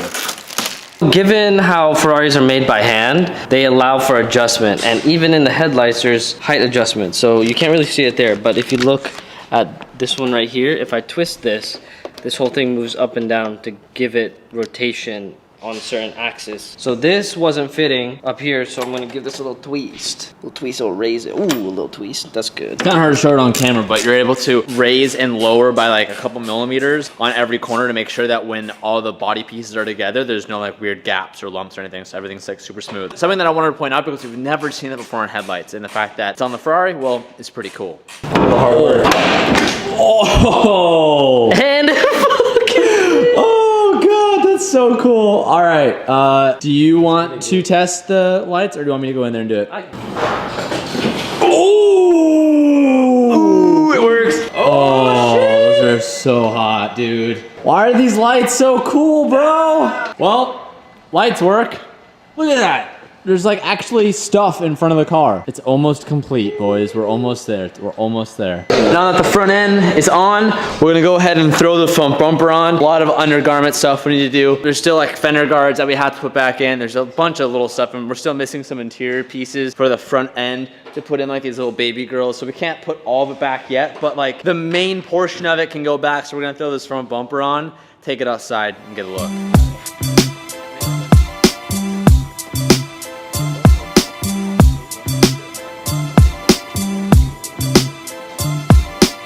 The exterior of the car and the trunk is officially complete. Now we still need to put fender liners in, and I'm still in the midst of putting back the center console because I'm replacing the airbag ECU, which we'll finish up in just a little bit. So the hard work has paid off. It's so cool seeing it. Oh my god. A lot of you guys were commenting about the white smoke and stuff. Probably some sensors that still need to be re-cleared because the car has a bunch of like weird malfunctionings and the sensors probably aren't reading correctly. And also too, we probably have some leftover oil residue when we did the oil change that spilled oil like everywhere. Oh my god. Dude, the stock exhaust is really loud. Fucking nice, dude. Louder than I thought it was gonna be. How high that was. That was like, that was under 3,000. Yeah, that was under 3,000. So also too, Chris from Flyride came by and he actually did up our lights for us. Thank you, Chris. Yeah, buddy. Tyler, can you step on the brake? So we have a triple flash when we step on the brake. I like that because personally, when we're driving and there's people behind us, I want them to see that we're stopping. It's kind of like a little extra security to let people know, hey, I'm stopping, don't hit me. So unfortunately, even though we finished up this whole entire interior, we had to take it all apart just to get this chassis tunnel out. We had to remove both of the seats from their brackets because this is an airbag ECU. This airbag ECU needs to be replaced after the airbags go off, apparently. To get to that was a lot of unnecessary, not fun work. The other one's still behind something over there, so. What? Yeah, the last one. No. I hope it's not. We'll see. Well, I can see it kind of. It's coming out. Finally gets removed. Key point, whenever messing with airbags, disconnect your battery 100%. Because if you have a short circuit, you're busting all of your airbags at one time. Let's not do that. How much would that suck, Tej? Dude, if we just I would exploded, be so freaked out. Like just right here, this would kill me right here. My head right here. That would hurt bad. Okay, there's a new one right there. Gives me so much anxiety to see this interior pulled apart after we literally just finished it. Oops.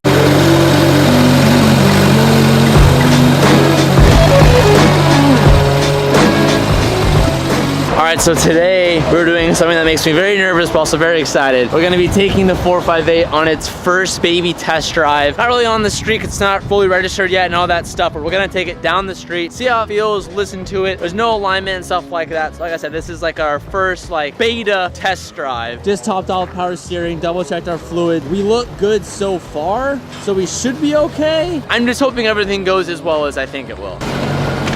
What more can a car do except explode?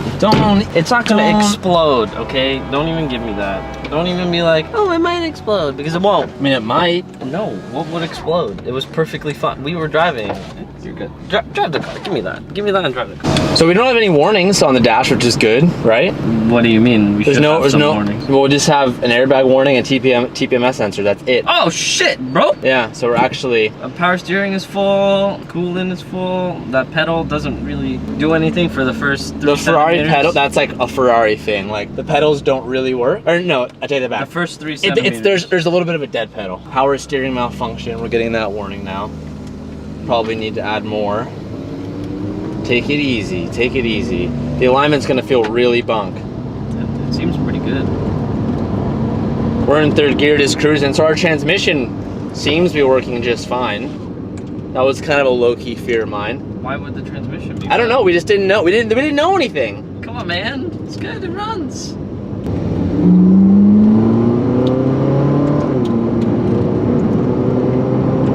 It gets up to temp. Should be all right. Yeah, I mean, I'm not gonna wail on it. I mean, that's for sure. Feels good. It doesn't. Pull. Yeah, dude. I mean, it doesn't. Yeah, look, like it's going. The alignment's a little funky. It's all right. It's going straight.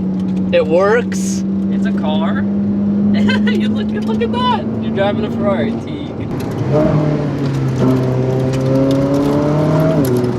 Wow. Can you believe that, bro? Yeah, man, it's good. I'm like kind of blown away. I didn't think, dude, it's a car. Give it a little rip. Give it a little rip. She's fine. I don't think anything's gonna fly off.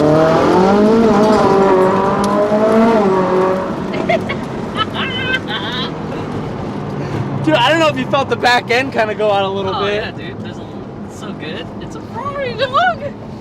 Nice rice, Teach. When we did that, we got so much white smoke out the back when I kind of got on it.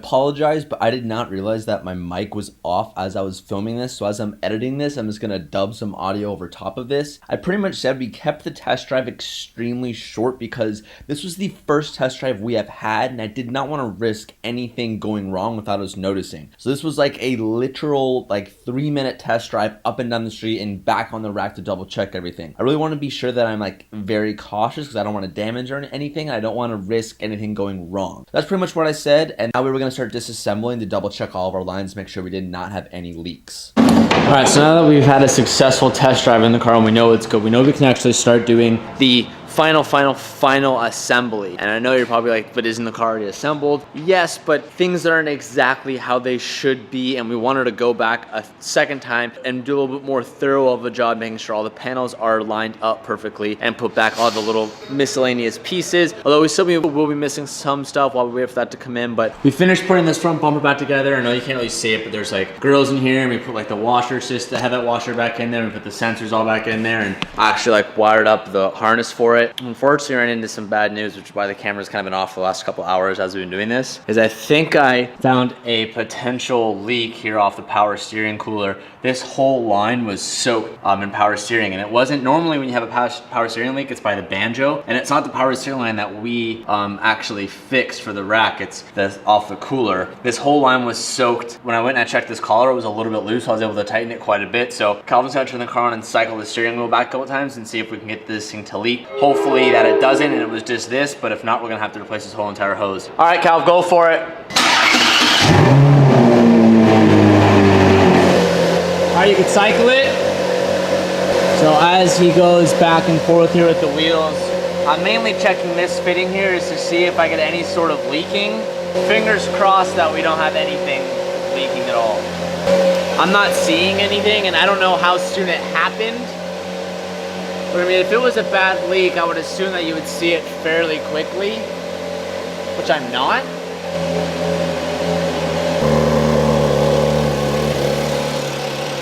I'm not seeing anything.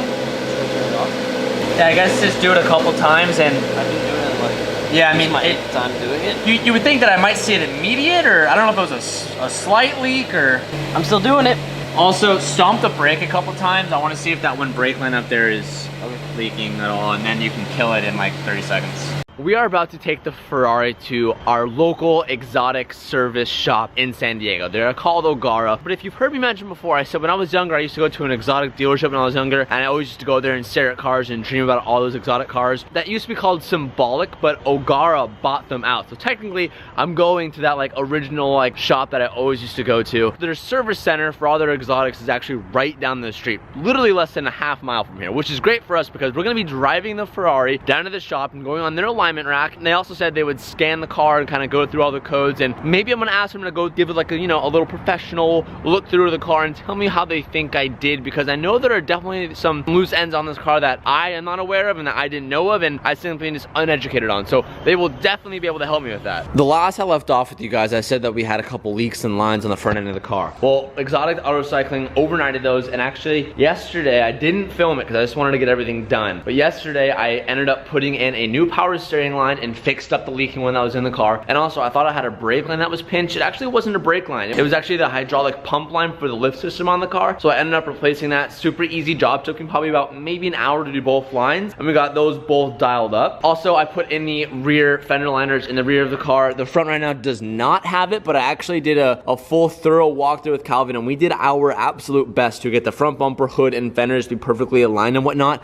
The gapping isn't 100% perfect, but it's pretty darn good. It's the best we've had it so far. So that's looking really good. I got the whole front end buttoned up. We got the interior buttoned up. So the car is the best that it's ever looked so far. And although it is done, it's not perfect. And we are striving for perfection here. So let's start this thing up. Let's drive this over to Ogara, drop it off, and see what happens. Also notice that our front bumper sensors are working again because we fixed that harness and plugged it in. That's pretty cool. All right, we're going on the road for the first time, like for real this time, so wish me luck. It's not a very far drive, but still very scary. And we have power steering now. It's like the steering feels like pretty good. That's a cool feeling. And I have it just in sport mode, so it's a super calm driving method. Ah, this is so cool. This is so cool. It's crazy to think that like I actually own a Ferrari. Like that to me is just wild. Like absolutely wild. It may be a once crashed and rebuilt in my own warehouse, but that's what makes it cool, dude. That's what makes it so cool. I just can't believe that like we actually have this. It still hasn't really hit me yet.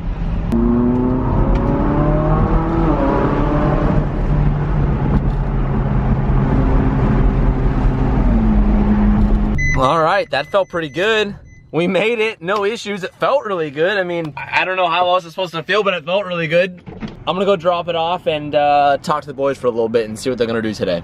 6.5 hours later. It's been a couple hours. They just called me and they said they wanted me to come down so we can go over some things on the car. It didn't sound like it was anything bad, but it was just some like stuff like, they said they cleared a couple of codes, but some of the stuff I actually have to go into Ferrari because there's like some like dealership only clearing something, some stuff I don't really understand. So long story short, I'm a little nervous. It didn't sound like anything bad per se, which is good. Not that I was expecting anything bad to happen, but like, I don't know. I feel like I didn't really know what to expect. I didn't know what they were gonna say. And I'm rambling and it's just because I'm nervous, but we're gonna go check up on the car and see how it looks.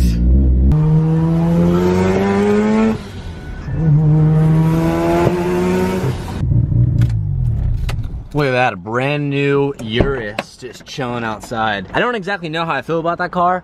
I think it's really cool that Lamborghini made an SUV, but I also think it's not really cool that Lamborghini made an SUV. 2 hours later. All right, I know I'm doing a really bad showing everything today, but I'm not allowed to film in there, so like it's kind of difficult to show the process. But they had the car on the alignment rack, and the current alignment in which the car was at was actually pretty good. They actually said, and I'm not bullshitting you guys, they said whoever did the welding on the front frame, they said did a really good job because the alignment was barely off. So that's good news. A lot of you guys were like, that place looked sketchy, but literally they just said they did like killer work. They cleared a couple codes for me, which was great, but they actually said because we replaced the airbag module sensor, you have to actually get that cleared from Ferrari itself. Now they're just a service shop here, so they can't do everything, but they said we'll definitely have to get that cleared. And before we do a full alignment, because I'm actually having them take the car off right now, we're gonna do some modifications to the suspension probably tomorrow with a new set of wheels that you guys will soon see. So we're gonna come back in a couple of days, get the alignment once that's done. But they said the car had a couple misfires, which is like extremely common. They said they're not certifying anything, but they said from what they've just seen, like they said, thumbs up, you guys did a good job. So I'm stoked on that. I didn't get any bad news. They just wanted to like walk through the car and just ask a couple questions. So we're gonna go home, drop off the RX-7, and then have someone come bring us back so we can drive the 458 home. A few moments later. All right, boys, we back, and I actually have some pretty interesting news that I'll share with you once we get in the car here. Huge shout out to Ogara. Like I said earlier in this video, like I've been a fan of what was once Symbolic but is now Ogara Motorsport, and to be here as a customer, and I don't know, it's a pretty surreal feeling. Oh, the car's locked. I've never have locked this car before. I don't even know how I do unlock it, actually. Damn, that's too real, boys. I also noticed that I don't have that connected, so if that's like bothering any OCD people, I apologize for that. Let's go over a few things. So while I was here, I was gonna get an alignment done. I ended up not doing an alignment. They had put it on the rack and they checked the alignment for me, and they said like, yo, like it looks pretty good. Like for it being rebuilt in the front, like the alignment's not that bad. Like I wouldn't drive on it every day, but like it definitely drives pretty straight, which that's what I said it did. We're gonna come back early next week once we have the new wheels on and the new suspension set up. But while they were there, they told me that I have a 7-year maintenance plan on this car. There's a sticker that says it. So that means when the original person bought this car, he prepaid for the 7-year maintenance thing. So that transfers over to multiple owners, but it is voided if the car ever gets wrecked or becomes a salvage title, which this car is actually a clean title, but there is also one way to get exempt from that warranty, and that is if the car gets flagged. Now, if Ferrari sees a car is crashed, or, you know, I guess if anybody pisses off Ferrari, I don't know exactly how it works, but they can put a flag on this VIN, and at that point, I void that maintenance warranty. But I get like free maintenance to a certain extent, which is pretty cool that should be able to use. But while we were in there, shout out to Jack. Jack actually reached out to Ferrari of San Diego, and we have a free maintenance set up right now for next week. So Ferrari will come in and do a maintenance on the car, which is provided, which is awesome. And so that's great news. Nothing surprising came to us. We didn't learn anything new about the car other than just we had to get some modules flashed by a Ferrari, which is huge. No news was good news in this instance. So I mean, I'm stoked. Like I'm happy. I can't believe Calvin and I did what we did. The only way to find out if we have anything, you know, real serious with the car is to just really drive it for more than 30 minutes and to see if anything comes on. But the fact that we cleared some codes and I learned some new things about coding and stuff like that, like, I just realized that beeping is because we're really close to the curb, so the sensor's freaking out. But disregard that. Oh my God. Let's take this shit out of auto, boys. Come on. I'm learning this car with you guys. This is paddle shifting mode. That rattling is coming from that battery not being fully secured at the moment.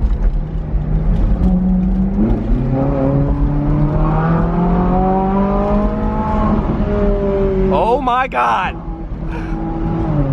We're in a Ferrari, boys. Let's go. Childhood dreams officially fulfilled.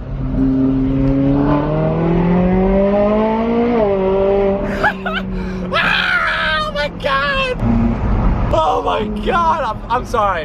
I'm low-key freaking out right now, boys. I'm low-key, no, I'm high-key freaking right now. Oh my God.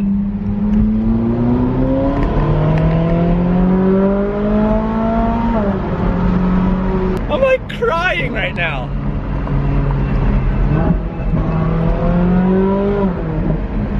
Oh my God, I'm freaking out, I'm freaking out. Oh my gosh, what is life? I'm dreaming right now. This is insane. What's up, dude? It's always cool running into subscribers on the street. He saw the red Ferrari and instantly knew that was us. That was dope. Shout out to whoever you were. I hope you see this video.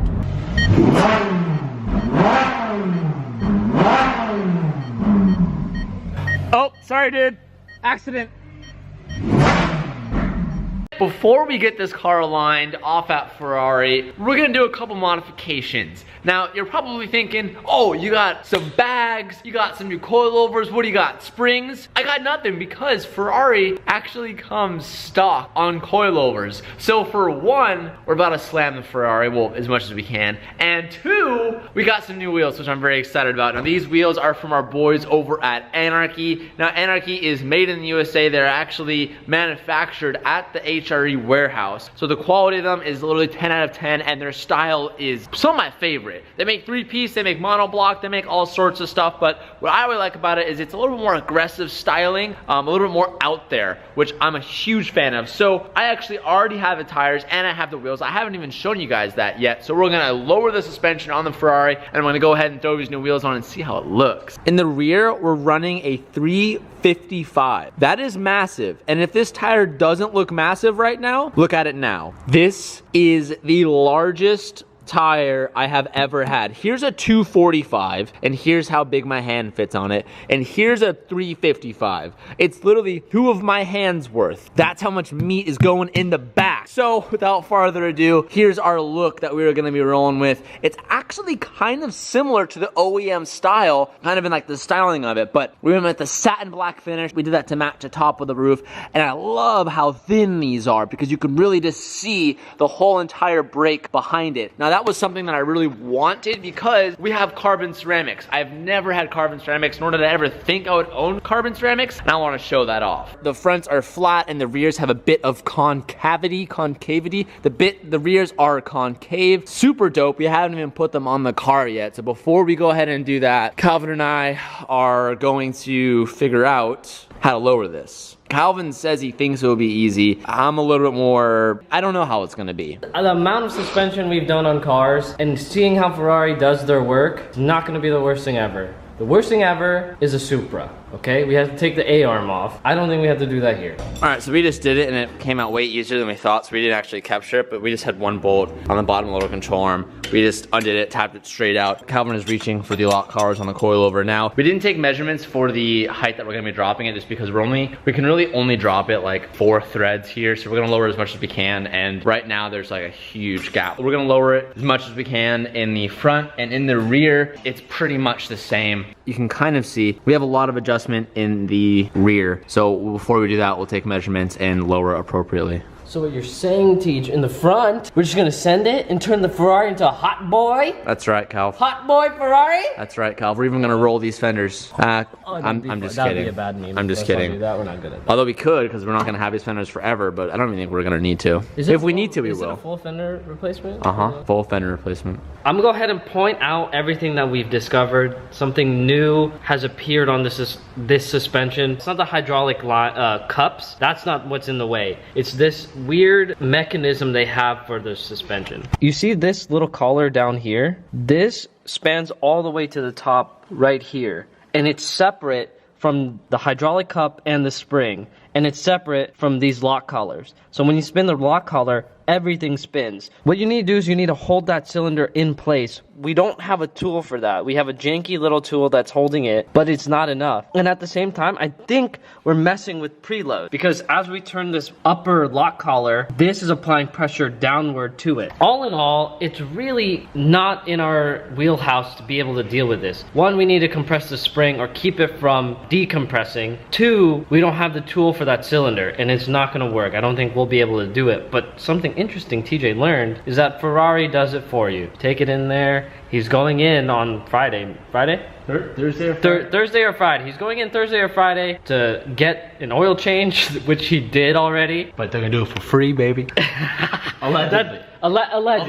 Allegedly. We'll find out. That'll be a good video. Allegedly, his 7-year Ferrari Tech warranty is still on the car. Hopefully, they'll be able to lower it, and maybe we could ask to watch him do it. Yeah, I mean, we just don't want to screw anything up, because as we're doing this, we're like, this looks like we're doing it, but at the same time, it's something we haven't seen before, and I don't want to screw up all the settings, so we're pretty much gonna undo what we just did. And even on like online, the PDFs that I have for this car, I can't find anything about lowering it. For that, I don't want to screw anything up on the car that we don't know. So we're just gonna put the wheels on and then go back Ferrari later this week and be like, can you help us out? And we'll see what happens. The fitment for these wheels is like perfect. You haven't seen it yet? You're gonna be like, damn. Alright, so unfortunately, it looks like it did nothing, although we did lower it. Like, it looks like it did nothing. I mean, it's a little bit lower, but granted, we stopped because we weren't convinced that we were doing a very good job. And like I said, I already explained it. But regardless, the fitment on these is perfect. It's really hard to tell because we have like a 10-inch gap above the wheel in the fender, which is hideous. But if you look at it from But like, it's like spot on. Beautiful. We just have to get this thing lowered. So we have to do our research on that. But now that we have this one done, okay, here's this side, okay, right? Then you come over here. There's definitely a difference, but it ain't much. It ain't much. We're gonna have to figure out the correct way to do it. But now that that's done, we're gonna go ahead and do the other side. A few moments later. Although we can lower the suspension, and we're having trouble doing it now, even when we like bottom them out, the car still cannot go very low. After talking with a couple different like local shops in the area who deal with more exotics, more higher end stuff, and I called Ogara, blah, blah, blah, I actually just placed an order for Novatech springs for this car. Those should be here in a couple days. Here's an example of what the car will look like once it's on the springs. It's really gonna bring the fitment all together and make that image we were going for. So we're actually not gonna go ahead and lower anything else on this car because we're gonna be taking these springs off of these coilovers and dropping new ones on, which hopefully isn't that difficult, but it's a Ferrari, so who really knows? So those are on order right now. I have also realized that you need to have special bolts to put these wheels on because the back pads are much smaller than the stock wheels. The stock bolts that you use for the wheels are so long, they bottom out before the wheel gets tight. So I only have 10 bolts. I'm gonna be running up to HRE tomorrow morning to get the rest of the 10 bolts so we can put the other 2 wheels on. So right now, I only have 2 wheels on the car, and that's all I'm able to do at the moment. If you haven't been able to tell from this video yet, or just the last 10 videos, this Ferrari is really testing my knowledge, which isn't that much, but it's really testing me. Just simple things that like I thought I should have known, like these lug nuts and lowering the car, it's really beaten me up. But I'm open and I'm excited to share this process with you guys because how would I have ever known that? How would any of us have ever known that? We're running into some difficulties, but I'm still hyped to show you guys these wheels. And I'm still hyped to like get the progress and learn what we learned today and that we can soon go on and fix. I'm gonna go ahead and show you guys the rear wheel because I just got that mounted. And like I said, I only had 10 lug nuts laying around that are from an old set of H-Rees that were able to work on these Anarchy wheels. So I have the left side with the new wheels and the right side is on the old wheels. Tomorrow morning we'll have the rest of the hardware to put on the new wheels. But that being said, don't let that discourage you because I can still show you what this looks like. And it's not at the right height yet, but it still looks completely badass.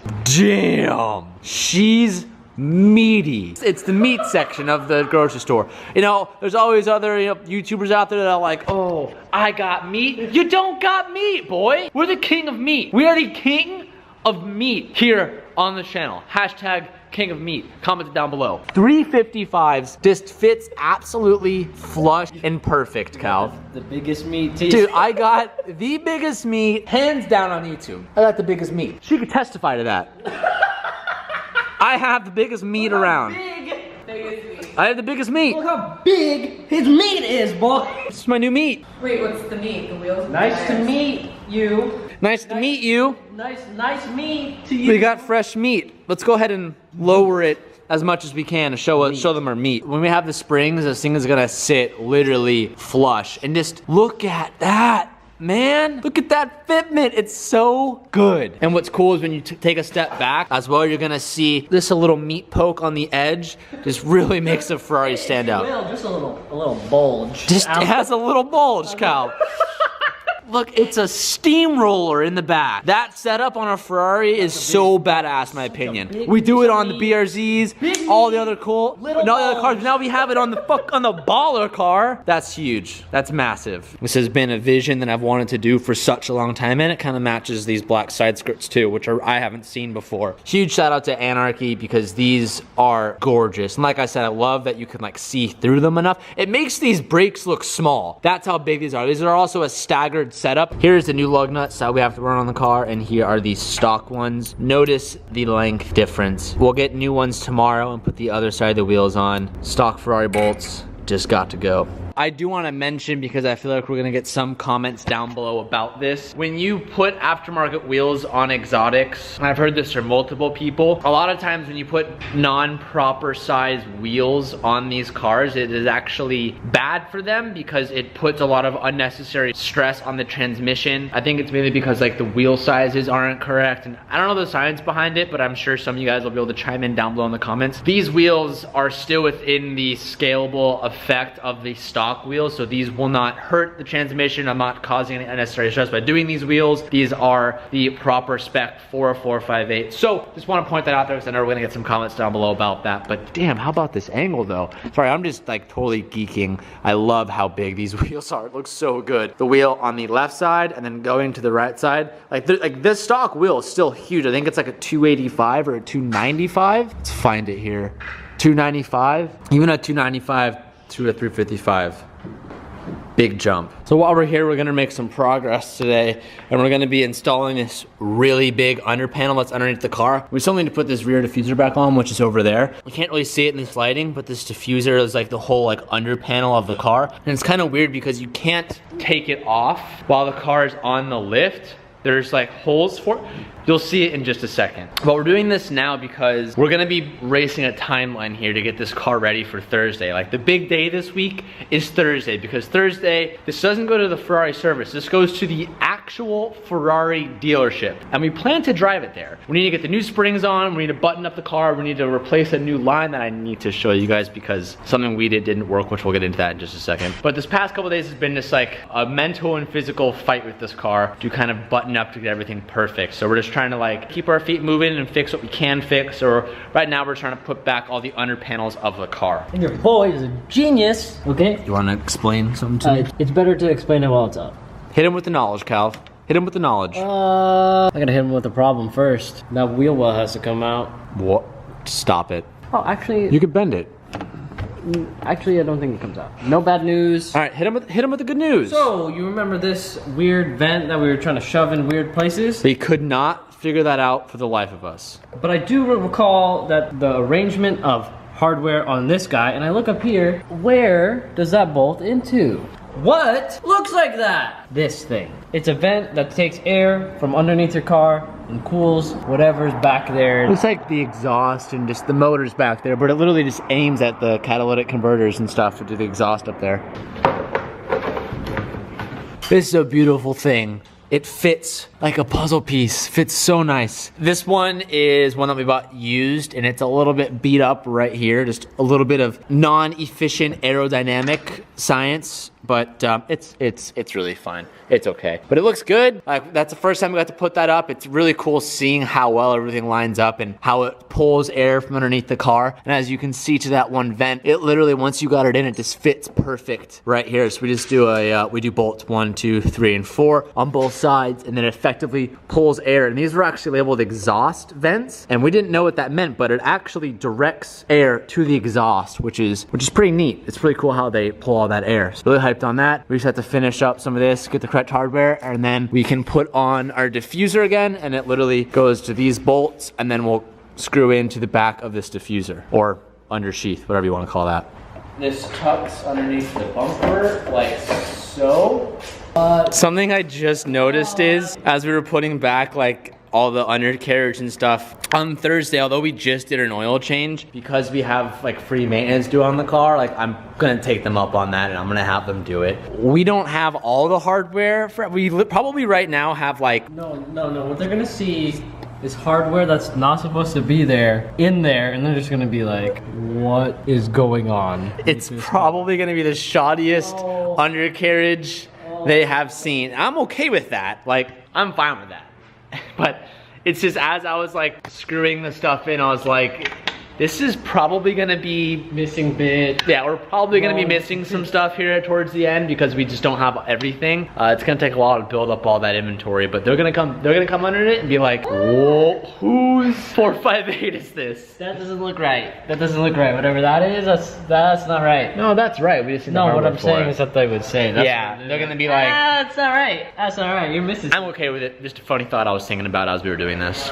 All right, now that we have this undercarriage all buttoned up, at least for the rear portion of the car, I'm satisfied with that. Man, I just can't stop looking at these rear tires. They're so meaty, and it's cool like seeing it use all of the available space. Can't see too much, but I'm so hyped on these wheels. I don't know why I'm so obsessed with it. I think I just like the natural size of it. Like, they just look huge. Moving on to the front end of the car, I want to get you guys caught up a little bit, the situation as to why the front frunk is out. Now, like I've said, this literally only takes 20 minutes to take in and out, so it's not that big of a deal, which I'm pretty thankful for. But we started to have power steering leaking again, which was a big fear of mine. And originally, I thought that it was this line that we had replaced from Exotic Auto Recycling. I'm now starting to think that this line was never what was leaking. What I actually think was leaking was a very slow leak that we did not notice, which I did the other day and did not film just because I was trying to get it done. But I ended up finding out that this power steering line that we had done, when we were welding it, I think we were running just a little bit out of gas.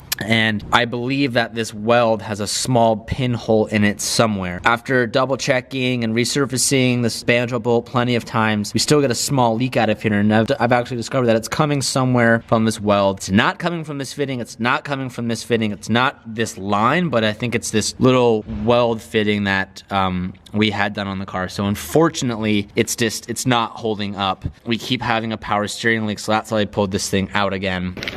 So this should just be that one hard line, which that is exactly what we got. And I believe that's everything, because we can reuse the hardware and banjo bolts that's already in the car.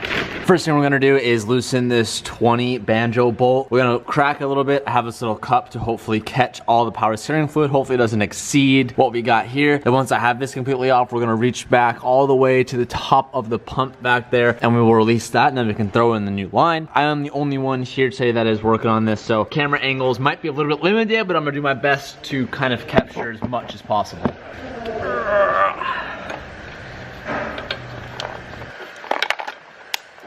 All right, that was pretty painless. We got one side off. Now let's go ahead and do the other while this kind of drains itself out. When we did this before, Calvin's one who did it. His hand is literally twice the size smaller than mine. I'm having a really difficult time doing this, so I physically just can't get my hand up there. But I have it cracked loose right now, and I'm just trying to get it loose with my finger. Just having a really difficult time getting this loose, and I've just kind of accepted that I'm gonna spill power steering everywhere. I almost have the bolt off here. Really practicing my hand dexterity here. I think that's the right word. I wish I could be showing you guys, but the banjo bolt is almost out. I have power steering all down my arm. Oh, come on, this bolt is so big. Oh, I can now feel it going in my glove. All right, well, I got the line off, but in doing so, I knocked over the fluids cup that was sitting up there, and I ended up hosing myself in power steering, and I lost the crush washers that were on the line. So I'm gonna find the crush washers, clean up this mess, and then we'll get to installing the new hard line. I was able to get the new line in. I tightened it to the best of my ability of the one that's deep in there. This one's absolutely tight. So what I'm gonna go ahead and do is start the car, fill it with power steering fluid, and I'm gonna check once again, hopefully the final time, we're gonna check if this part leaks and double check if it leaks in the back. And if it doesn't, then we can officially close this front end up once and for all. I got Calvin cycling the rack. We have no leaking so far from the front, which when we did it, we had immediate leaking. And coming from the back bolt, which you guys can't really see, I apologize for that. Looks pretty good. and it's not whining anymore like it used to. I'm gonna go ahead and just kind of top off the power steering fluid until we can get that full. Still need a little bit more here. I'm gonna keep going. Damn, this is the first time I've actually seen it hold consistent level in there. That's a good job. Granted, I spilled a lot and made a big mess, but that for the first time looks really good. Now with the power steering done, we can kind of move on to the next step of the day, which tomorrow we get our Novatech springs that we got for the car. Now, what's cool about these springs is they're just replacements for the coilovers for the car.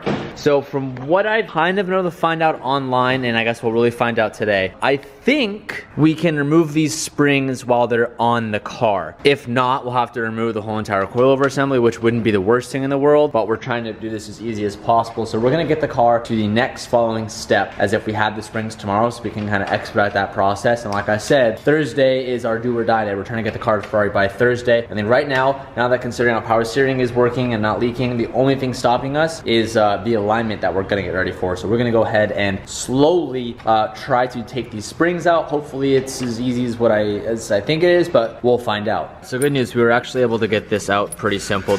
By removing the bottom lower control arm bolt, we're able to slip this out while it's still connected to the hydraulic line for the lift system. So now we're gonna put the spring compressor on the spring, compress it, loosen this top hat bolt, and then take off the spring. All right, with these springs compressed Mega Ultra, both these lock collars were super easy to do, which yesterday Calvin and I had a really difficult time doing. But now with that compressed, got a deep socket 17. I'm gonna blast this off, and this top hat should come off easy.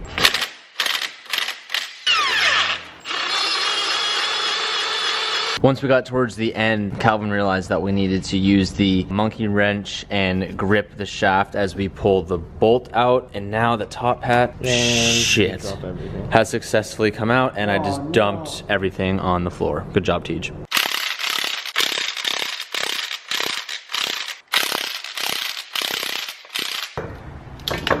Oh. All right, that's the front left spring out. Now we're gonna do the right side. Oh God.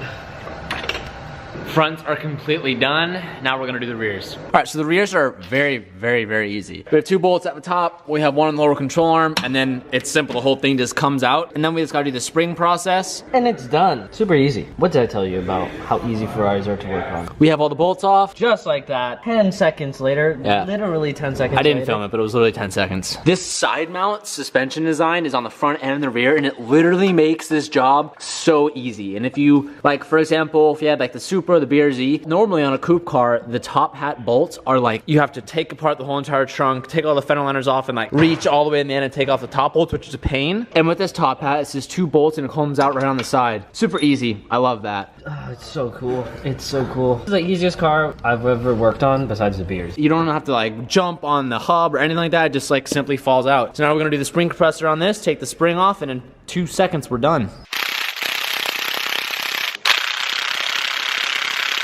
Just like that, all 4 springs are out. We already did this side, so boom, we're ready for the new springs. Parts are in. We now have the new springs for our coilovers. These are from Novatech. These springs will allow us to get some super clean fitment on the Ferrari, so we can finally install these wheels and get this thing going. Apparently these springs are perfect for the perfect for the Ferrari because it makes it still feel like a Ferrari instead of downgrading the feel, you know? So because these are coilovers and not just normal and typical like shocks that you get on a car, where you would normally put springs on a car, you're lowering the shocks and you're actually like, the car would technically be riding more rough because it's sitting lower, more compressed than it normally is, but because these are coilovers and we're just changing out the springs, we're still gonna maintain that super nice ride quality and have adjustable comfort when we switch to our modes. We're just gonna be sitting a little bit lower because of the new springs. So this is a very, very popular option rather than just getting a whole new set of coilovers. So first things first, we need to figure out how these things are actually installed because it looks like there's a couple pieces that have to be done, and we'll get to it. We're gonna start with the back. Because the backs were super easy if you guys don't remember that. I already have it out. Let's get amongst it, Teach. Because Calvin likes to say how much smarter... Because Calvin's smarter than me, Calvin's gonna explain to you guys how this works here. Hey, Calvin. My name's Calvin and I'm smarter than you. Go ahead, take it away, Cal.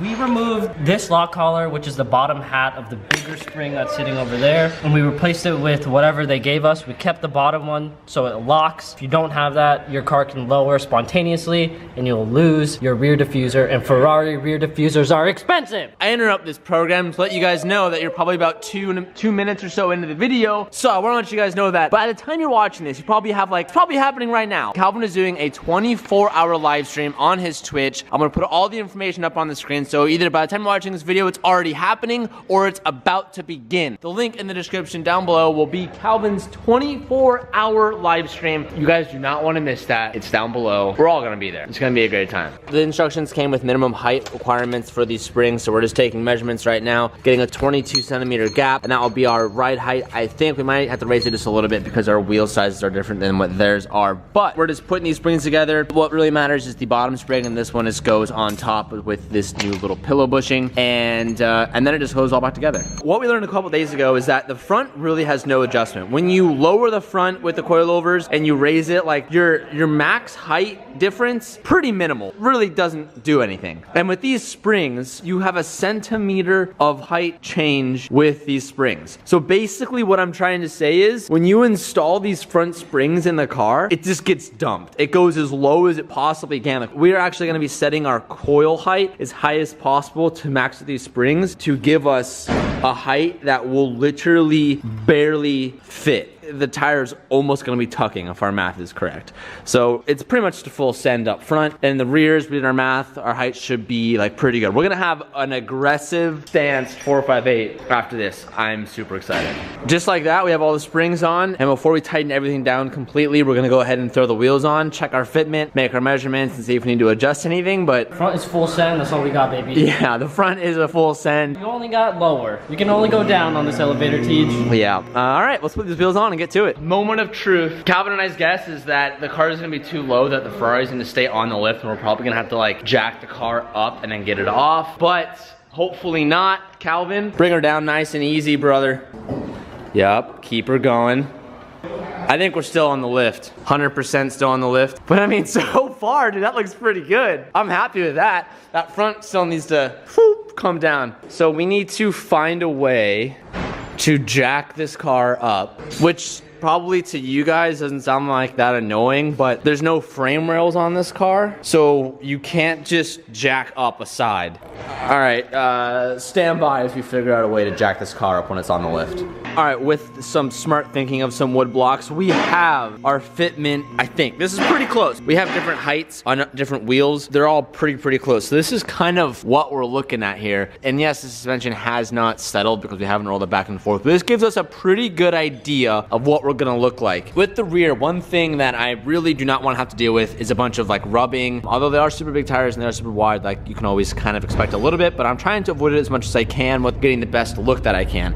I haven't rolled these fenders, nor do I want to roll these fenders. On the other side, we have a piece of wood that is a little bit taller, so the wheel's actually like even closer, and it looks insane. That is probably like the most hot boy you can get. Like I can't even put a finger through that, and this is something I'm trying to avoid. Like I said, we're higher over here, so I don't think this is our exact fitment, but that would 100% rub without even trying. But it looks really cool. Like looking from this angle, oh my gosh, this car is so insane. Our front looks pretty good. Even if we lowered it another centimeter, it wouldn't really change too much. So I'm probably gonna keep it a little bit higher just to be safe, because I hate rubbing. I rub a lot in that car, and I rubbed a lot in that car, and I even rubbed a lot in my RX-7. I'm not trying to rub on the Ferrari. Now it's time to put it back up. We're gonna tighten everything down and button this car up. All right, we're back up. We have the wheels off the car. Now we're gonna go through and just tighten everything, put back all of our sensors. Then we gotta put back these front fender wells. Then we gotta put back the trunk. And then we gotta put back everything in the rear. Then we'll set it down, and then we should be good to head off tomorrow morning to Ferrari. Now it's just time to put everything back together. I apologize if I'm doing a bad job at filming this. It's really hard to film it when I'm out here just like figuring out as I go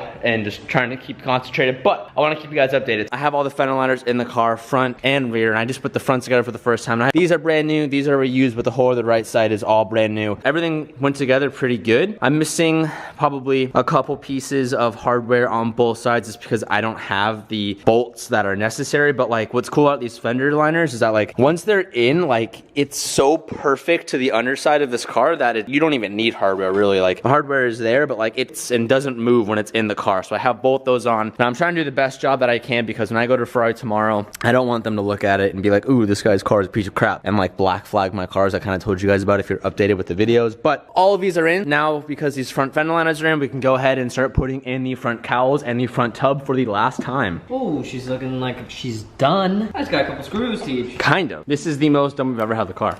That's crazy. Kind of. Do you realize that I've had diarrhea since Easter's? Do you not realize I have had diarrhea since Easter's? Do you realize that this has taken us 2 months? In 2 months, taken a completely wrecked 458 and brought it back to life. I mean, it's completely wrecked. Smashed front end, for sure. I mean, it was That wrecked. looks like a Ferrari. Oh my God. Tripping out. All right, I'm just putting on these wheels while Calvin's buttoning up that front. I'm hoping that we're not too low. I have a bad feeling right now that when we get this thing on the ground and let it sit and settle, that it's gonna go even lower and the rears are gonna be non-drivable. Really hoping that's not the case.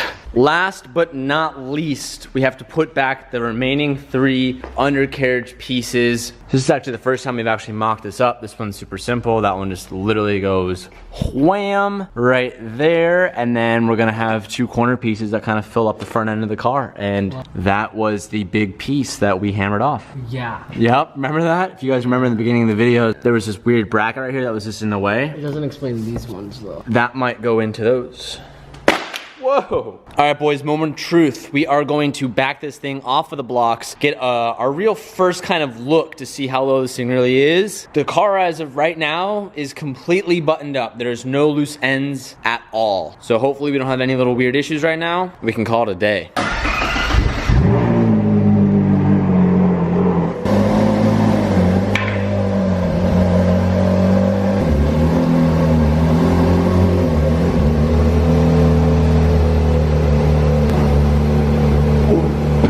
Think, is that too low? Oh, fuck. Damn. How's the other side? Ow! The thing is, like, I don't know if that's too low. I think this needs to go lower. Nah, I kind of like having a little security in the front. Security, schmurity. A little security. Security, schmurity, Teach. Dude, it looks so good!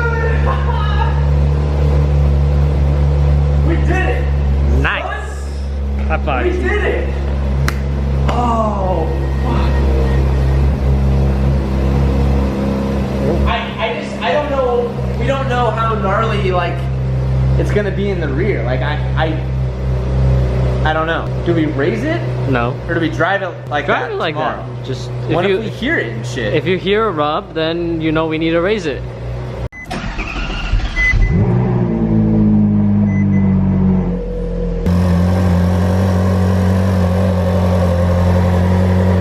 Taking the 458 to Ferrari. It's do or die today. Taking it for a checkup and a free maintenance, and hopefully everything goes smooth. Ferrari doesn't say anything weird. I'm a little bit nervous, but we have our wheel set up on point. We have our height on point. We're gonna warm this thing up, take it outside, and drive off to Ferrari, fingers crossed. I'm gonna go ahead just a little bit early. Our appointment is in 30 minutes. I'm assuming there's gonna be a little bit of traffic, and I kinda wanna take my time. I wanna make sure there's no weird noises or anything like that. But everything is buttoned up and everything is technically done, but this will be the farthest drive we have done. We went to O'Gara the other day and that was literally a 2-minute drive. This is gonna be a 20-minute drive on the freeway and actually driving. And we're a little bit lower now, so I don't know how annoying it's gonna be getting over bumps and stuff because our lift system isn't working at the moment. So there's just a whole bunch of things that make me really nervous right now. And I know you guys are probably over it and you're like, Teach, shut up. You drove it, everything's been good, you don't need to worry about anything, but I'm still super worried. I'm gonna be honest, I'm still nervous. And I think I have every right to be, quite honestly. And the car keeps going back in car wash mode. I'm not sure why. Maybe it's because I keep disconnecting the battery and restarting it, disconnecting the battery. And I'm out of gas. So I probably should get gas. I need to get gas first. Initial reaction on these springs You know, there's still coilovers, but the car is lower. Drives perfectly fine, drives completely normal. I don't notice anything different. Not that I have much experience with it anyway. I feel like I have a slight rubbing on the fender well in the front right. The front right is a little bit lower than the front left. So maybe when we're at Ferrari, I'll ask them to raise the car because I know they can do that. Last video, I was pretty hyped up. I'm trying to play it cool this time. This is my third time driving it more than 60 seconds, so that's good, right? Okay, let's go, baby. See what I mean? That the alignment's not that bad. The steering wheel is a little bit off to the right, but really not that bad. So far, all is well. Temperatures are fine, idle is fine. It keeps resetting and saying that we have warnings and stuff like that, but nothing bad to report. I'm just gonna stop talking. We're just gonna get to the gas station. All right, we've put 12 gallons in this thing. I'm gonna stop it there so we are not late for our appointment today. I keep calling it an appointment when it's really just like an oil change, but for some reason, because it's Ferrari, I feel like it's super special when it's really not. It's not at all, but whatever.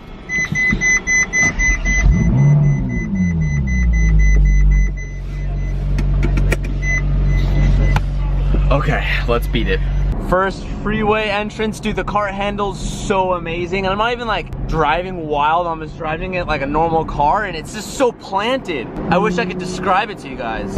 This panel fell and the battery is rattling, but other than that, it's like so silent in here. And I have it just in full auto mode and like the normal driving mode, so it's not loud, the valves aren't open.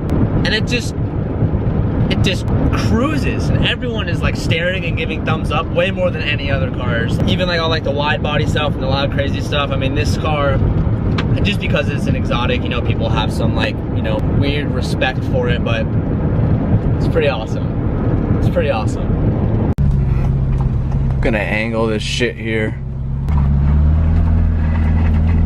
I can hear it rubbing that fender liner on the front right. It must be a little bit too low. But wow, we've made it somehow. I feel like I belong.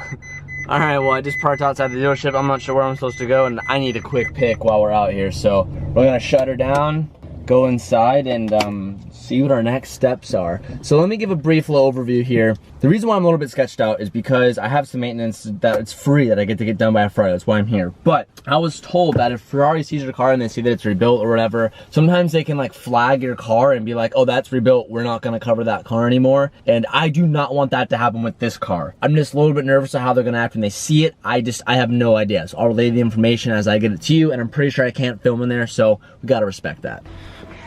So really quick, I want to show you guys this.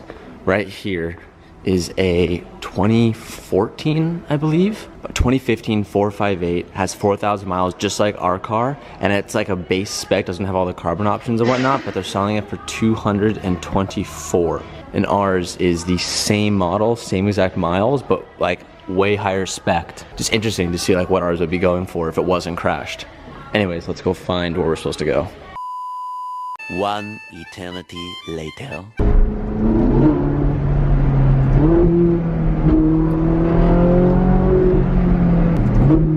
Woo! So I have some good news and I have some bad news. Well, I don't know if I call it bad news, but it's definitely not good news. We learned some new things about the car today, which is what we wanted. Sorry, I'm being blinded right now by the light.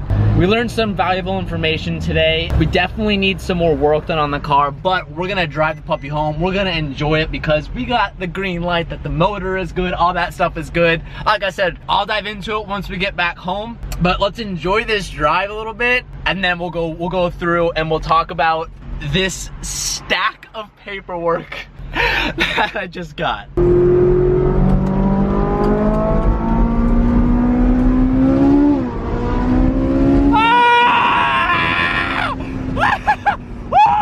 That was the first time I've ever floored it in this car. Yo, that's fast. Oh my God, that scared me. All right, we're in 7th gear.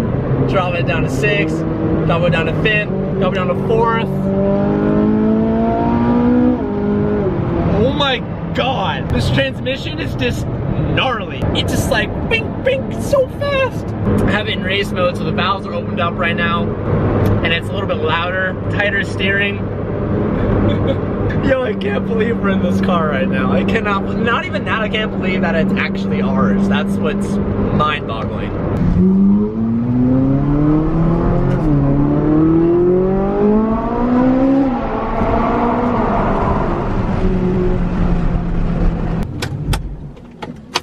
Well, I learned something new today. When you turn the car off, you don't put it to neutral. When you turn the car off, the car should be in first or in reverse, and then you turn it off. Otherwise, it puts you into car wash mode. So that solved a really big mystery on this car that I've been trying to figure out since I got it. Now that we're back at the shop, we can see the glass. Damn. It just looks so much better. It's complete now. It's not ugly anymore. They did a really good job on this. Everyone out there telling me, like every company that I called about changing the glass, they all said that I needed to order like a new bottom seal from Ferrari. And then when I asked Ferrari, they were like, no, you don't. So that was a big issue that I had with trying to get someone to come do the glass. I know it sounds really silly. It's something so simple, but I called like 8 different companies to try and get someone to come out and do the glass. And everyone was quoting me like ridiculous prices. And for this one, I got this done for $450. Which for one piece of glass is a lot, yes, but that is so cheap compared to the $800 to $1,200 that I've been quoted by millions of other companies. So I'm excited about that. It looks good. And you guys literally every video are commenting, do the glass, do the glass, do the glass. Well, here it is. The glass is now done. Unfortunately, we didn't get to see them finish it up because we were gone, but I ordered the new parts for the switches and stuff yesterday, so those should be coming in tomorrow. And then we still have to deal with the airbag situation, which will be done soon, but obviously we get to, at least hopefully this fixes our issue. We're not 100% sure yet, but it should get the job done. This control switch did not work on our car, so we have a new one. Shout out to Exotic Auto Cycling. They sent us one that is working. So we're gonna plug it in and we're gonna pray to the Ferrari gods that it fixes it, because if this does not fix the issue, then we're fucked, or maybe like we have a grounding issue somewhere, because it's usually always a grounding issue.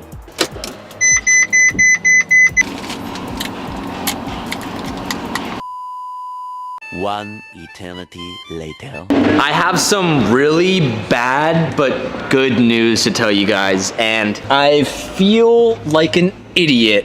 And let me explain why. When we had the old plug in the car, like I've been telling you guys, I want to figure out the obvious stuff first, right? Rule all that out. And I thought I did, but there was a couple times where I was like, maybe we should get on the phone with a 458 owner or something, just to make sure like we're using it right, because who knows, maybe like it doesn't work until you're in first gear or driving, or just one of those weird things. I got on the phone with Ryan when I plugged in this new one, because originally it wasn't working. Plugged in, nothing changed. So I plugged in the new one, I was on the phone with Ryan, and I just spent a little bit more time playing with it. And on this control panel, this top left button says main on off. Press that a million times, nothing has ever happened. Something just came across my head to say, wait, what if you maybe held the button for 3 to 5 seconds, if anything would happen? And what do you know, I hold the button for 5 seconds and it turns on. The module works. Then I quickly threw my old one, held it down for 5 minutes, and it worked. I feel like an idiot because I spent so much time doing this, but I also feel like an idiot because I didn't talk to someone else beforehand. I didn't get any other 458 owner on the phone with me to kind of like explain it. And then of course, the moment I do it, I figure it out. So I feel like an idiot, but at the same time, I'm happy because we have it fixed. So now we gotta put all this interior back. So watch, you plug it in and automatically, because we turned the radio on from the last time, it decides to work and everything is fixed. I cannot believe that I didn't figure this out, but at least it's working now. Hey Cal, so how do you feel knowing that you didn't have the brain power to figure it out? Fuck off. That was you. Me? That was you. Me?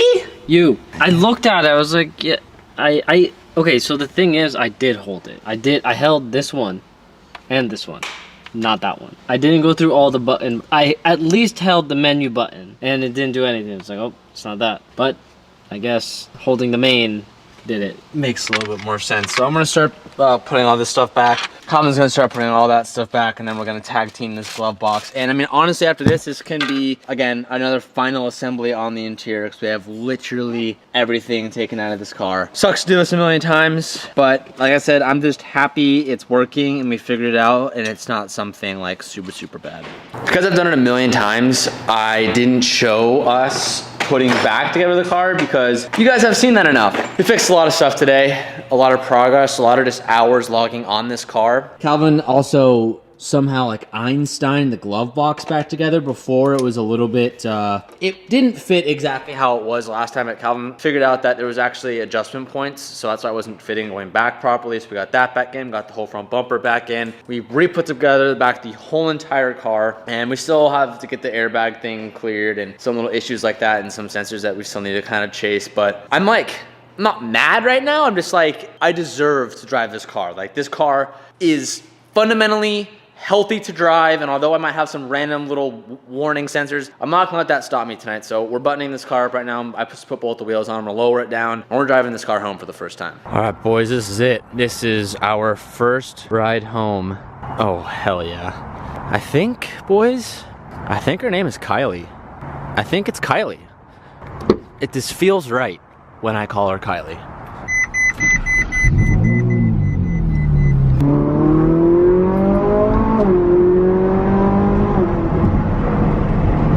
Oh, this is so cool. This thing needs the exhaust really bad. It's so good, boys, it's so good.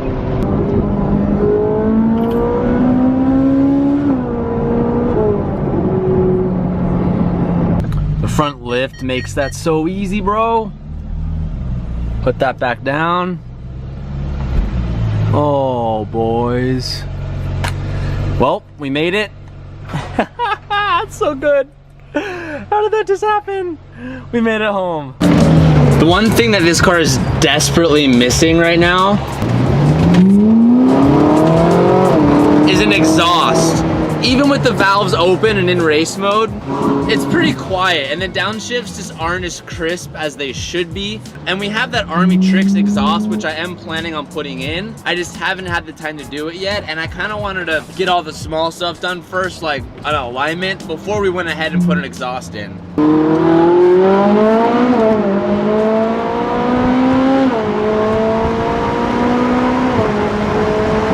Barely have the pedal down on this car, maybe a quarter throttle in it, and there's nothing quite like that feeling. Well, just like that, we're already at O'Gara, so we're gonna pull in, hand over the keys, and kill some time throughout the day.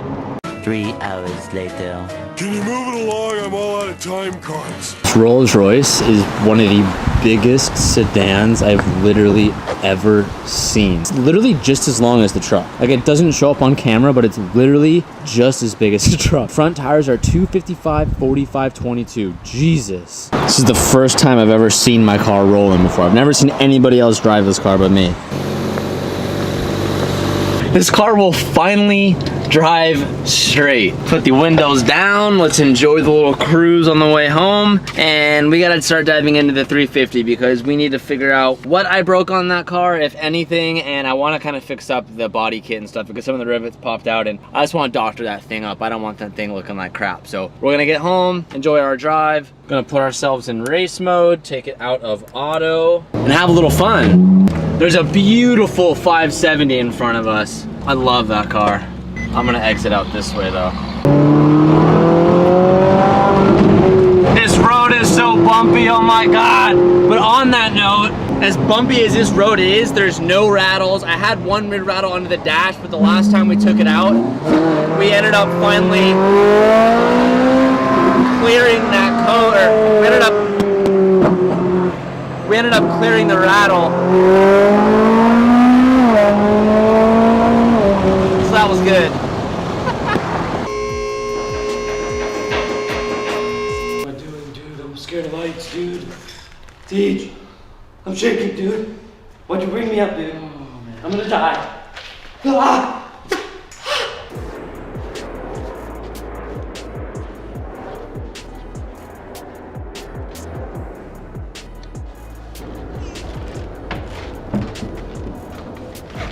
Did do a good job this time, Teach. Yeah, that was excellent. Thanks, Teach.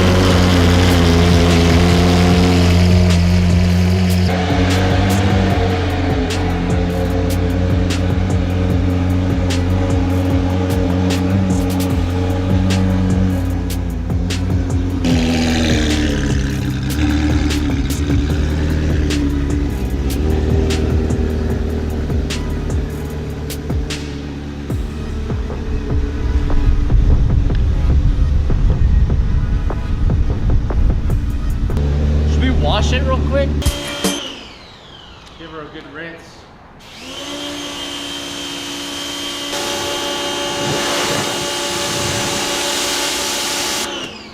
Now that the car is all buttoned up, we just did a quick little wash on the car because it was absolutely filthy. I've never washed this car once since owning it. So we cleaned it up, got all the dirt off it, so when you guys see it, it doesn't look like absolute trash. Now again, what to expect out of this, the pitch is gonna be much louder, the tone's gonna be different. I don't know volume-wise if it's gonna be as, like, I don't think it's gonna get any louder, but pitch-wise, expect a difference there. It might gurgle more, it might make some more pops more, I'm not quite sure, but enough of lollygagging. I'm gonna go out there and rip it, but I am gonna preface, I'm just gonna be doing like straight rips. Like, we're not really gonna do too much like cruising noises or anything like that. I wanna see what this thing sounds like on the pipe, 10 out of 10, going through all the gears to red line to see how this thing sounds. What do you do?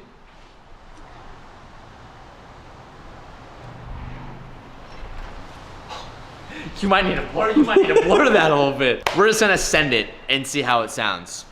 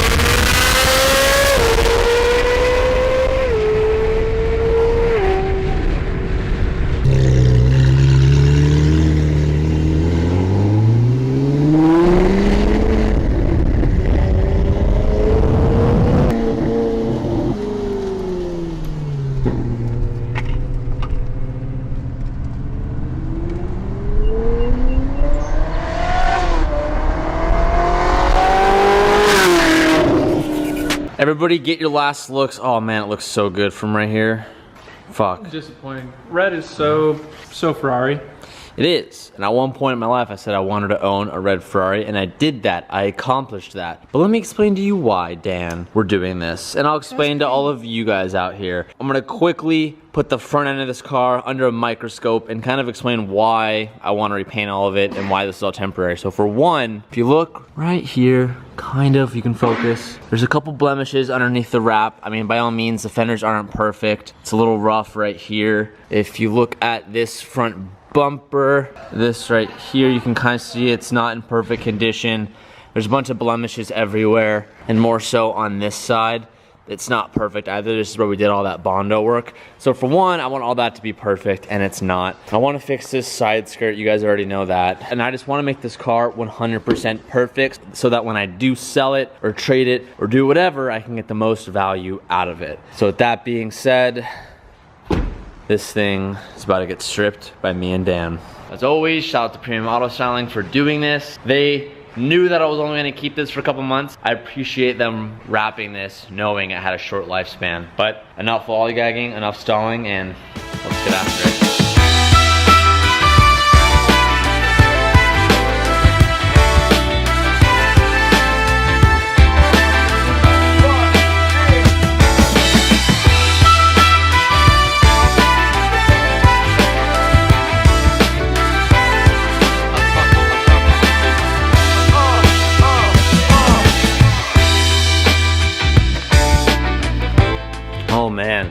That is ugly. I forgot we did that. Ugly girl. It's only been like maybe 30, 45 minutes and we're cooking. First third of the car is all done.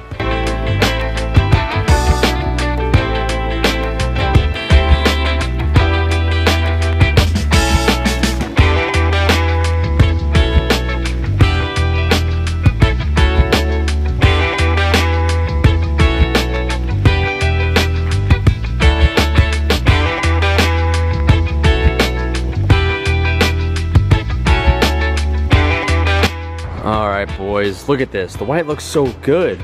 And I love the black top. We wanted to do that last so we could like see what the car looks like. I remember my first time ever driving a 458. It was Dr. M3's and he had this same exact setup. He had a white Italia with the black roof with the stock wheels. I like the black hood. Yeah, it's kind of interesting. Kind of like what? Being facetious. Facetious? Facetious. Facetious. What's this man talking about? I don't know. I'm not quite sure. Okay. Now I'm gonna start taking this roof off and finish the job. A lot of the stuff we're like leaving kind of on, like we're not taking all of this apart just yet because when we get to the paint shop tomorrow, we need to disassemble the rear end and all that has to come off. And we have to take up the front fenders and take off this badging. So there's still some pieces left over, but there's no need to do it twice and take everything apart twice because it's gonna get done tomorrow. So we're just doing like the majority of it. All right, well you guys know how much I love white cars. Damn! It looks amazing. The white with the black wheels, and then, well, this front just really kind of throws it off, but whoa, I missed that. I've never seen this car put together all white before. Actually, I lie. I guess we did before we started wrapping it, but I haven't seen it with the wheels like that. It looks great, so I'm not gonna be giving away too much information just yet, but tomorrow we're driving up to a shop and we're gonna give this thing a little overhaul. It needs a little love, so we're definitely gonna be changing some stuff. And I'm actually really looking forward to doing a, one thing that I know I'm for sure about is I'm going to be doing a wild color on the calipers. I've always wanted like really aggressive, I guess my BRZ has pretty bright calipers. Anyways, I have a vision. I have a vision, boys, and the vision is gonna be good. It's gonna be really, really clean. I'm really looking forward to it. That didn't take as long as I thought, because we had me, Danny, Calvin, and then Evan on it at one point. We probably did it in under 2 hours. Huge moves. Oh, so amazing. You boys ready to see the Ferrari? Because I'm super stoked. We might be able to finish it. I think we could do it, Tej. I don't think it's possible. It's super easy. I haven't even seen it yet. We literally just rolled up. You think that's possible to super fix easy, it today? Tej. Super easy, Tej. It just got finished with paint. I'm not trying to lollygag. I feel like you sometimes, you get a little distracted, and then it's just a solo team. But, you know, if you stay on your game today, Cal. I'm here to finish. Oh, I hear it. I hear it. I haven't seen it yet. I'm gonna get the first look. Oh! Oh! Oh! Oh! She's brand new! It's a car. Again. Oh. We ended up painting it bright orange. No, I'm kidding. Oh. What do you guys thought we were gonna like change the color to something different? No, we wanted to keep this thing white. Not pink, definitely not pink. Dude. Fuck, I'm so hyped. Let me put this down. Yes. That looks awesome. How was it painting it? Good. It was good? Everything went okay? Yeah, I told them yesterday that the day it was supposed to go into paint, the compressor went out and then it just like added on a day or two. We didn't finish it as soon as we wanted, but like we had a bunch of stuff going on, and then the moment they got the compressor back, they threw the car right back in there and got I'm this actually sprayed. happy that compressor took a crap on us, because we got a brand new like $8,000 compressor. Oh shit. And came out It just made it better. This thing looks good, dude. I'm so hyped. Look at that paint, that fresh paint color too. Whoa, Cal's eager today. He's just trying to just jump right on it. Okay, I see you. Open the door, bro. I'm just jumping right into it, boys. So the front bumper and rear bumper and side skirts have not been sprayed yet. So what we're gonna try and tackle today is we're gonna try and put back all the doors, put back the mirrors, and kind of clean up the interior the best as we can. And come back first thing tomorrow morning, we should have the front bumper and rear bumper sprayed, ready to go. When we disassembled the door, we took off the door panel, but we actually had to take a step farther beyond just the door panel. And we had to take off this trim because it had to like paint this completely. They also sprayed the fenders and the hood, but the whole entire door was sprayed as well, because if you don't remember, we had that little rough spot down here, which now is completely shaved off and gone. So we're gonna start off by putting back all the screws behind the window, which are kind of a difficult place to get to. And then we'll go ahead and put our mirror back in, which you have to do through the speaker, and then put back our door panel. As you guys know, I've been playing a lot more video games lately, and that leads us into today's video sponsor, Guns of Glory. It's a free app in the App Store, and it's rated one of the top 10 games out there. It's an old patriotic game that involves a lot of killing, which is always very, very fun. The game allows you to build castles and build your army and fight for what's right and fight for what's yours, while at the same time battle other players around the world. And the game already has millions of users, and if it didn't have that many players, you know it wouldn't be good. One of the coolest features about the game is the live chat rooms that are in there, so you can go in there to discuss strategy, or you can in there and just talk shit to other people among the chat, which is typically my favorite thing to do. Right now they are doing a Star Wars and a Song of Ice and Fire gifts giveaway, so please go check it out before the event ends. The gifts can even be redeemed on Amazon. Click the link down below and download Guns of Glory. It helps support the channel so much. So thank you so much for Guns of Glory for sponsoring today's video, and now let's get back to it. Last night, Calvin and I were playing games. I told him As you guys have been seeing, I've been playing a lot more games lately with Calvin. Calvin's been doing a lot more Twitch. Follow my Snapchat, you've been seeing me plug a little Twitch shout out. And last night, Calvin was just getting praised, and everyone was calling him his Nino, which he loves, by the way. I don't want to be called Nino. Can we? Okay, go ahead. Say your side of the story. I'm gonna say mine. I'm gonna give my piece. All you need to know is that everyone came into the chat, everyone was having just a good old time. Everyone called him Calvin their Nino, and Calvin got super ultra mega mad, and he banned me. He banned me from his Twitch. Okay. So I left. Okay. And now I'm not coming back. First of all, I ain't your Nino, but I'm your dad now. So if you come in chat, I'm your dad now. I have to accept it. I ain't your Nino, but what happened was you can't just take the dad title and refuse a Nino. I told TJ, don't call me Nino in chat. Don't do it to me. But he did it to me. And I was like, I gotta set an example for everyone else. Had to do it to him, so I did it to him, baby. It's the way it goes. I had to ban you. Can you put a fucking nut on me? I have to open the window to get my nut through. Yeah. I'm just a little upset. I'm upset. You Nino'd me on my own. I was there. I told you not to. Don't give me that. How could you do this to me? Look what's getting sprayed right now. So Vlad was telling me that this bumper was in absolutely like crappy condition, terrible condition. You gotta do a bunch of work to get it back to like somewhat decent. Cracking and stuff like that, so I had to send a bunch of bundle down and kind of redo everything nice and clean. So also, these are the motion sensors on the front bumper. Those are originally red, so it's gonna get sprayed in white too. And we have the rear bumper, and that is all patched up. It looks good again. I'm excited to see how that come together. And then this is this one's our bummy side skirt, and then we have our other side we're gonna spray this as well because we had some little like minor scratches on the bottom. Yeah, this is gonna come out so good. I'm so excited for it. Yeah, we'll spray the bumpers today while you guys put in the car together. Then tomorrow you guys will come back and we'll just finish everything. Should be good to go. It's gonna be so good, I'm pumped. All right, Calvin just finished up the driver's side.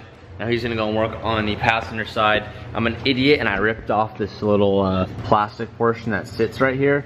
And this nub is supposed to stay inside this rubber thing, and Calvin hates doing it because it sucks, so I'm gonna take that because that's my responsibility. Because Calv, when you do something that is your wrongdoing, you own up to it and you take fault and you fix it. Well, does that make you feel anything? I get that, but if I were to tell you, hey, if you put your balls in my face, I'm gonna punch them, then that's my fault for putting my balls in your face. Unless putting balls in your face in your country and in your hometown is a compliment, is saying how much you appreciate that person, then it's not a disgrace, it's a compliment. Don't do it. You just said don't do it. I don't know. Well, that being said, I'm gonna get back to fixing my mistake over here. With some hard work, some teamwork, and some dedication, and off-camera apologies via Calvin. I didn't apologize. We have got the interior panels back in the car, everything's looking good, and Vlad actually spent some time and was able to muscle this top panel in, and it's actually secure this time. It just was a bunch of bad clips that need to get replaced and Russian persuasion. So that's all in. Our interior is back. Our handles are back. We could probably go take a sneak peek and see if the bumpers and side skirts are getting sprayed right now. Sprayed something, but now they're letting it sit. I'm not quite sure. I don't understand the painting process too much. Oh yeah, they sprayed it, and I can hear like a sucking in there. I'm sure that's some painting stuff I don't quite understand yet. But our day here is done. We can't start working on everything until we have the rear bumper and the side skirts and the front bumper, and everything is literally just gonna get tossed back on the car, and we will have a restored, officially 100% 458. I'll see you guys tomorrow morning. It's now the next morning. I'm gonna show you guys the front bumper, the side skirts, and the bumper. They came out of paint yesterday and they've been sitting overnight. Vlad's putting the 458 up on the lift. Before we get to that, check this out. Everything is now back to complete stock. Paint came out really good. This rear bumper is completely fixed. Now, when we got this stuff, if you don't remember, our rear bumper was in quite rough shape. We had a bunch of broken fiberglass all on the back, on both sides. All that's been patched up. It's all been glazed over. It's all clean now. Our side skirts are now fixed. Both have been repainted. The fiberglass work, you can't even see it on this now. It looks perfect. And our front bumper looks really good. And we had a lot of issues with this as well. Vlad was saying he was looking at it yesterday. As you guys remember, there was just a bunch of broken panels and broken pieces, and all these motion sensor tabs were all coming off, and he used all of his special tricks that he's been practicing over the last 20 years of his life, and he gave us some extra love on this. Now this thing looks perfect. So this bumper is now back to a complete working order. Everything looks good. So honestly, it's not gonna take us too long to throw on the front bumper, the rear bumper, and the side skirts, because we've done it so many times now. So let's stop talking, let's just jump right into it. So Vlad's taking something out right now that I've never seen before. And it makes sense, but it's essentially just like really, really big, like imagine it as like wood blocks.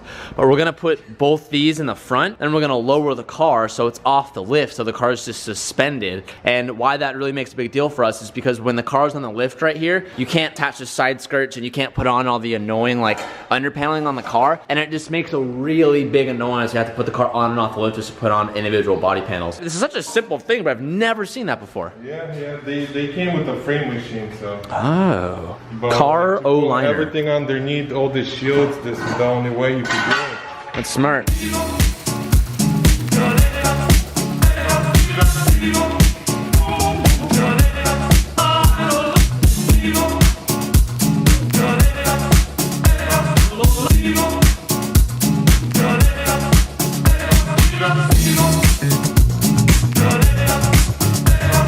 The biggest downfall we had to this rear bumper is that the tabs were broken off the back. You can see here, there was a really butchered repair job on this car before we got it, and we were missing this back tab, which made our front bumper kind of hang out a little bit in the back, and you got up close, you were able to see it. So Vlad, what is that 3M stuff called again? 4240. 4240. It's like the gnarliest stuff I've seen, and Vlad swears by it. So what he did is he just put in a slip clip so we can put a bolt into there, and he's just like pretty much using that to create a new bonding surface so that clip can stay in there and it matches the other side. So now we'll be able to use that factory mounting point so the bumper will sit just a little bit more flush. Really smart, works really well too. I don't think I would have known of anything that would have held, especially on a plastic like that. So that stuff's pretty magical. That's the only way to do it, unfortunately. Or get a new bumper, but that's... I like to save money. Yeah, that would have been really expensive. The front bumper was just sprayed with like a matte finish. This used to be like a gray textured finish, and these were also gray as well. Vlad just sprayed them in like a flat black that they use for trim. I normally use like plastic, like restoration stuff, but Vlad insisted on doing that, and he was right. It looks way better. So rather than like a gray, we're gonna have flat black all in the front.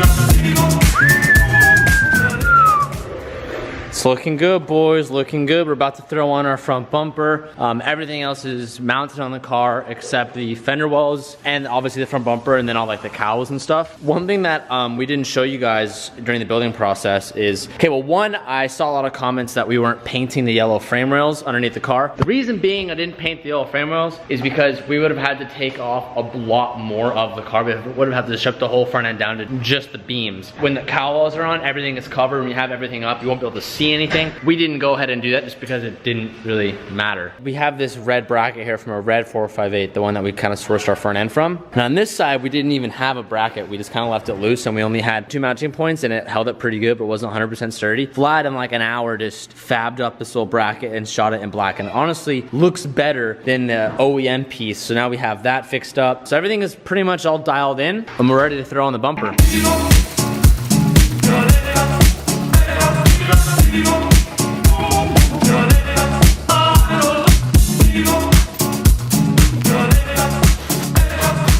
Damn! Dude! Perfect. Oh my gosh. That looks so good. I remember now. I feel like this whole video I'm just giving Vlad shout outs, but another thing that I haven't shown you guys yet. On the car, we've never have ran these grill pieces right here. That's because when I got all the parts of this car, I was only able to find one of them. Vlad went upstairs and he found, I think it was this left-hand side that I didn't have. And now we'll have that completed grill. So everything on this car was literally back to stock. And it looks so killer, it looks so good. No, really good, I'm happy. Oh man. Just throwing back the fenders, throwing back the cowls, putting the wheels back on, and this thing's ready to fly, man. Oh, sorry, we gotta do all the under paneling. Something that we've never done on the car are these, because our bumper never fit really good enough for us to actually do this. But now, we can make it happen. This is more under paneling for the car. This is all the stuff under the front we've done. We have the middle section and the rear section, the diffuser section. And now we'll have a complete front end assembly. I'll show you guys how crazy it looks in a second. So that one covers all that up. We're missing the mounting points. Oh yeah, they broke off. But it might still be worth this to throw them on. Because it'll catch air like this. It'll droop and catch air. Unless we use a lot of zip ties. Or that, yeah. Oh, you know what? You can use zip ties. Look, you'll zip tie it to this. Yeah. Like that. Oh, let me see. Let's see how. And then these go. Looks like that goes that side. There's a baggie. Oh, it's inside the fucking. Oh, look at that, maybe. I think it comes to more this way, like that, or. Well, secure it to this one. Yeah, look at that. Okay. Even looks like we're missing another front piece right here.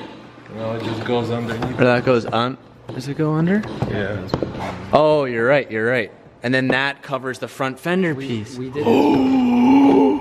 Look at that, mate. Hold this. Let me get a screw. I got it. No, we have a whole bunch. You do? Yeah. We have a what? It's just inside of the fucking trunk.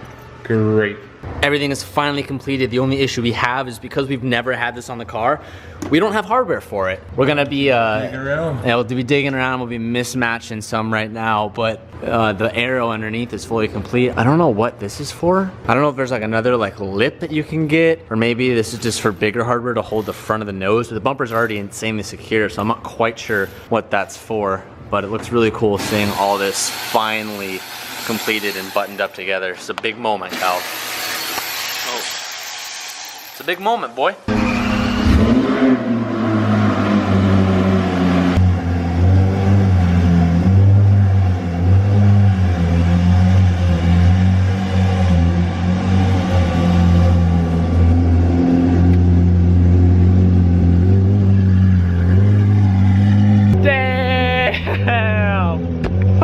Oh God. I don't know what it is, boys, about white cars, but it's just one of my favorites.